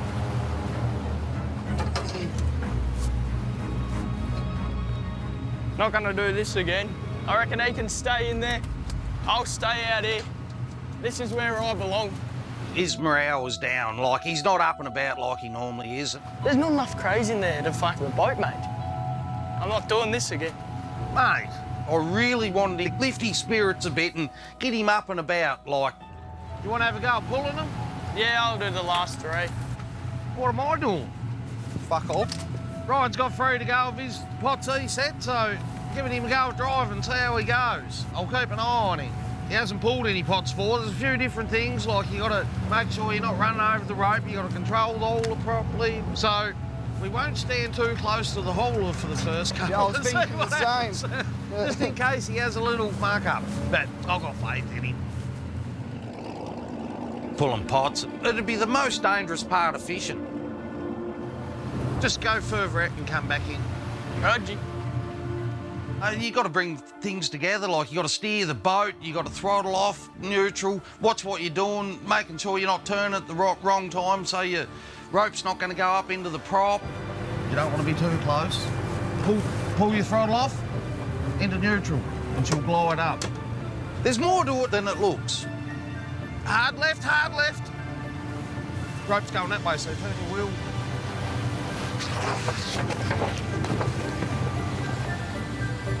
Get it going. You're in control of the potholer. The potholer's the dangerous thing on the boat. If you don't turn that off at the right time, the pot could end up anywhere.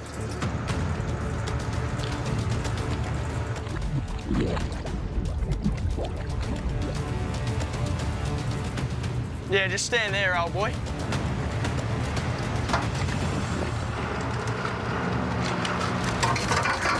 Oh, look at that. That's brought you luck. Maybe I needed to pull them all. Maybe you need to pull them all, yeah. Ryan's morning shot might not be delivering the Reds he'd hoped for. He must be getting faith in you. He's standing close to the rail now. But it's been invaluable for Snotty, able to pass on generations of Jaeger fishing know-how to his son.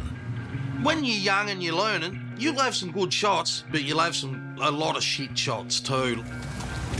I tell you what though, if they're empty like that, they're a bit heavier to pull over the rail, mate, so can you just bring them up a little bit closer for me? Good job. Well done. Wouldn't matter whether it was me setting them, Ryan setting them, or who's setting them. When the fish are not going, they're not going. But that's fishing, that's just the way it goes. I'm trying to figure out if that was my fault or if it's... Nah, that wasn't your fault. That weren't your fault. That was just the way they was today, mate. Having Ryan on board's bloody definitely made it this trip. Yeah, he's just got ways about him that sort of lifts my spirits and gets me up and about. Ryan passed Snotty's skipper school with honours. The future looks bright for the Jaegers and their fishing dynasty. I'm pretty sure he'll be bloody champion skipper one day.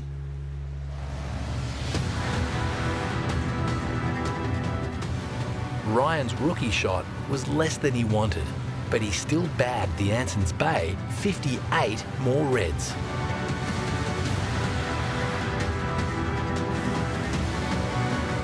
Bryce's 114 inches him closer to filling his 550-kilo restaurant orders. At the end of the day, I'm not happy with the night shot. I was hoping for a miracle. We didn't get it. We ended up with 105 red ones this morning. It's Squizzy's worst shot for the trip. Armed with insider intel, Squizzy has a hard decision to make. Stick to hunting for the more lucrative reds, or take a punt and go wide to catch brindles. This boat's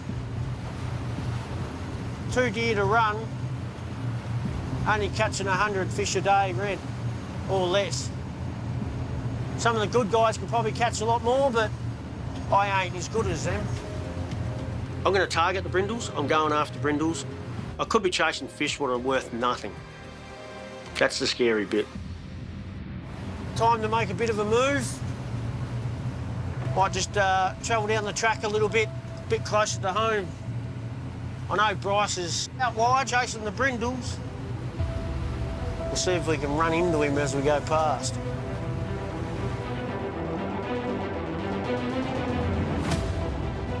Bryce put the banana on our boat. It has to be payback. Bryce has been a little bit quiet and hiding, and he's just running like a chicken. At the end of the day, I'd like to turn that chieftain into an omelette, but we've got to find it first and we've got to catch it. Fuck. Fuck. Where's that Squizzy? Yep. Squizzy looks a bit lost. He shouldn't be this wide. He should be going against the shoreline. He shouldn't be out here. Came down to an egg war. We've got a few punnets on board. I don't mind pulling them all out. I don't actually know if he knows we're here. Imagine if we got to sneak up behind them because he's expecting us to be inshore, wasn't looking out here. Oh, no, I'd rather not go near him so we don't get egged and don't cause more shit. It's inevitable, mate. It's happening. No matter what happens, he's going to eat the fuck out of us. So I wouldn't leave your wets yet. Now, if he doesn't know we're here, I've prepared myself, and there's a possibility we might sneak up behind him and I might just shit stir some more.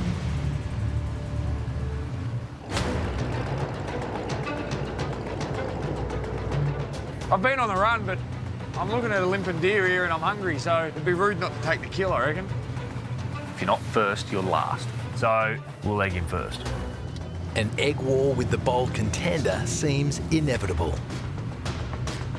Bryce currently has a small advantage, the element of surprise. He's got a really shit view through the side of his wheelhouse.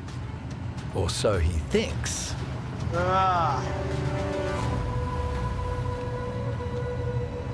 There's the chieftain. Just spotted Bryce on the horizon. He's out wide, looks like he's chasing the brindles.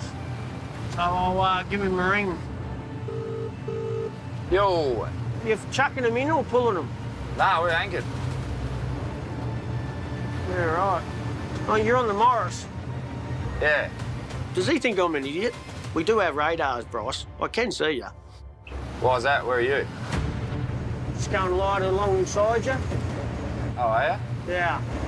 Yeah, you're not on the Morris, because you're fucking still travelling sideways. Yeah, I was just waiting for you to steam past and I was going to come up beside you and egg you, but no, I won't bother now. Came down to an egg war, I may as well just tuck Lockie up in bed because I don't think he's got much of a throwing arm on him. So for now, we're going to stay away from Squizzy and do our own thing, catch some more lobsters. I guess we'll see each other in a day or two. Maybe. It's always time for payback, but out here in the ocean, trying to do eggs is impossible. Eventually, we'll meet up. Doesn't matter if it's on the wharf or at sea, we will meet up. You better on this one, Glenn. Who was that? Yeah, Roger. Oh, is that you, Dad? Like, I didn't recognise your voice started off with. You must be very close. Where are you going? I don't want to get in your way. Now you're talking good sense now. We'll just go down the weed. Oh, yeah. Are you up there now, did you say? Yeah. Geez, old boy, I'll catch up here. With multiple generations of Jaegers hunting for Tassie's biggest reds, sooner or later, and for better or worse, they're bound to come across one another. Yeah, they were just dead really in there this morning, 2 or 3 crays in the pot. Snoddy's father Warren has been fishing in Tasmanian waters for nearly 60 of his 74 years. Did you put any in that outside bay here? No, she's done. Totally stopped, haven't they? Oh, she's that time of the year, isn't it? They're dying off. You Brian any pops have you? We might have a little story to tell you there. Well, he said in Denman's, we got 58. Yeah, what's wrong with that? Stooged up hard. He was open for more than that. Oh, did he? His uncle got there before him, I think. Cracking me brother, he'd been in working Deadman's there before we got there, so that sort of blends in with Brian's shot, like not doing so well. I got stooged up hard. Like there's 3 Jaegers out there, so yeah. Like for the areas we work, we run into each other a lot. For Snoddy, the last 2 days of mentoring son Ryan have been a time to reflect. Well, it's sort of a bit of a funny feeling, like, because I know, like, how the old man used to teach me and what he used to do. And now I'm doing the same with Ryan. I feel like I'm the old man teaching me now. Like, it's just, yeah, it's weird, but, yeah, it's like, just must be in your DNA, I suppose. All right, mate, you going to put your demons down? Roger. You good? Yeah. I'd love for one day for Ryan to have a boat and pull up and talk to me. I'm the 5th generation fisherman, so hopefully Ryan can be the 6th. But Ryan's going to know all my spots and he's going to want to try and get into them, and then I'm going to be like, oh, you little bugger.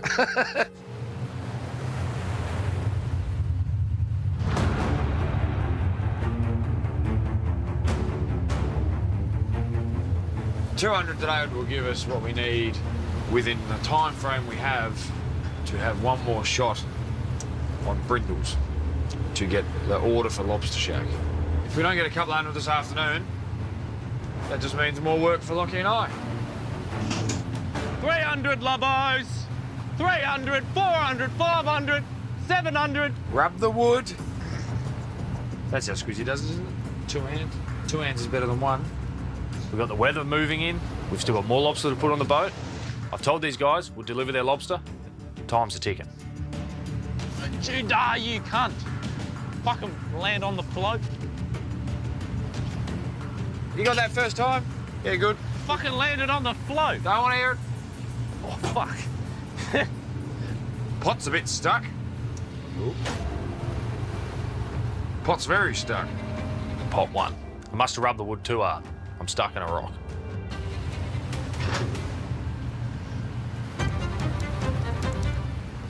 This rope has been tensioned to a crazy level. At a snapping point, basically. Come on, you cunt. There we go. Oh, well, no.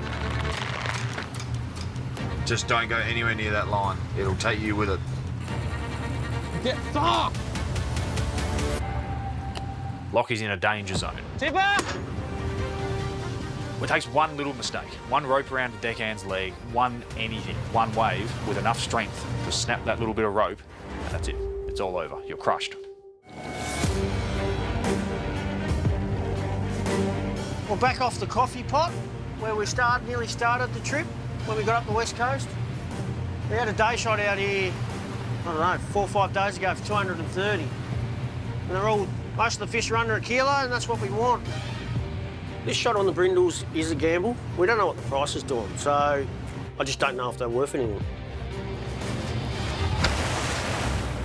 The most of my business can catch in Tasmania is 20 tonne, so you've got to try and work around that market. You want your best return for that quota, because you don't want to waste it. Squizzy won't make much. Unless that price comes up to brindles today, you're just chomping quota up for nothing. That's why you got to try and save your quota for when you get a decent dollar for them. It's a gamble now, just catching it, because in 2 months' time, the situation in the world could change and we could be back to $100 a kilo. And I've just burnt a tonne and a half at 45, 50, 55. There's $75,000 extra just straight off the bat. And it can be the other way too. You've got to make some money now because in 2 months it could be 35. It's just too much uncertainty, but we've just got to do the best we can. I know Bryce is catching brindles as well at the moment. That does scare me market-wise a little bit because we don't want too many going in, because next minute that price drops flat out to nothing. That's thousands of dollars, and that could be the difference between making money and losing money. You're in a hole, mate. You better be full of fucking lobster. Lockie keep his eyes out and make sure that no rope comes flicking at his face or around his legs or anything like that. It's a bit of a dangerous time. Got him! The pot's come unstuck. It's a good sign. Now it's a matter of what's in it. Always makes you fucking nervous. Yeah, at least we know it was on a rock. It's gonna be fucking chockers, Lockie.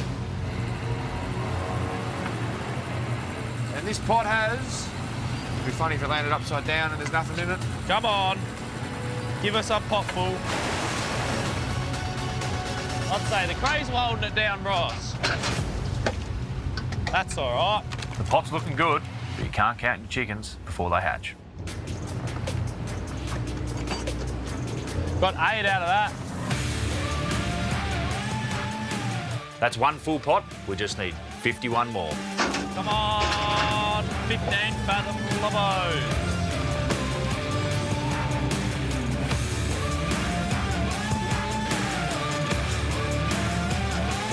Just pulling number 17 now.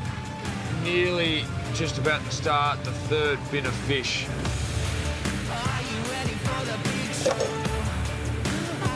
Not bad, Lockie, not bad.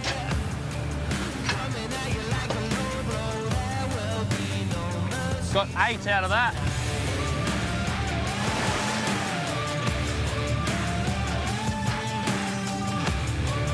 Some nice fish in here, mate. There's like 6 in there, isn't there?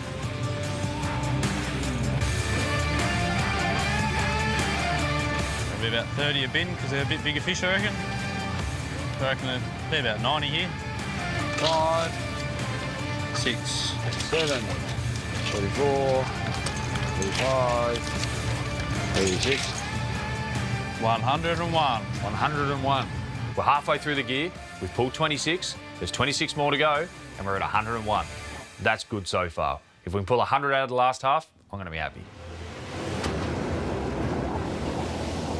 Squizzy is taking a massive gamble. His secret contact tells him the brindle price is on the rise, so he's gone all in, shooting his pots in deep water. Mate, can you just give us a price check for today, please? The current brindle price is $40 per kilo, but a highly volatile lobster market means the price can move on a whim. I go to bed thinking about the price. I wake up thinking about what the beach price is going to be. I'm sick of thinking about the beach price. I just want it to go up. So what's brindles 800 to 2 kilos? What's that price? No worries. Roger Dodge. No worries. I'm over this shit. I really am. I'm over this shit.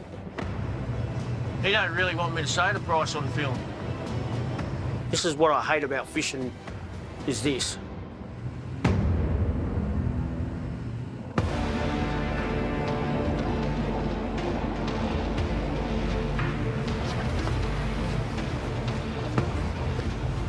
I need to get 200 for this shot. I need to get half of the Lobster Shack's order because I've only got 2 days to do it. Where's all the lobos, Loggy? Ba, ba, ba. Getting a bit nervous now. We've just moved across to this new spot. And we got 1 out of that pot and 1 out of the last pot. After bagging 101 from their first half, the fish have gone cold. At stake is more than just filling his potentially lucrative restaurant orders. It's going to be tight. That bin needs filling with 5 pots. Reaching 200 plus lobsters for the shot would be the first time Bryce and Lockie have hit that milestone this trip.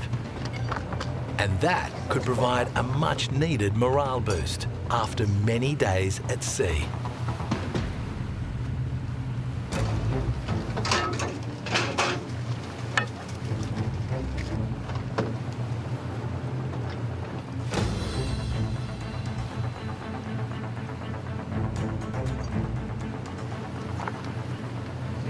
Come on, you fuckers. Give me your size. There's another one. 2. Bugger. Just 2 out of that one. Might as well be a blank.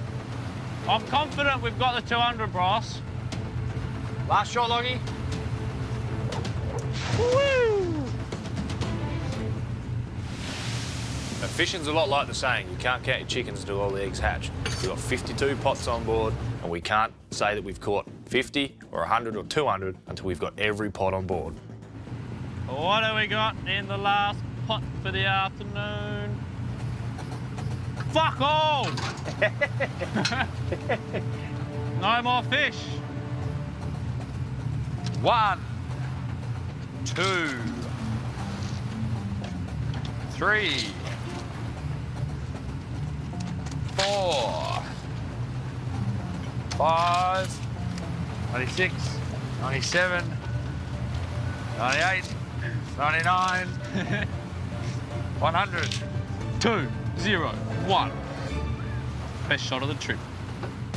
Squizzy's biggest shot so far this trip is 239. The Chieftain's 201 isn't far behind. I just feel like the real competition's between 2 people, Squizzy and myself. If Bryce keeps this up, he might just be able to shake off his greenhorn status and climb up that tally board. I'm happy as 200. That's very fucking good. With shots around the 201, if we can get this consistently, we'll be up there. We'll be up there with Squizzy now. Bryce's day shot nets the chieftain a $7,200 payday. His plan to lock in smaller restaurant buyers for above-market rates could be a masterstroke, especially now the latest beach prices are in.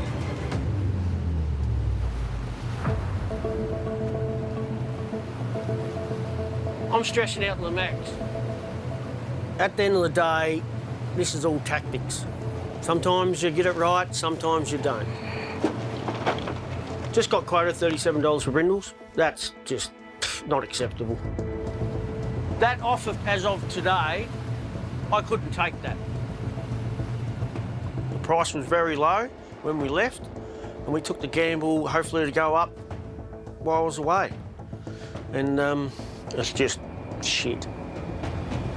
We're losing money catching these fish.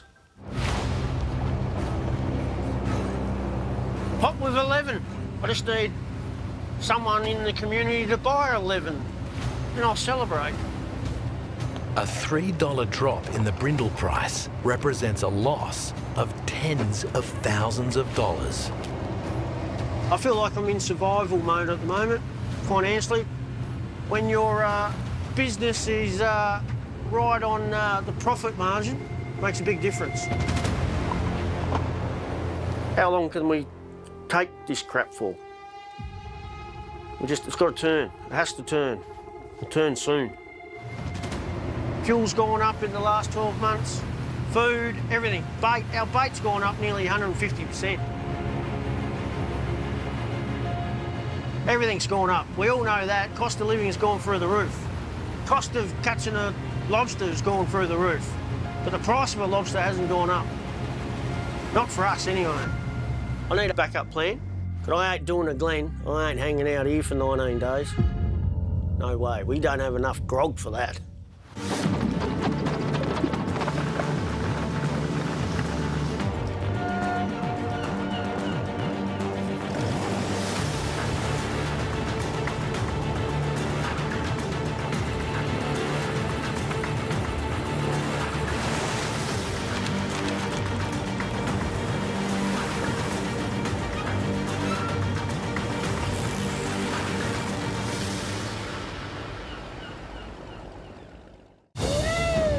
Previously, we left the weather just to fish the other weather on the south coast, because why the fuck not?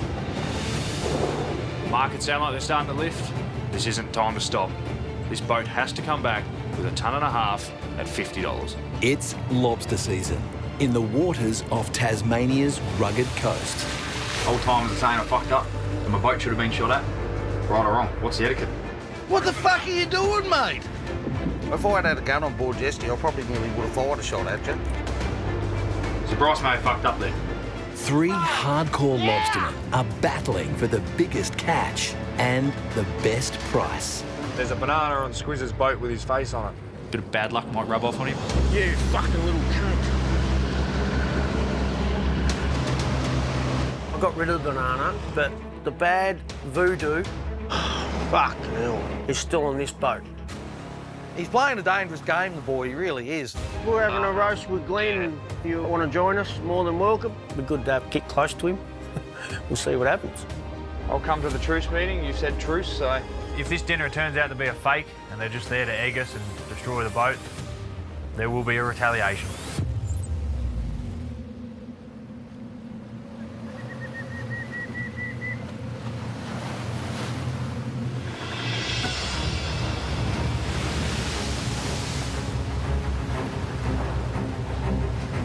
On the hunt for brindle lobsters, the Chieftain crew has been forced into deeper waters and into the jaws of an angry southern ocean.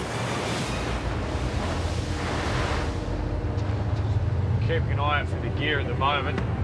Sort of got that 4 to 6 metre swell.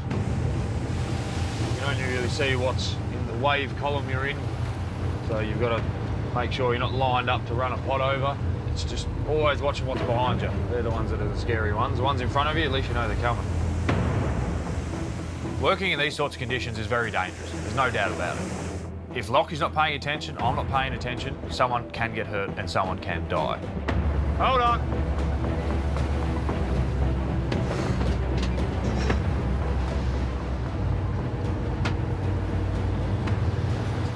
shit. I'm not even fucking catching enough fish. It's not fun. It's hard work. You're wearing a full raincoat that acts like a bit of a parachute. The wind picks up, you blow side to side. You're lifting pots that weigh 30 to 60 kilos. It's not easy work. And Lockie's only a small fella and he's putting the hard yards in, but today, everything's against him. Oh, fuck this fucking bullshit.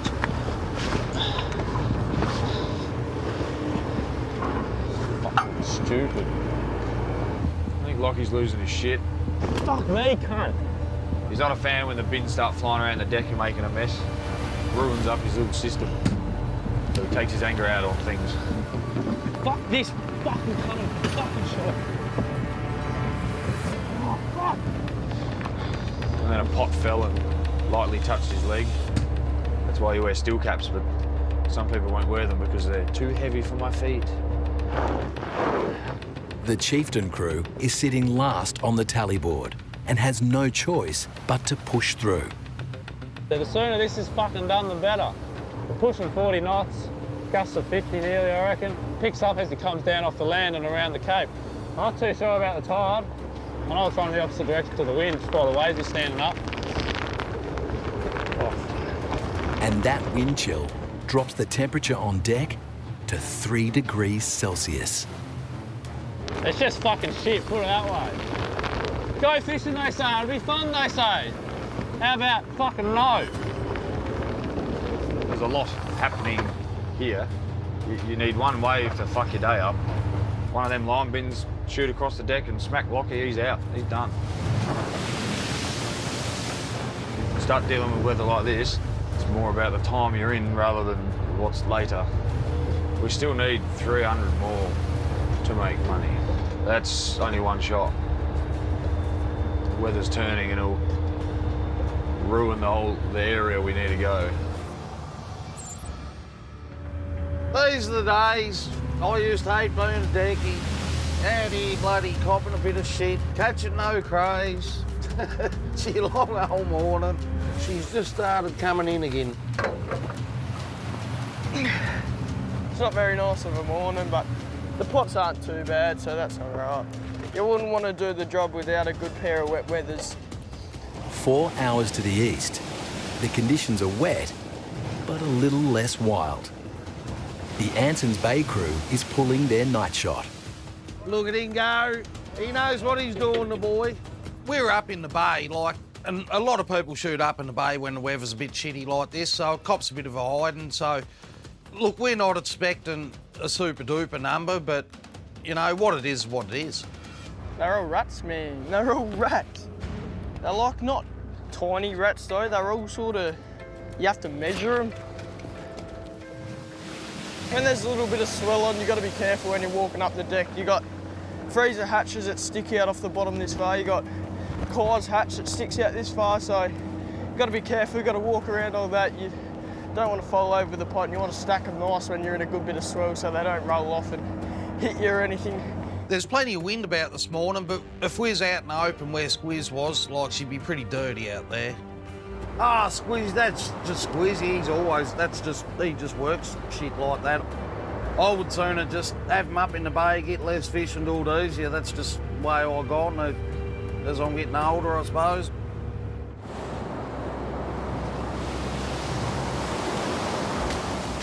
Line bin's just busted off at the front. It's about to fall over and we'll be picking up ropes for a week. A lot of weight there, there's hundreds of kilos. Hundreds of kilos just moving around when the boat moves. So they've got to be secure. After a late start, the Bold Contender crew is punching through rough swell to reach their night shot. I'll just back the ride off for Toad. We don't want another wave coming over the edge and knocking him on his arse. These waters are a favourite hunting ground for Squizzy, but they're also dangerous. Wind gusts can reach 200 kilometres per hour. You always got to protect the crew. So I'll just go with it for a bit. We're going off course, but it protects Tabor while he's up the bow. So I've just turned with the weather a bit while Tabor fixes the problem. It's turned into a very ordinary day now. With just 24 hours before they unload, Squizzy is hell-bent on fishing till the bitter end. We're just going to have one more shot, try and build up some numbers. Price has gone up on the brindles, and I think it might go up a few more bucks as well, so we'll just build some more numbers while we can. We're here, we're already wet. It's what we do, man, we're fishermen. I want to finish on a high, get as many as we can in this tank. If we catch another 200 lobsters over today and tomorrow, you know, that's another $7,500. You know, that's a boat payment for the month. That's what I'm thinking. Also playing on his mind is tonight's peace treaty. Yeah, I'm not sure if Bryce will turn up to our invitation of a roast with us and Glenn. I hope he does. Bryce has been hiding from us. He's been running from us as well. So I'm just going to wait for the right moment, and hopefully we get that moment to stain that nice paintwork. You know, I look back on it, the last 2-3 years, he's come a long way. You've got to give him credit for that. You know, and to stay up there in this kind of weather, what's forecast, great on him. Reminds me of me 10 years ago. You've got to have the drive to do this job. And probably one day he might knock me off my perch. There will come a day, because that's just nature. That's just, I'll get old, slow, probably sit at home on the couch when there's a little bit of wind around, and just that's how it goes. It is a hard job, physically hard job. And look how hard Tabor works. Eventually it'll catch up with him too. I'm 45. We're not the old contender yet, but we're getting there.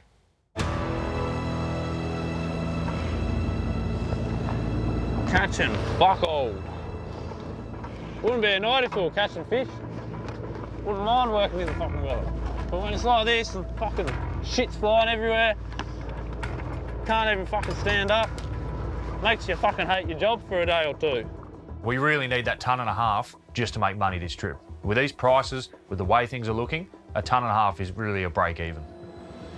Just want to catch fish. That's all we want. Fish in the pots, some money in my bank account.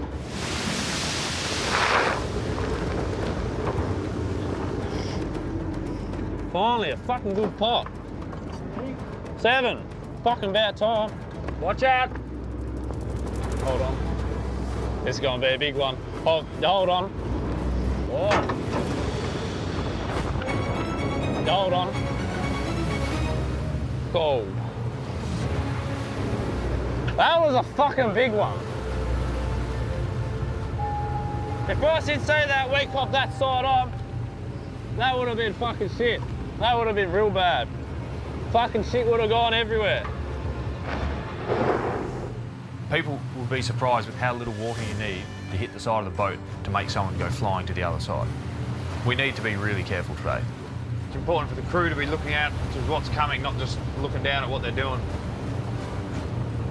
You try your best to look out for every wave, but sometimes they need to look out for themselves as well. But yeah, I've got to focus on everything. I've got to know when the next pot's coming. I've got to make sure all my pots are stacked and not flying around. Got to watch out for waves so I don't fucking get washed over the fucking side.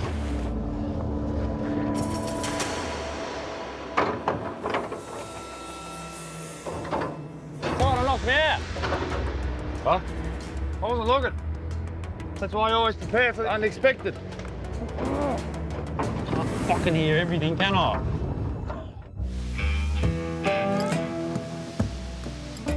I'm looking forward to tonight. I'm looking forward to just sitting back, relaxing, and having a nice roast and maybe a couple of beers and just having a chin wag.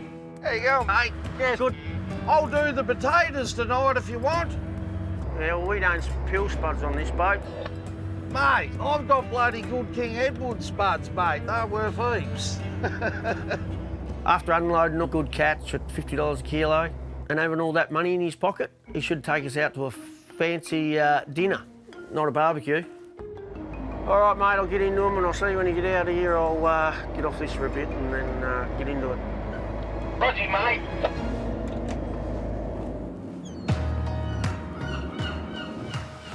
Oh, we've had a couple of good pots this morning so far, a couple of 6s. Then you get a pot like that, Not much in it for us. After locking in a deal yesterday, the Bold Contender crew is motivated to keep filling its tanks. Squizzy's buyer is paying $45 per kilogram for brindles and $50 for reds. Fuck, man, these are shit. All they need now are more lobsters and for the market to stay up. South Coast cool. They're one of the biggest buyers here in Tasmania and I sell to them a lot. Dave! Not much, mate, not much. Look, at the end of the day, we want the best price we can get. Sometimes you can lock in too early and sometimes you lock in too late. I'll be in text range this afternoon, so send it to me. Right, then, I'll send the food to Carbo, buddy. Rightio, see ya. Bye, mate.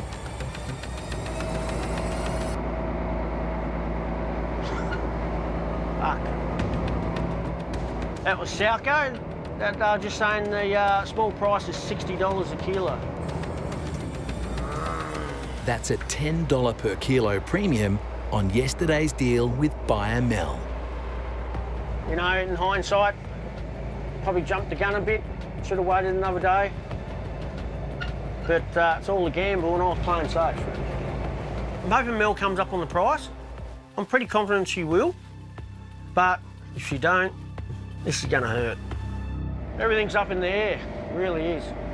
Just another day as being a lobster fisherman in Tasmania where everything changes just like that. Small fish under 800 grams, you got 60 bucks. Small fish under 800 grams are 60 bucks. News of the price increase is spreading through the fleet, and it's taking some by surprise. Fucking oath, what's going on? Honestly, this is the first time in a long time that the small fish have been worth more money than the big ones. So, like, I've got no idea what's going on.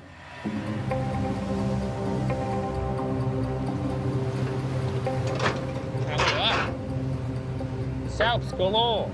That's why we ain't catching shit. A lot of fishermen will say octopus are our worst friend.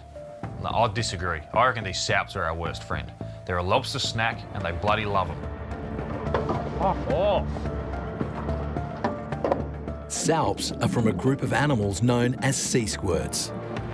In terms of scientific classification, they're closer to humans than jellyfish. They just fall down, land all over the seafloor, lobsters come out of their little caves and snack on them all day long. So therefore, our numbers are low and we're not getting what we need. What are we shooting back here?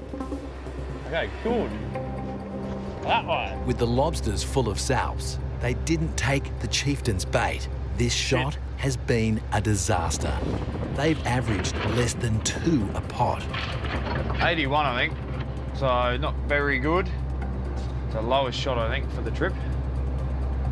Yeah, it was really open, the 150 mark on that one, but things just aren't looking good. Lockie's not happy, I'm not happy. There's not a lot we can do about it. We just need to move on. We're heading east along the bottom of Tassie. We're about four hours away before we get to Southeast Cape. We'll figure out the next move once we get out of this little bit of shit, and we'll, yeah, see what happens. Try and figure out where we can get some more lobster. Glenn. Hey, how you going? How you been going with him? Oh, this morning was a bit shitty. I was expecting at least 150, but that didn't happen at all. We only ended up with 81, so... I was going to say, if you got any more than 69, you bet us. Oh, yeah, that'll be a first. Are you having a roast tonight? As long as I'm not the one getting roasted, I'm happy. Yep, no, that sounds a plan then. That sounds a plan. We should nearly be able to tie up, I reckon, mate, up in research here. Maybe have a quiet beer or something. Indeed. I reckon we nearly earned it. I reckon you definitely have. You've been at sea for nearly 25 days now. And we haven't been catching much since we come out. Should have come back up the coast with yous, boys, I think. Yeah, yep. The price is going up, though. Dave just sent me through their prices, and they were 60 bucks for under 800. South Coast prices have gone up. I didn't know anything about that, but Glenn does, and he doesn't even sell to them. So it sounds like I need to make a phone call and see what the hell's going on.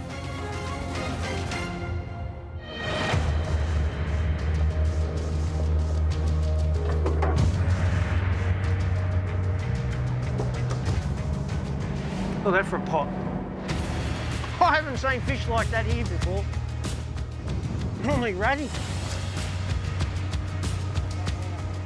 Last pot coming up. Been a slow old day. Shot looks pretty good, so it's heaps more than what I thought. And it's a bit of a lazy shot too. I sort of try to protect us from the weather a bit. Getting a little bit lazy in the old age, I think. Oh, we ended up 175 for the night shot. That's 75 more than what I thought I'd get. So that's great. Our first shot at South Cape was 174. Our last shot is 175. I think I should have another shot tonight and get 176. I'll be happy with that going home. Squizzy's making a late charge up the tally board. He now trails Glenn by only 211 lobsters. Bryce could catch the others. All he needs is one mega shot. But can he do it? It's just now sorting out the fish buyer and see what the final number is. Sounds like the market's going up every day. So I'm hoping Mel will work with me and we get the best outcome for us. The Salco deal was only on the small ones. We're better off where we're going. Games. Nah. I feel heaps better now, Tobes, I fucking tell you. It just made me feel sick. As a fisherman, you make decisions every day. And sometimes you get that decision wrong. But you just got to move on and make sure the next decision you make is the right one. I don't think it's going to be much difference between the two companies, beach price-wise. At the end of the day, I just want an all-in price. You know what you bloody well getting. If it's $50 and you got a ton on, it's 50 grand. If it's $50 for this, 45 for that, 48 for that, 47 for this, and we got a ton on, I don't know. It's a head fuck. It's what it is. Yep. Yeah, we've just come up to research here, a bit closer to home, running 2.25 hours away from home from here, so just throw them in and unload tomorrow. The boys will have to tidy the boat up, give the deck mats and everything a good old scrub, so it's a good chance to get all that done and get home nice and early in the morning. Yeah, man, almost home. He's going to be on his knees with a toothbrush. It's his deck.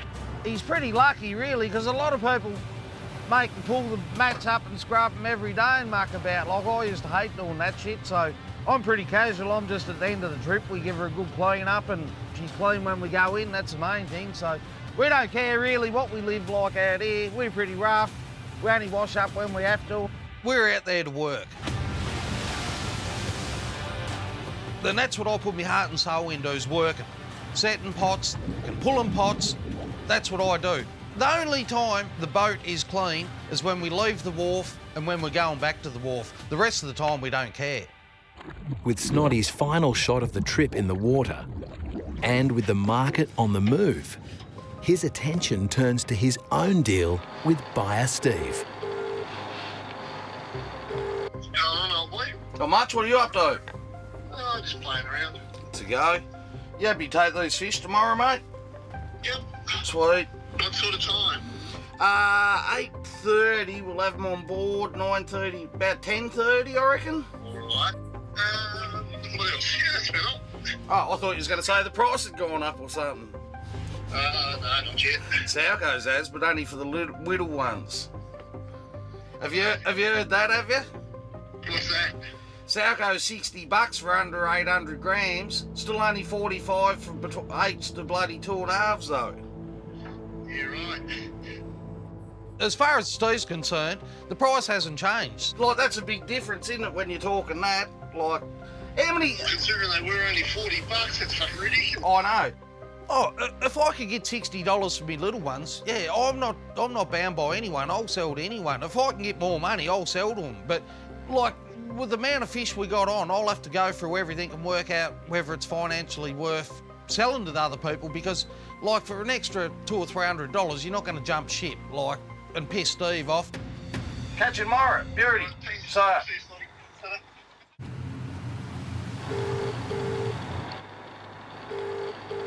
Bryce! Yo, how you going? Yeah, not bad, mate. What's where you shooting tonight, or you're not shooting tonight? Oh, yeah, I am. Outside Dactines Island, 20 fathom stuff, I reckon. Yep, no, that's where I was going to pop in too, so... There's plenty of bottom there, so should be right. Yeah, and Glenn, I'd say he's inshore, isn't he? Yeah, I reckon. Yeah, nah, he's having one more shot going in tomorrow too. All right, well, we'll see you up the road here. All right, peel them spuds. Oh, I think Glenn was doing spuds, actually, so we'll work her out. All right, I'll talk to you shortly. He's pretty keen to have a bit of a dinner tonight, me, Glenn and Squiz and the crew. I think we're going to have it on the Chieftain. There's just a bit more room. It's a bit cleaner. We look after it a bit better, so we'll have it on the Chieftain, and I don't mind doing the clean-up afterwards, just in case there's some repercussions of my childish behaviour. He sounds happier, probably because he's going home tomorrow. Less to stress about. However, we still don't have enough fish on to be happy. And that's the difference between having a few years' experience and 30 years' experience is, you know, they can pull much larger numbers out of the same area that I could be working, just because they know that these little bits here and there are very productive. I'm really hoping this dinner is just all about friends catching up, but deep down inside, I don't feel like that at all. I feel like there's a bit of a revenge to be had. I can picture myself steaming in there with the two of them tied up. Just as we get close, next minute, bombarded. So, won't lie, eggs are going to be sitting on the dash ready to go, and I'll even have my wets on, because he's going to get his revenge with the eggs. I don't deserve to be egged. I didn't put bananas on boats. I think that might be appropriate. I might have to send Squizzy a quick message. But then again, we're Team Chieftain. There's no I in team. Speak of the devil. He's probably got me in the best place to throw an egg.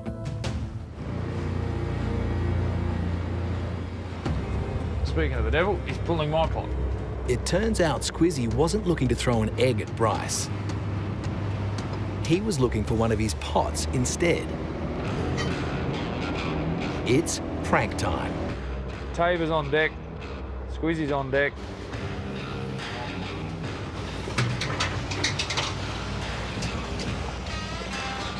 At the end of the day, Squizzy's just getting revenge on me. They're either putting something in it, or they may have two of my pots and be tying two together. There's so many different things you can do. However, it's Squizzy. I don't know what he's about to do. The rope inside so it fucking sits upside down. I can catch. Bryce put the banana on our boat, so let's just go pay around with a couple of his spots. Tied his floats close together so it's a cunt to grapple. Fuck him. So Tabor's done the rope trick where the pot will come upside down, and it's a little bit hard normally to get over their tipper. So we'll see how Lockie goes with that. I wasn't sure what I was going to do to him tonight, but I was going to be nice. He's always up to no good. I don't blame him though. I've shit-stirred him enough. It's his turn to get a bit of a return favour, I think. What he's going to do to the pot though, I just hope he doesn't do anything which causes us problems. Go grab the rock, mate. Just chuck the rock in this one. Hang on. There is a bit of a backstory with the rock. The Chieftain put that rock in one of my pots about 5-6 years ago, and I took it home and put it in my garden. Because it is a bloody nice looking rock, you know. You draw a couple of eyes on it and a nose and a smiley face, it'll look like the top of my head, I reckon. Your feet. Well, technically, it's going to be very hard to get out. It's a very tight rock. It's just big enough to fit through the neck of the pot. There is an easy way of getting it out. We'll see if he works it out. But I reckon Lockie will struggle a little bit because it's a bloody nice heavy rock. And he's only a little stick man. Have a look at him. He's only little. Tabor did one pot, I did the other. Now the war ends. That is done. The sabotaged pots will sit all night, waiting for Bryce to pull them in the morning. So who are we tying to, Glenn or Squiz? I'm not nervous heading to the dinner. I'll be nervous when I start stepping foot on other people's boats. She looks tough on that angle. Oh, this thing does its job, but she's a nice boat. They're both nice boats, them two. The Bold Contender and the Chieftain. Bloody beautiful boats they are. Look at the paint job on her. She's fucking shining. Don't shoot, mate. I come with carrots.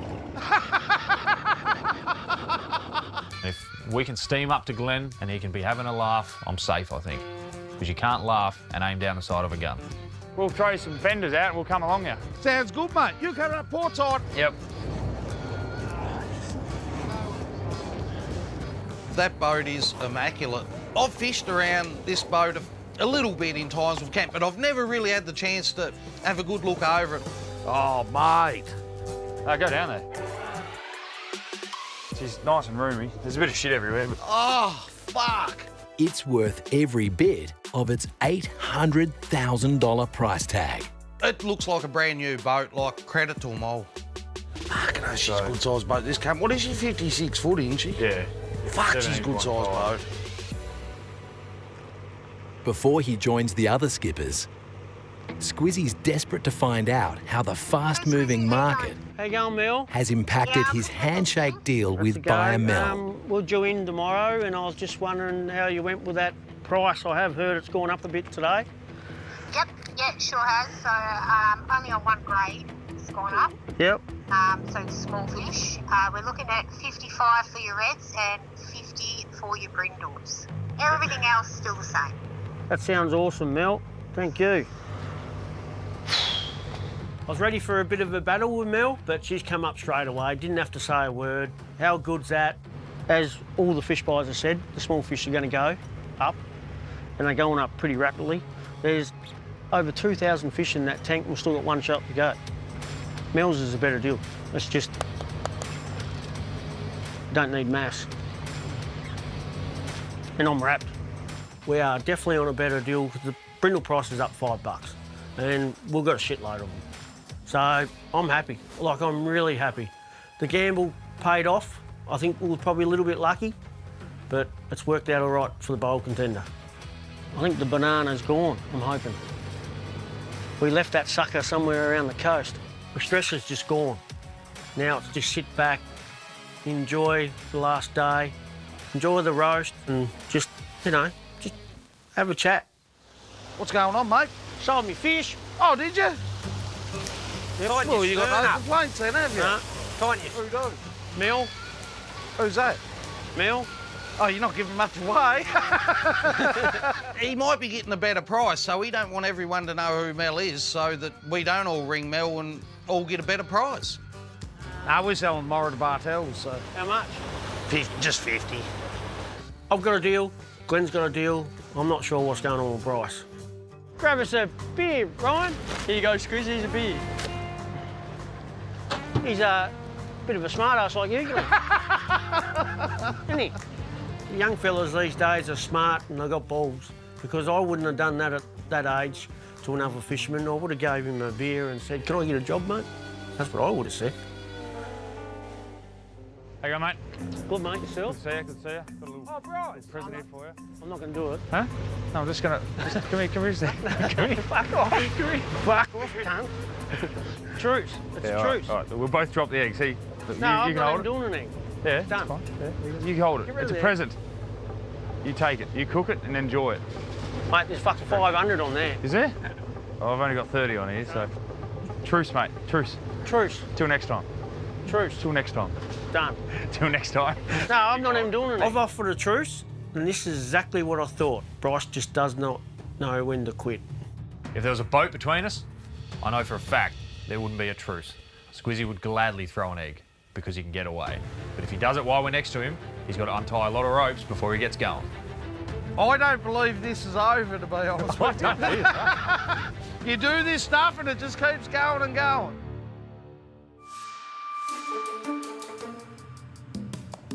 Can we have knives around you, or am I safe? Yeah, mate.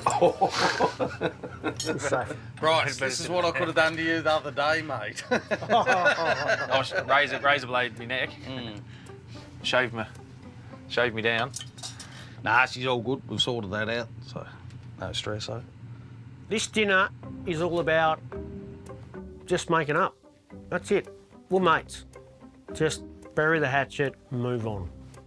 At the end of the day, Bryce, don't put another banana on my boat, mate. I don't like it. Oh, you want a banana? You can take mine back with you. Mate, you can keep it on your boat. How could you even be sitting down here with a banana on this it's not boat, my boat. mate? It's not my boat. Oh, so that don't matter? No, I don't care. Mate, if you got rid of the bananas, you might catch a few more fish. No, I think that's experience, not bananas. Can't blame a banana for lack of fish. Just don't do it again, mate. Bananas. Oranges? Please. I heard you can buy bananas by the case. I need to stop buying them by the bunch, I think. So you've complained about your bananas. I understand where you're coming from now, Squizzy.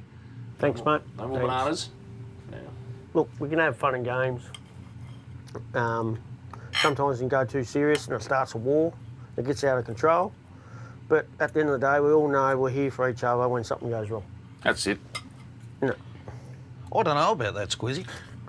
Well, because honestly, if something Bryce had broke down there that day when he done to me, I'd be very reluctant to go and help him. I think in this situation with Glenn, I'd rather have him around as a friend than have him as an enemy. I'd probably nearly done 20 days at sea, and my fuse was probably a little bit shorter than normal. You know what I mean? It's like, what is it that I shouldn't have done? Mate, I'll quite happily tell you why I was angry. I don't know what you was thinking, you don't know what I was thinking, but I was working north, and you've jumped, what, 4 boat lengths in front of me, and then just threw a pot off. That's what you done. Yeah, it was a couple more boat lengths, but it was. But I was going to keep working sitting up through there, yeah. so and then I'm like, Yeah. well, now you've just set a pot and you're working north. It's like, well, I've just got to turn around. Like, that's what pissed me off. Like, honestly, you can't do that. No. Yeah. Well, shit. Kicking the guts. Yes. No, I won't do that Did you again. get anything out of him? That was a good pot. Won't lie, it was a healthy pot. Honestly, I think he's listened and took it on board, so we'll just have to see how it all unfolds. Like, next time we're fishing around together, we'll just see what he does. I was a deckhand for 15 years before I was a skipper, so I learned all the rules as a deckhand. Oh, I was the same. I was just deckhand. You see how you follow how people operate. Yeah. Like, how much deckhand have you actually done? Like working on the deck? I'd worked on the Chieftain 10 times since I was a young kid. That was it. So you done like 10 trips? Yep, and then I went and did enough hours to get my coxswains, and then we bought my first boat. I went straight from. No wonder you got no idea, mate, because you got not really got a real lot of experience, have you, really? No. I'm sitting here thinking, Ryan's done like 30. Like, he's got way more experience than Bryce has, and it's amazing. It's like a total shock. No wonder I've never fished around you before, mate. You haven't done much fishing, have you? None at all. Lockie'd nearly done more sea time than me, but being that he'd done a lot of different boats and things like that. But no, nothing. One thing you can't do is buy experience. You can't buy experience. And if you could buy experience, it'd be worth a lot of money to buy. I'll tell you what you could do. You could write this down for me, and then I can buy it off you. And then I can buy experience. That's, He is cocky. He's confident and cocky. I can honestly see Bryce will make it as a fisherman because he's got big balls. Oh. I thought I'd just dress up for the occasion. There's no way I'd wear anything like that on my boat. Would you? I wouldn't wear anything like it anywhere. Big banana. You look like a flog. He won't be wearing that on my boat. No way. I'd burn that. I got you one as well, Squeeze. Just an XL, you're only a small fella. I'm not interested, mate. Well played, mate. Well played. If you boys are telling me the truth, I'm tipping you're just in front, Squizzy. That's just me. I'll be honest with you, got over just 2,000 fish. Bit over. I'm not sure how many over, but we're a bit over. How honest are you, though? I'm semi-honest here now. Semi-honest? Squizzy, it wouldn't surprise me if you haven't got 3,000. Actually, nothing would surprise me of you, mate. Nothing. How you going? How many you got? Not enough. Not enough. You've never got enough, have Never you? got enough. Never got enough. No, yeah. Not content with what we have, but... How many you got then? Can't tell you. If you threw the bananas off the boat, you probably have another 500 on it. Per banana.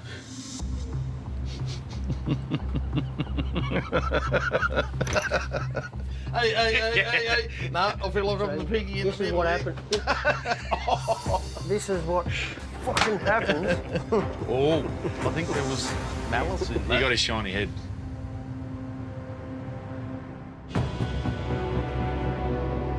Last morning. Woo!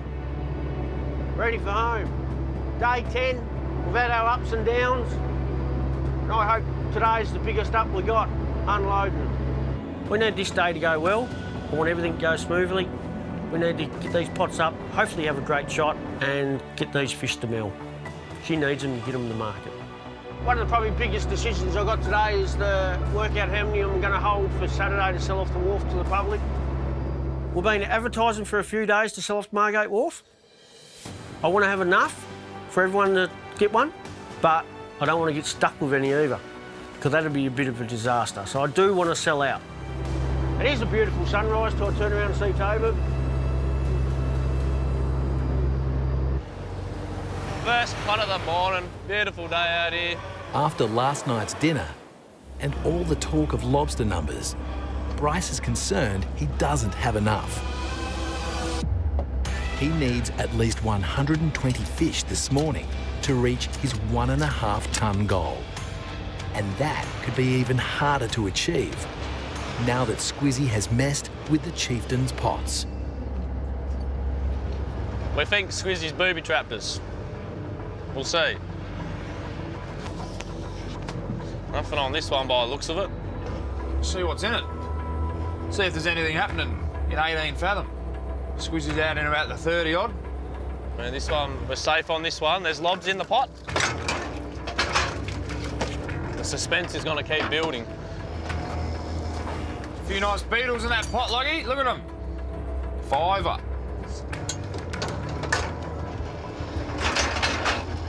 I think it's this one. It's not where I left it. Yep. I'm nervous. Like, it's close, but it's just nothing like the others. Yep. We really didn't have to wait long. Squizzy's little booby trap. What have we got here? They've tied the floats together and we got 10 foot of slack line. Oh no. It's like someone tied them together on purpose and did a shit job of it. Did you put a banana on a boat, Loggy? No, but I definitely know how to tie knots better than this. What's in the pot? It's the rock. The famous rock.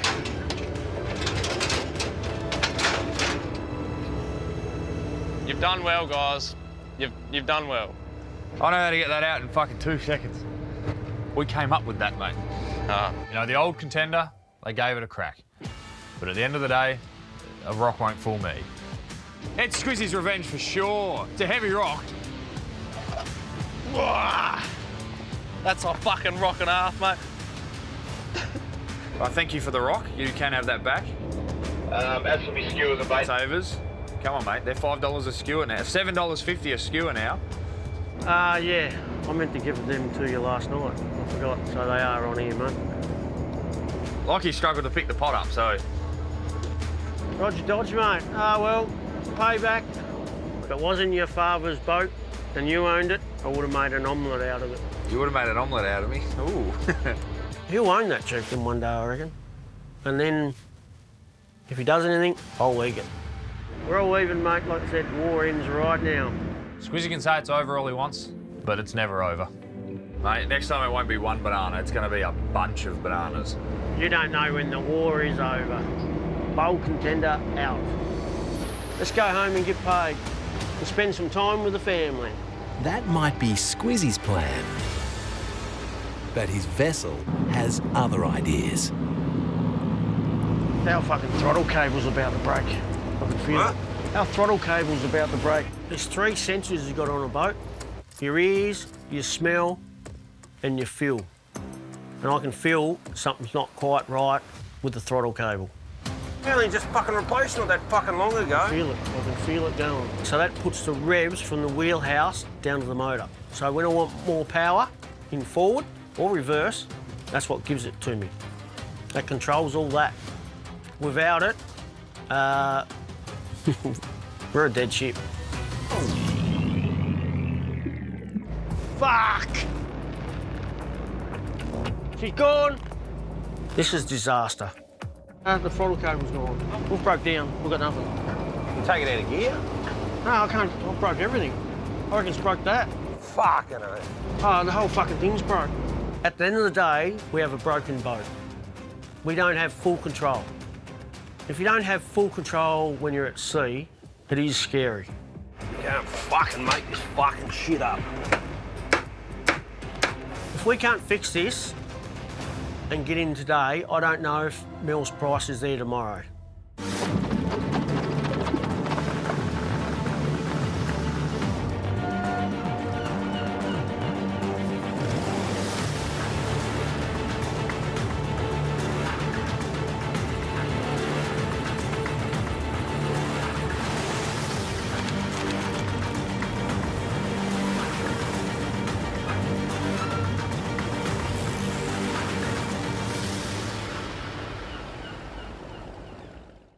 Let's go home and get paid.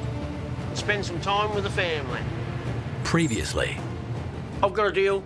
Glenn's got a deal. I'm not sure what's going on with Bryce. Hey, Bryce. Hey, Marcus, how you going? You after any lobos at the moment? Just these 2 little restaurant deals, we're talking around $25,000. It's lobster season.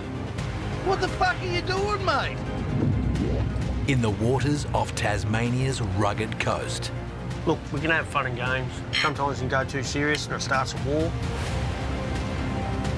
At the end of the day, Bryce, don't put another banana on the boat, mate.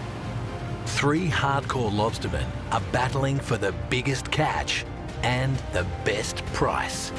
Fuck! She's gone. This is disaster. Nah, the throttle cable's gone. We've broke down. We've got nothing. Without it, we're a dead ship. You can't fucking make this fucking shit up. If we can't fix this and get in today, I don't know if Mill's price is there tomorrow.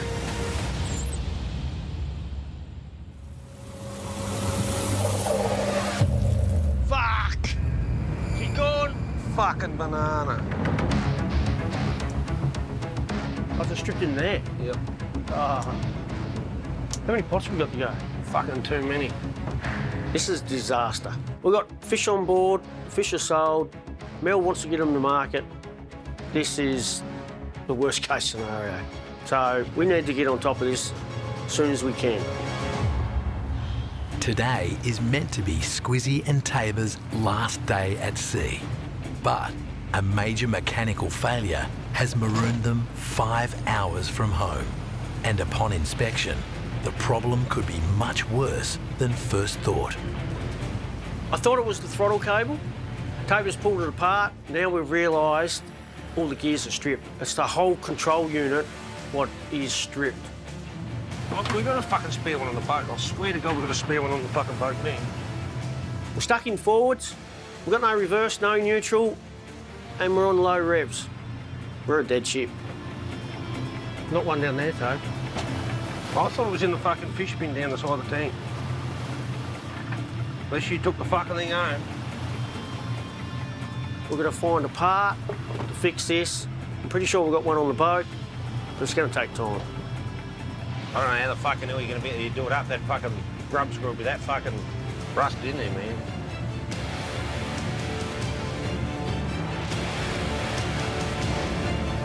We don't have one.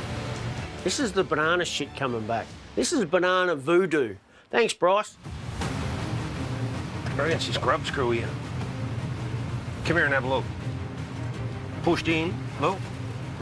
The bottom's fucked come out.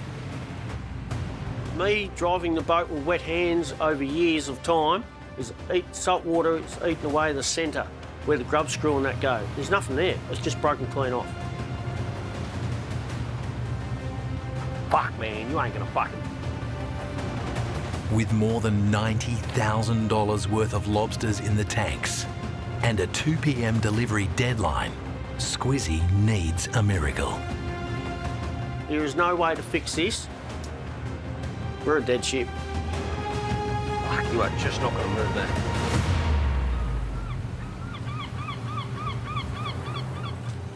Yeah, fishy, fishy, fishy. Yeah, fishy, fishy, fishy.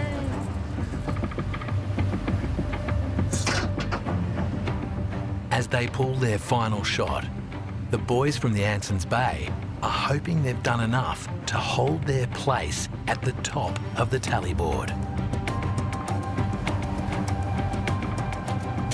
I tell you what, they don't admit it, but the boys are, I think they're happy to be going home because you can just see the work rate's picked up a little bit. Everyone's really happy, not stressed. The finish line's inside. We've been out here for 24 days, so for me, personally, this is nearly twice as long as I've ever been out before, so I'm pretty bloody rooted. Every cray adds more money, so more crays the better. I'm buggered from fishing, but I'm still putting everything I can into our night shots. Like, we're not out here just to bugger ass around. We want as many as we can get, so that's what we're out here for, and that's what we do. Snotty's previous deal with fish buyer Steve still stands. $50 per kilogram all in. 5 days ago, he unloaded for $78,500. Today, Snotty's due to cash in again. It's always a bonus if you can get a good last shot like it is, but like being up in this area, I'm not expecting the world, but anything over 50 will be a bonus.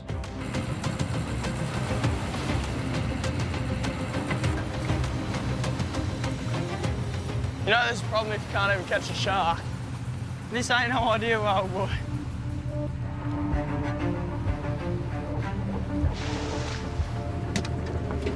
Oh, it's going to be like that, is it? A cray would be nice. Any sort of life.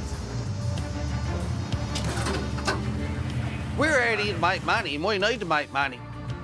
Things are not looking real super duper here at the moment. I don't know about this spot. They're not very lively.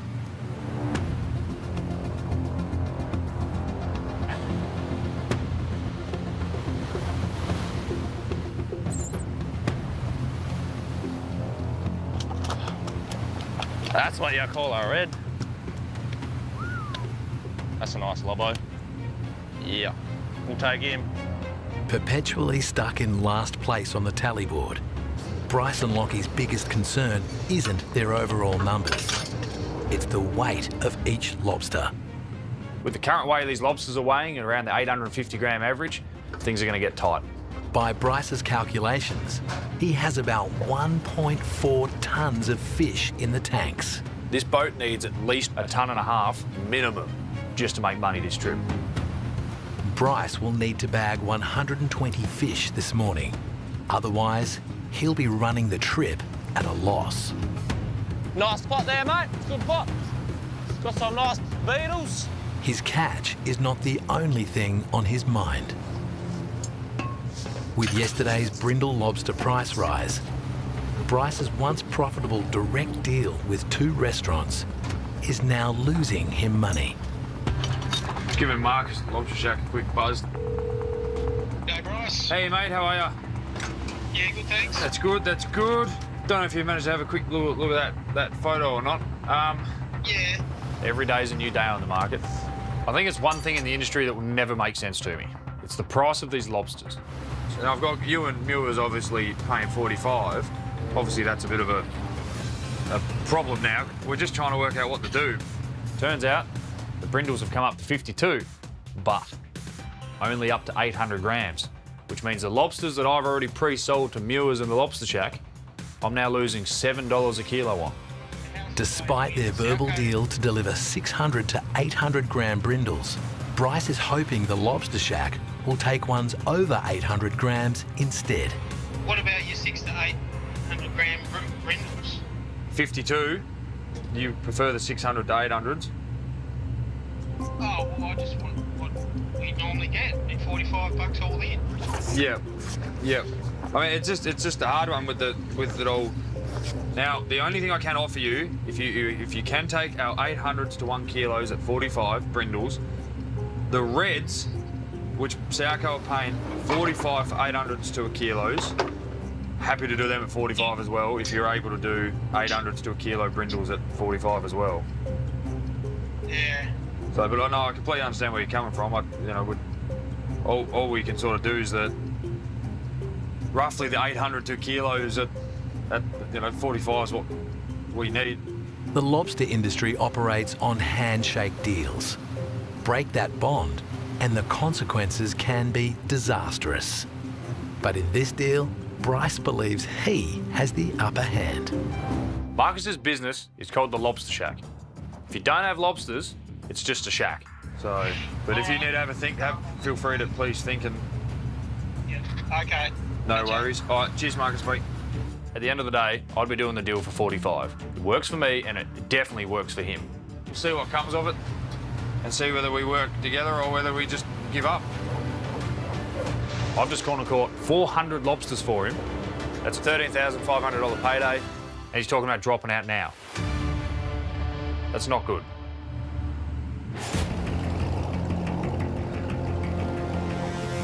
Will the last pot have crayfish in it? Probably not. Just come on, give us something nice to finish off.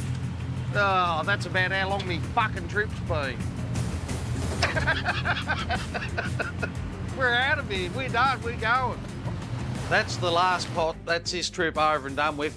We can turn this boat around and start heading home, so I'm happy. After 24 days at sea, Snoddy's final shot adds 58 big reds to the Anson's Bay tanks. The bulk of his catch was sold 5 days ago.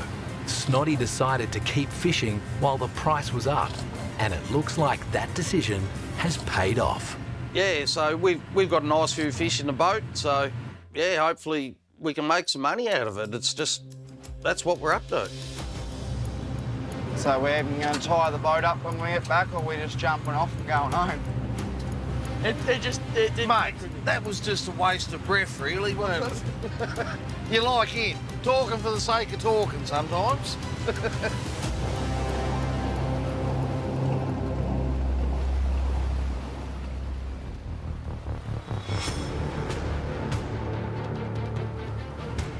Well, what you can do every time, you can pull it out a bit. You're just going to have to be fucking careful parking this fucking boat, man. Well, we're going to pull the pots first. That'd be a good start. The entire unit that controls Squizzy's throttle and gears has given way, rusting out after years of being handled by saltwater-drenched hands. There's no road service out here. There's no tow truck. Mate, we're on our own. With no hope of repairing it, they need a whole new unit. If I could have got that grub screw, I could have packed behind it, but... At the end of the day, you got to lean on the fellow fisherman, mate. That's all what's here. Chieftain, bowl contender on this one, Bryce. Yo! Mate, have you got a spare gear lever and throttle lever? I could check. Why is that? Because we're a broken boat drifting. Roger, I'll make a quick phone call.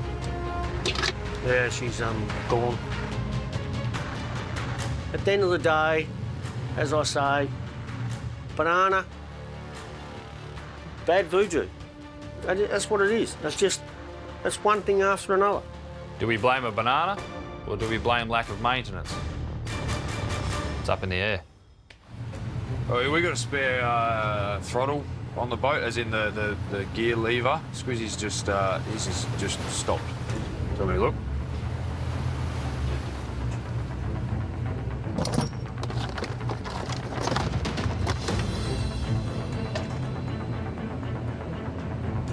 Yeah, no, I'm just on the phone to Dad now. We've just had a look, and there's we did clean out there recently. We did come across another one, but I'll pull the other side of the bed up and have a look. Squizzy and Tabor have been able to manually click the Bold Contender's engine into gear. But it can only go forwards, and only at a rate of 2 knots. I don't know how many pots we got to go. We're over halfway, just probably got 20 hot, maybe, more. 2 donuts, as we pull them.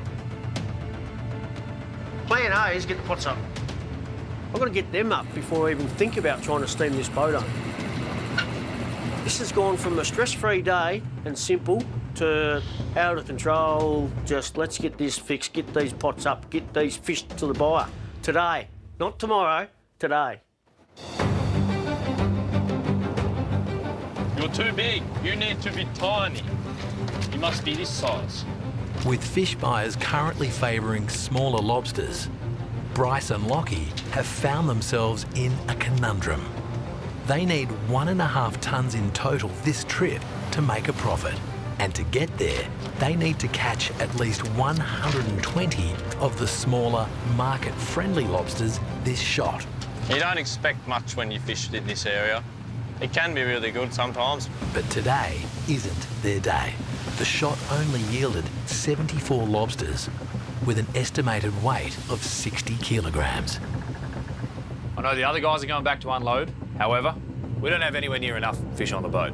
So we're going to have one more shot because I don't want to go home without it. An extra night at sea, the extra expenses that come with it, and a restaurant buyer not willing to move on price. It's a bad day for Bryce. I've been selling to these local restaurants for over 6 months now. Everything's been pretty good since. However, this is the first time we've had a problem, and it's just not looking good. With the Lobster Shack deal looking shaky, Bryce must now negotiate with his other restaurant buyer, Muir's. If they can take a different weight range, he can sell the smaller, more expensive lobster elsewhere. It's a make or break call to his contact jock. Hey mate, how you going? Yeah, good, how are you? Good, good. Hey, good question for you. Are you able to do, I know he's talked about 600, 800 gram fish. I'm thinking it may be better if you can take 800 to a kilo. Now this is like 801 grams is what they classify. Yeah. Like, No, that's fine. That'll work for us. That's not a problem, mate. Yeah, I'm happy with that 800 to 1 kilo. That works. Thank you so much. No problem. Cheers, mate. That's all good. Cheers. I'll talk to you soon. No, thank you very much. Thank you, bye. Mules are happy to take our fish that are 800 to 1 kilo at 45. Jock's a young guy in the industries. It's just always a pleasure to deal with him and always happy to have a discussion and work something out. So I've just got to discuss with Lobster Shack what they want to do. I never wanted to budge my prices. I shook over the phone. I said $45. The only thing I need to change is the size that you're receiving. That's it. I can't lose $7 a kilo.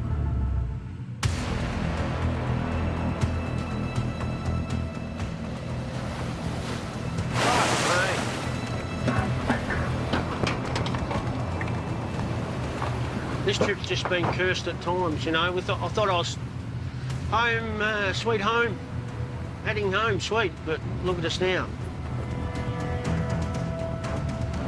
You know, people don't think of curses on the water or boats. I do believe them, and this is why. The banana's gone on the boat, we've lost a pot, we've had bad shots, we've had emotional times, stressful times, and now this. The bold contender is in limp mode. A broken gear throttle means Squizzy can only go forward and only at one speed. It'll make pulling his remaining pots tricky. I don't have neutral or reverse, so if I round up these pots the wrong way and I can't stop, they're going to go in the prop and snag up. And someone's going for a swim. Their 2 p.m. deadline to deliver to buyer Mel is looming large. Fuck me. This has been one of the hardest shots to pull, but the shot looks great. Yeah, no, this was our don't give a shit shot. It's, touch wood, it's going all right. Fish look awesome. The shot's looking really, really good, but at the end of the day, I just want to get all these pots on board and get this boat underway, heading back to Margate.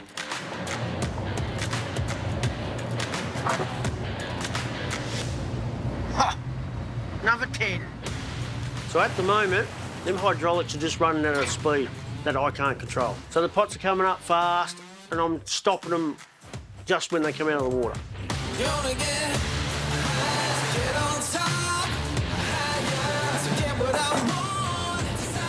There's some nice red ones in that.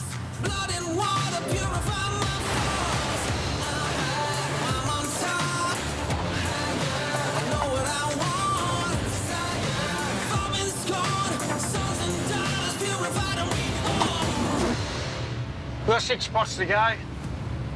Can't wait to get the last one up. We'll have a play around with it and then get the throttle down. Look out, Toads. Look out, look out, look out.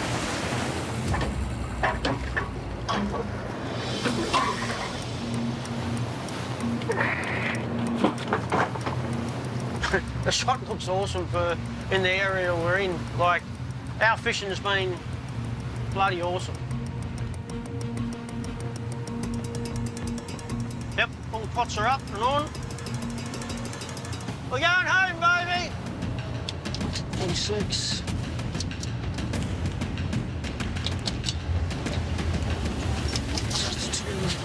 $123, $124. 124 this morning, last shot. I didn't expect that. Some nice red ones too, which were out a little bit deeper, so that's good, really good.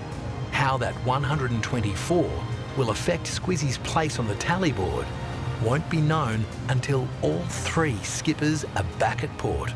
Like, the best way to measure who wins is who gets the best price and who has the most kilo. It don't matter how many fish you got, it comes down to kilos. You get paid for kilos, so that's the best way to measure.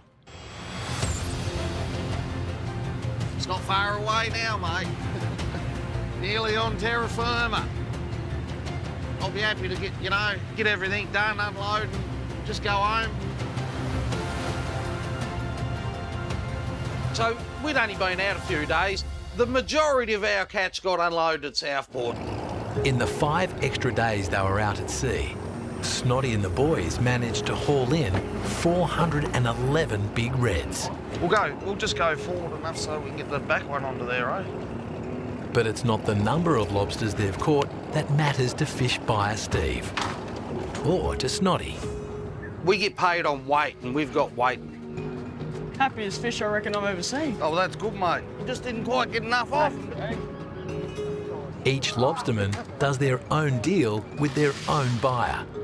Snotty's deal with Steve is for $50 per kilogram, no matter the lobster's size. Off their chart. Oh, fish are in bloody... Yeah, Steve would be happy with them. The boys are having trouble keeping them in the bin, so they want to jump out, so they're happy when they like that, so... It's when you throw them in the bin, they sit there limp and all that, that's when they're not good, so... Nah, they're happy little chappies. Might just get you to move them pots so we can get that bait out.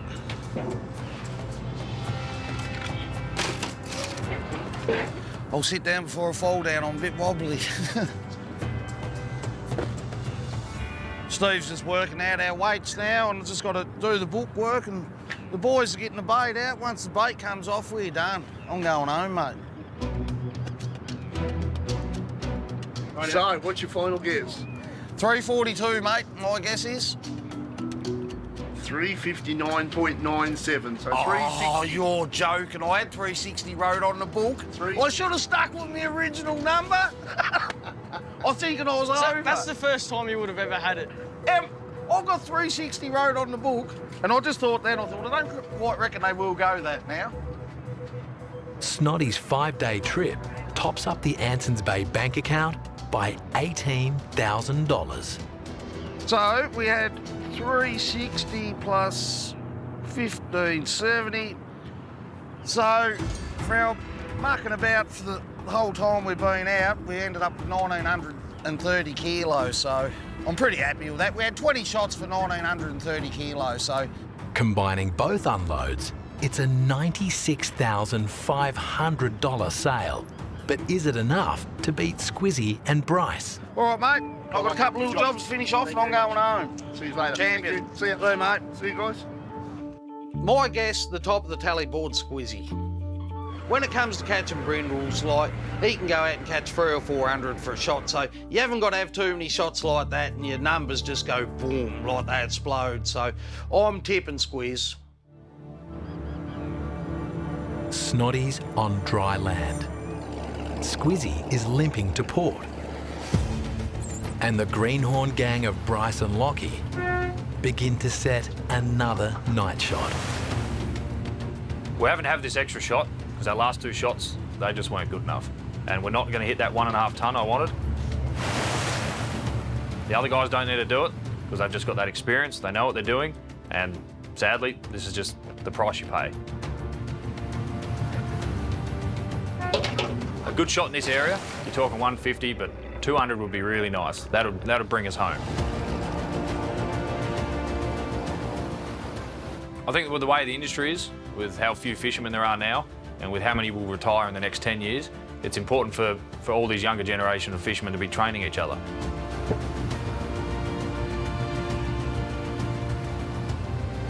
You better have made me a coffee.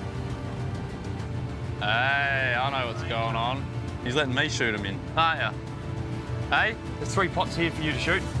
This little spot we're in, it's where I learnt sort of to drive a boat as a little kid. It's a place that I've been fishing for a fair few years myself, and it's a perfect opportunity and a perfect place to give Lockie the chance to drive the boat. There you go, mate. There's your skipper pie. Oh, thanks, deck bitch. So I appreciate you. Oh. There you go. Oh. Hurry up before it wears off. I don't have all day. When it comes down to it, I do see him as a brother. There's a coffee there too, mate, for you. What? Fuck, you're a good deckhand. You gotta appreciate him some days. So I want to make sure Lockie gets given the same opportunities as me. He wasn't born into it like I was, so he wasn't given that opportunity to be running around the decks with your father or family members. Do you remember the buttons? Do you want me to tell you the buttons? Just a vent. Horn and then a vent. Yeah. Just be nice with it, all right? Scary. I'm shitting my pants. My knees are shaking.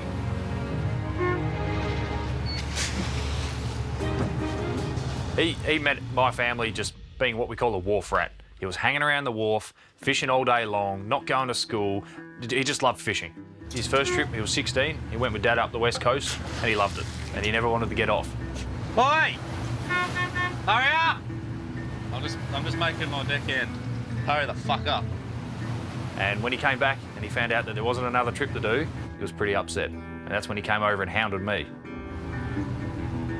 Bryce and Lockie are the youngest team in the fleet. They started fishing together 4 years ago on Bryce's first boat, the Ambry Dakra. You missed one, mate. There's a good spot there, mate. Oh. And have been inseparable ever since. Bryce and I have come a long way together. I jumped on with him when he first started fishing. I was only new to the industry as well. We both learned a lot. We've learned a lot off each other. Where were the young fellas in the industry? There wasn't really anyone else our age doing it. And it definitely makes it hard on us. Like, we have all the old timers bloody telling us this and telling us that. We're only trying to make a living as well. I'll say Lockie and I have definitely come a long way in 4 years. A lot we've both gone through and you know, definitely helped each other through, and therefore sort of built a bit of a different relationship. People outside looking in might be like, what the hell's going on there? Just a bit of fever, deckhand. You've worked hard today, mate. Thank you. You deserve it. Is that all the sauce I get? For me, I was brought up with not being told you've done a good job or anything like that. So often with males, it's a hard thing to pass that forward. There's appreciation there. It's just the bond that we have. That's how slow you are.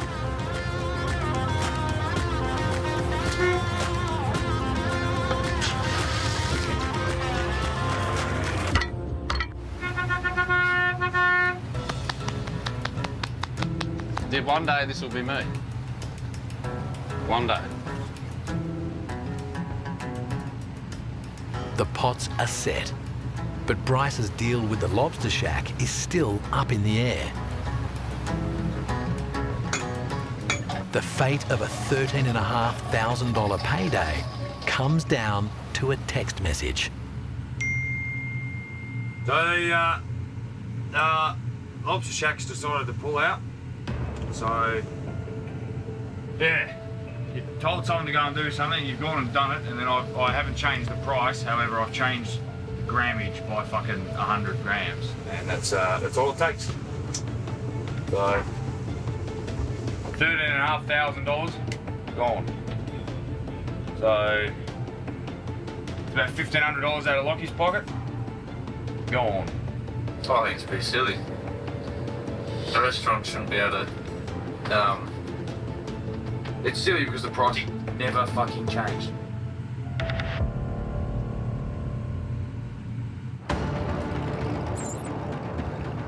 I want to get the easiest park I can at Margate, but I'm not going to have the full mobility to move this 90-tonne boat around. Am I worried? A little bit. If the front of the wharf's free, I can go out wide and just slowly come along the front and then just guide her in.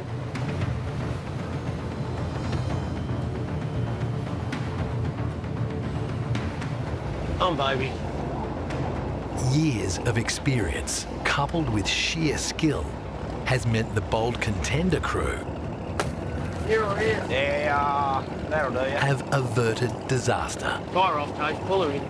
Just push off on it. Their broken boat is home. Beautiful. Nice job. As what I thought.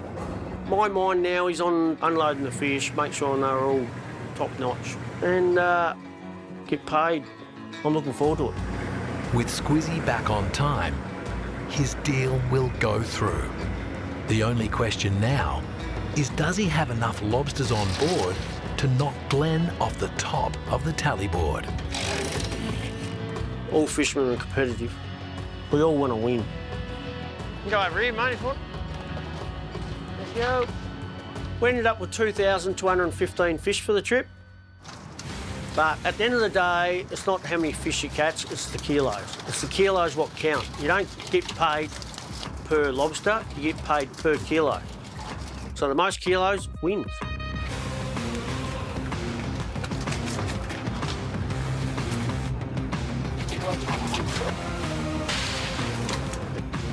There's a lot of small fish in here. The $50 and $55 ones, so that's really good. The price is absolutely awesome. Thanks, Mel. Woohoo! There's 330 in the bottom grate. Lobsters, I'm going to keep them sell to the public. Hopefully they all go. Selling to the public, I totally enjoy it. It covers our costs. They get cheap lobsters and they love it. Right now, for the first time in a week, I feel a little bit de-stressed. Right here, right now, I feel a little bit like I could have a beer and smile. 1,826 fish you got, Chappie. Number unloaded to processor 1826.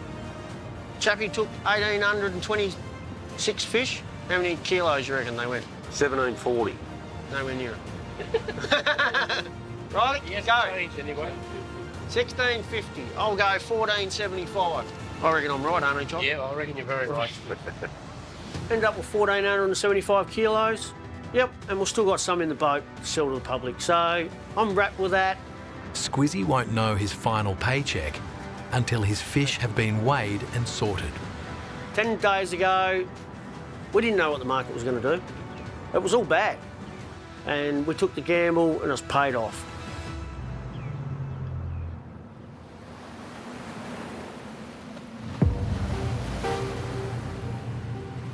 Day 11 for the Chieftain crew. And high hopes their extra shot delivers.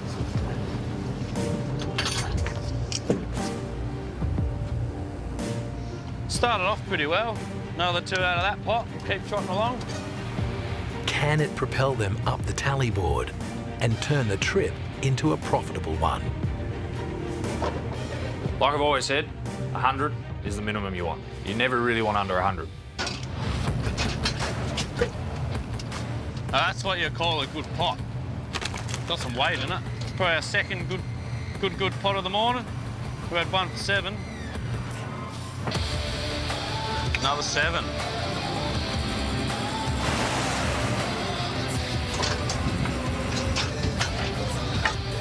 Last pot of the morning, apparently. Couple nice ones in it. This is one of the reasons we come here. This is what we want.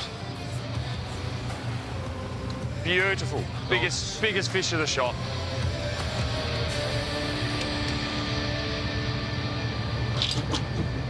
We didn't get anywhere near our goal today. We ended up with 75, about 50 kilos. All I know is that's covered the costs. We may hit or we may not hit this 1.5 tonne.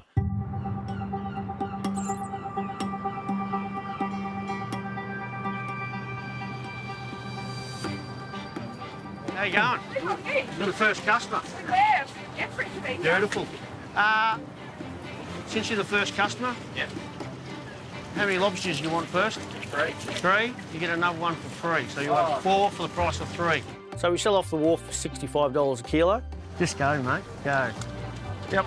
If this all goes to plan today, there's probably $25,000 worth of fish still in the boat. My daughter Charlotte will fix you up behind you. Cheers, mate. No worries. 340, 350 with the jumper and the stubby holder. There you go. Thank you. How often can the public come straight down to a lobster boat, meet the fishermen and buy direct off them? Thank you. And look at the people you meet. You meet all walks of life. I love it. Thank you. Enjoy. Enjoy, man. Thanks for all the support you're giving me. Will do. It's a win-win. They get cheaper lobsters. We get a little bit more money for them. 151, mate. 146.50, Charlotte. Thanks, mate. Enjoy. You think of the price when we unloaded fish under 800 grams, we got 55 for, and we're selling them public for 65. And we've got to buy the tag, it's 50 cents, do all the bookwork, and then stand here and sell them. So the public's getting a bargain. They really are. I love it. It's hard work, but I love it. Just being part and giving back. Enjoy, mate. $77.70. We've sold out. If I had another 100 kilos, would have sold them too. 2.52 kilos you got. Yep, done, sold. At the end of the day, I'm always proud what Tabor and I achieve. And this was a pretty good trip. It's not very often you get the best lobster in the world straight off the boat and you can go cook it for lunch on a barbie. Just make sure you buy a bottle of champagne, mate, and you're in. 2 hours after he started, Squizzy is sold out. Thanks very much. Combined with his deal with Mel, the bold contender has landed a massive payday. Thank you, thank you. Ended up just short of $96,000. You know, the gamble paid off. The gamble paid off.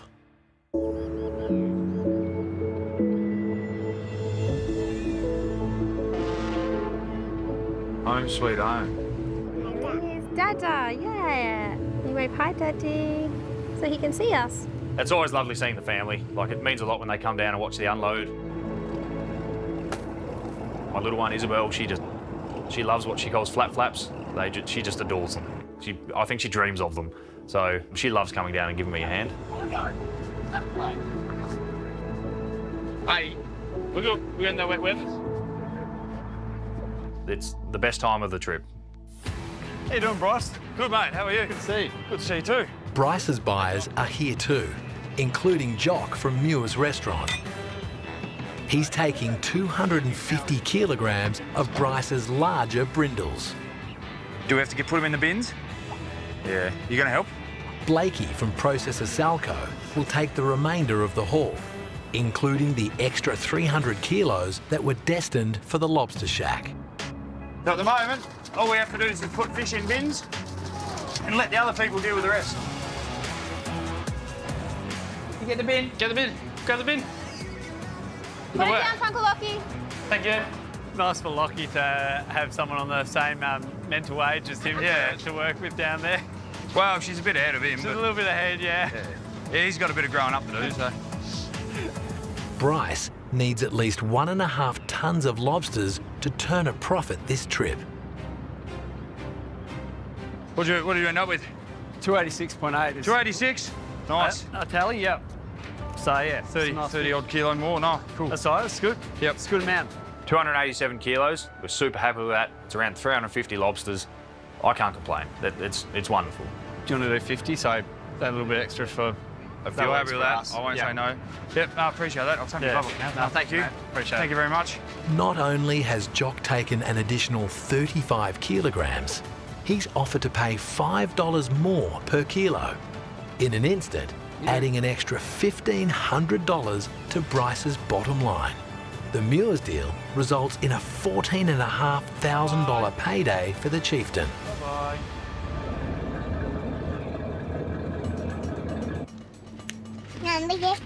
Cheers. Bryce needs to have unloaded 1,200 kilograms to Blakey if he has any chance of hitting his 1.5 tonne trip target. Right. You want to know the number, Bryce? 1,149. Oh, it's going to be tight. They are light. We ended up getting just under that 1.5 tonne. We got 14.38. But with Jock coming up with his price, it'll even out. Thank you. Thank you. Saved me behind. Saved me bacon. So. Bryce has sold his catch for $76,200. Depends what happens. No, we should be good. I'm happy enough with what we got. I'm a greenhorn, there's no doubt about it. I've only been in this industry for a few years, really. I'd love to hear what everyone else got. I'd like to know how far behind I was.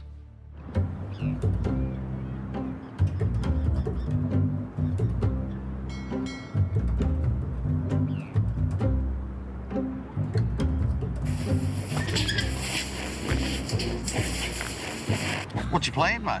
No plan. No plan? Not going to do anything. Why are you drawing faces on him, mate? Because he drawed faces on a banana. Yeah. Didn't he? He did. And mocked us, mate. Mocked us. Only a little bit. Yeah. He tried to draw me on a banana. My eggs look better than his banana. Give him a black eye, mate. If he shoots in front of me again like a black eye? before, I'll give him a black eye. And I got 12 of them. Bryce! You about, Bryce? About? Bryce! Yo! Hey! What's going on? What are you doing, mate? Cleaning? What are you doing? Oh, you're cleaning this beautiful cleaning, boat, mate. mate. You never stop cleaning, mate. You're always Maintenance. cleaning. What are you guys up to? I brought you a present. Yeah, I brought you some eggs, but I wasn't going to throw them at the chieftain. I even drawed faces like you did on me banana. Here, catch it. Catch it. So it looks like you. Look, let him go to mohawk. Oh, it's got a little mohawk on it, mate. Lo and behold, they're above me. So I think they're here for a bit of revenge. Thank you. I'll give you what? I'll give you...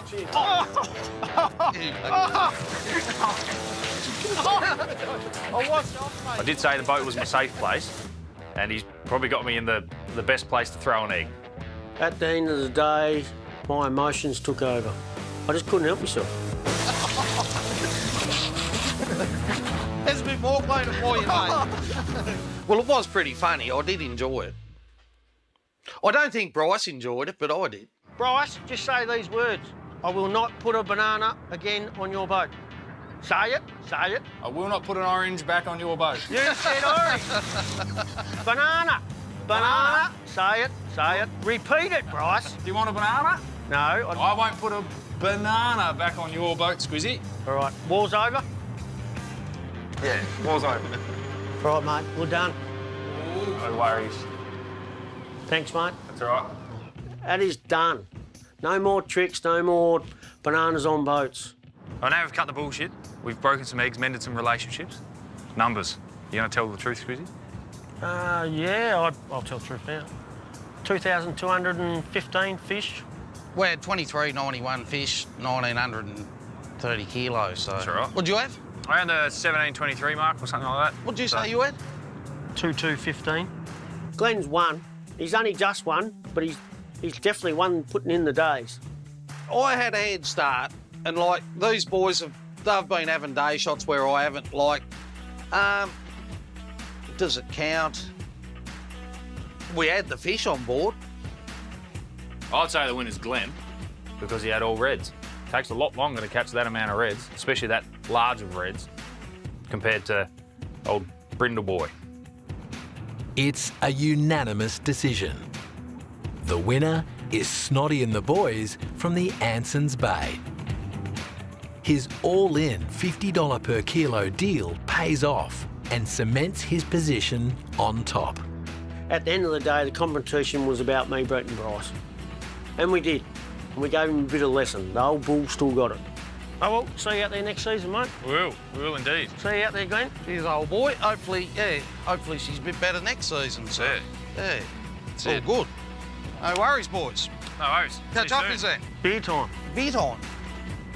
I'm going up the bulk 10 to get my wet weather gear and give him my hand. Fuck off.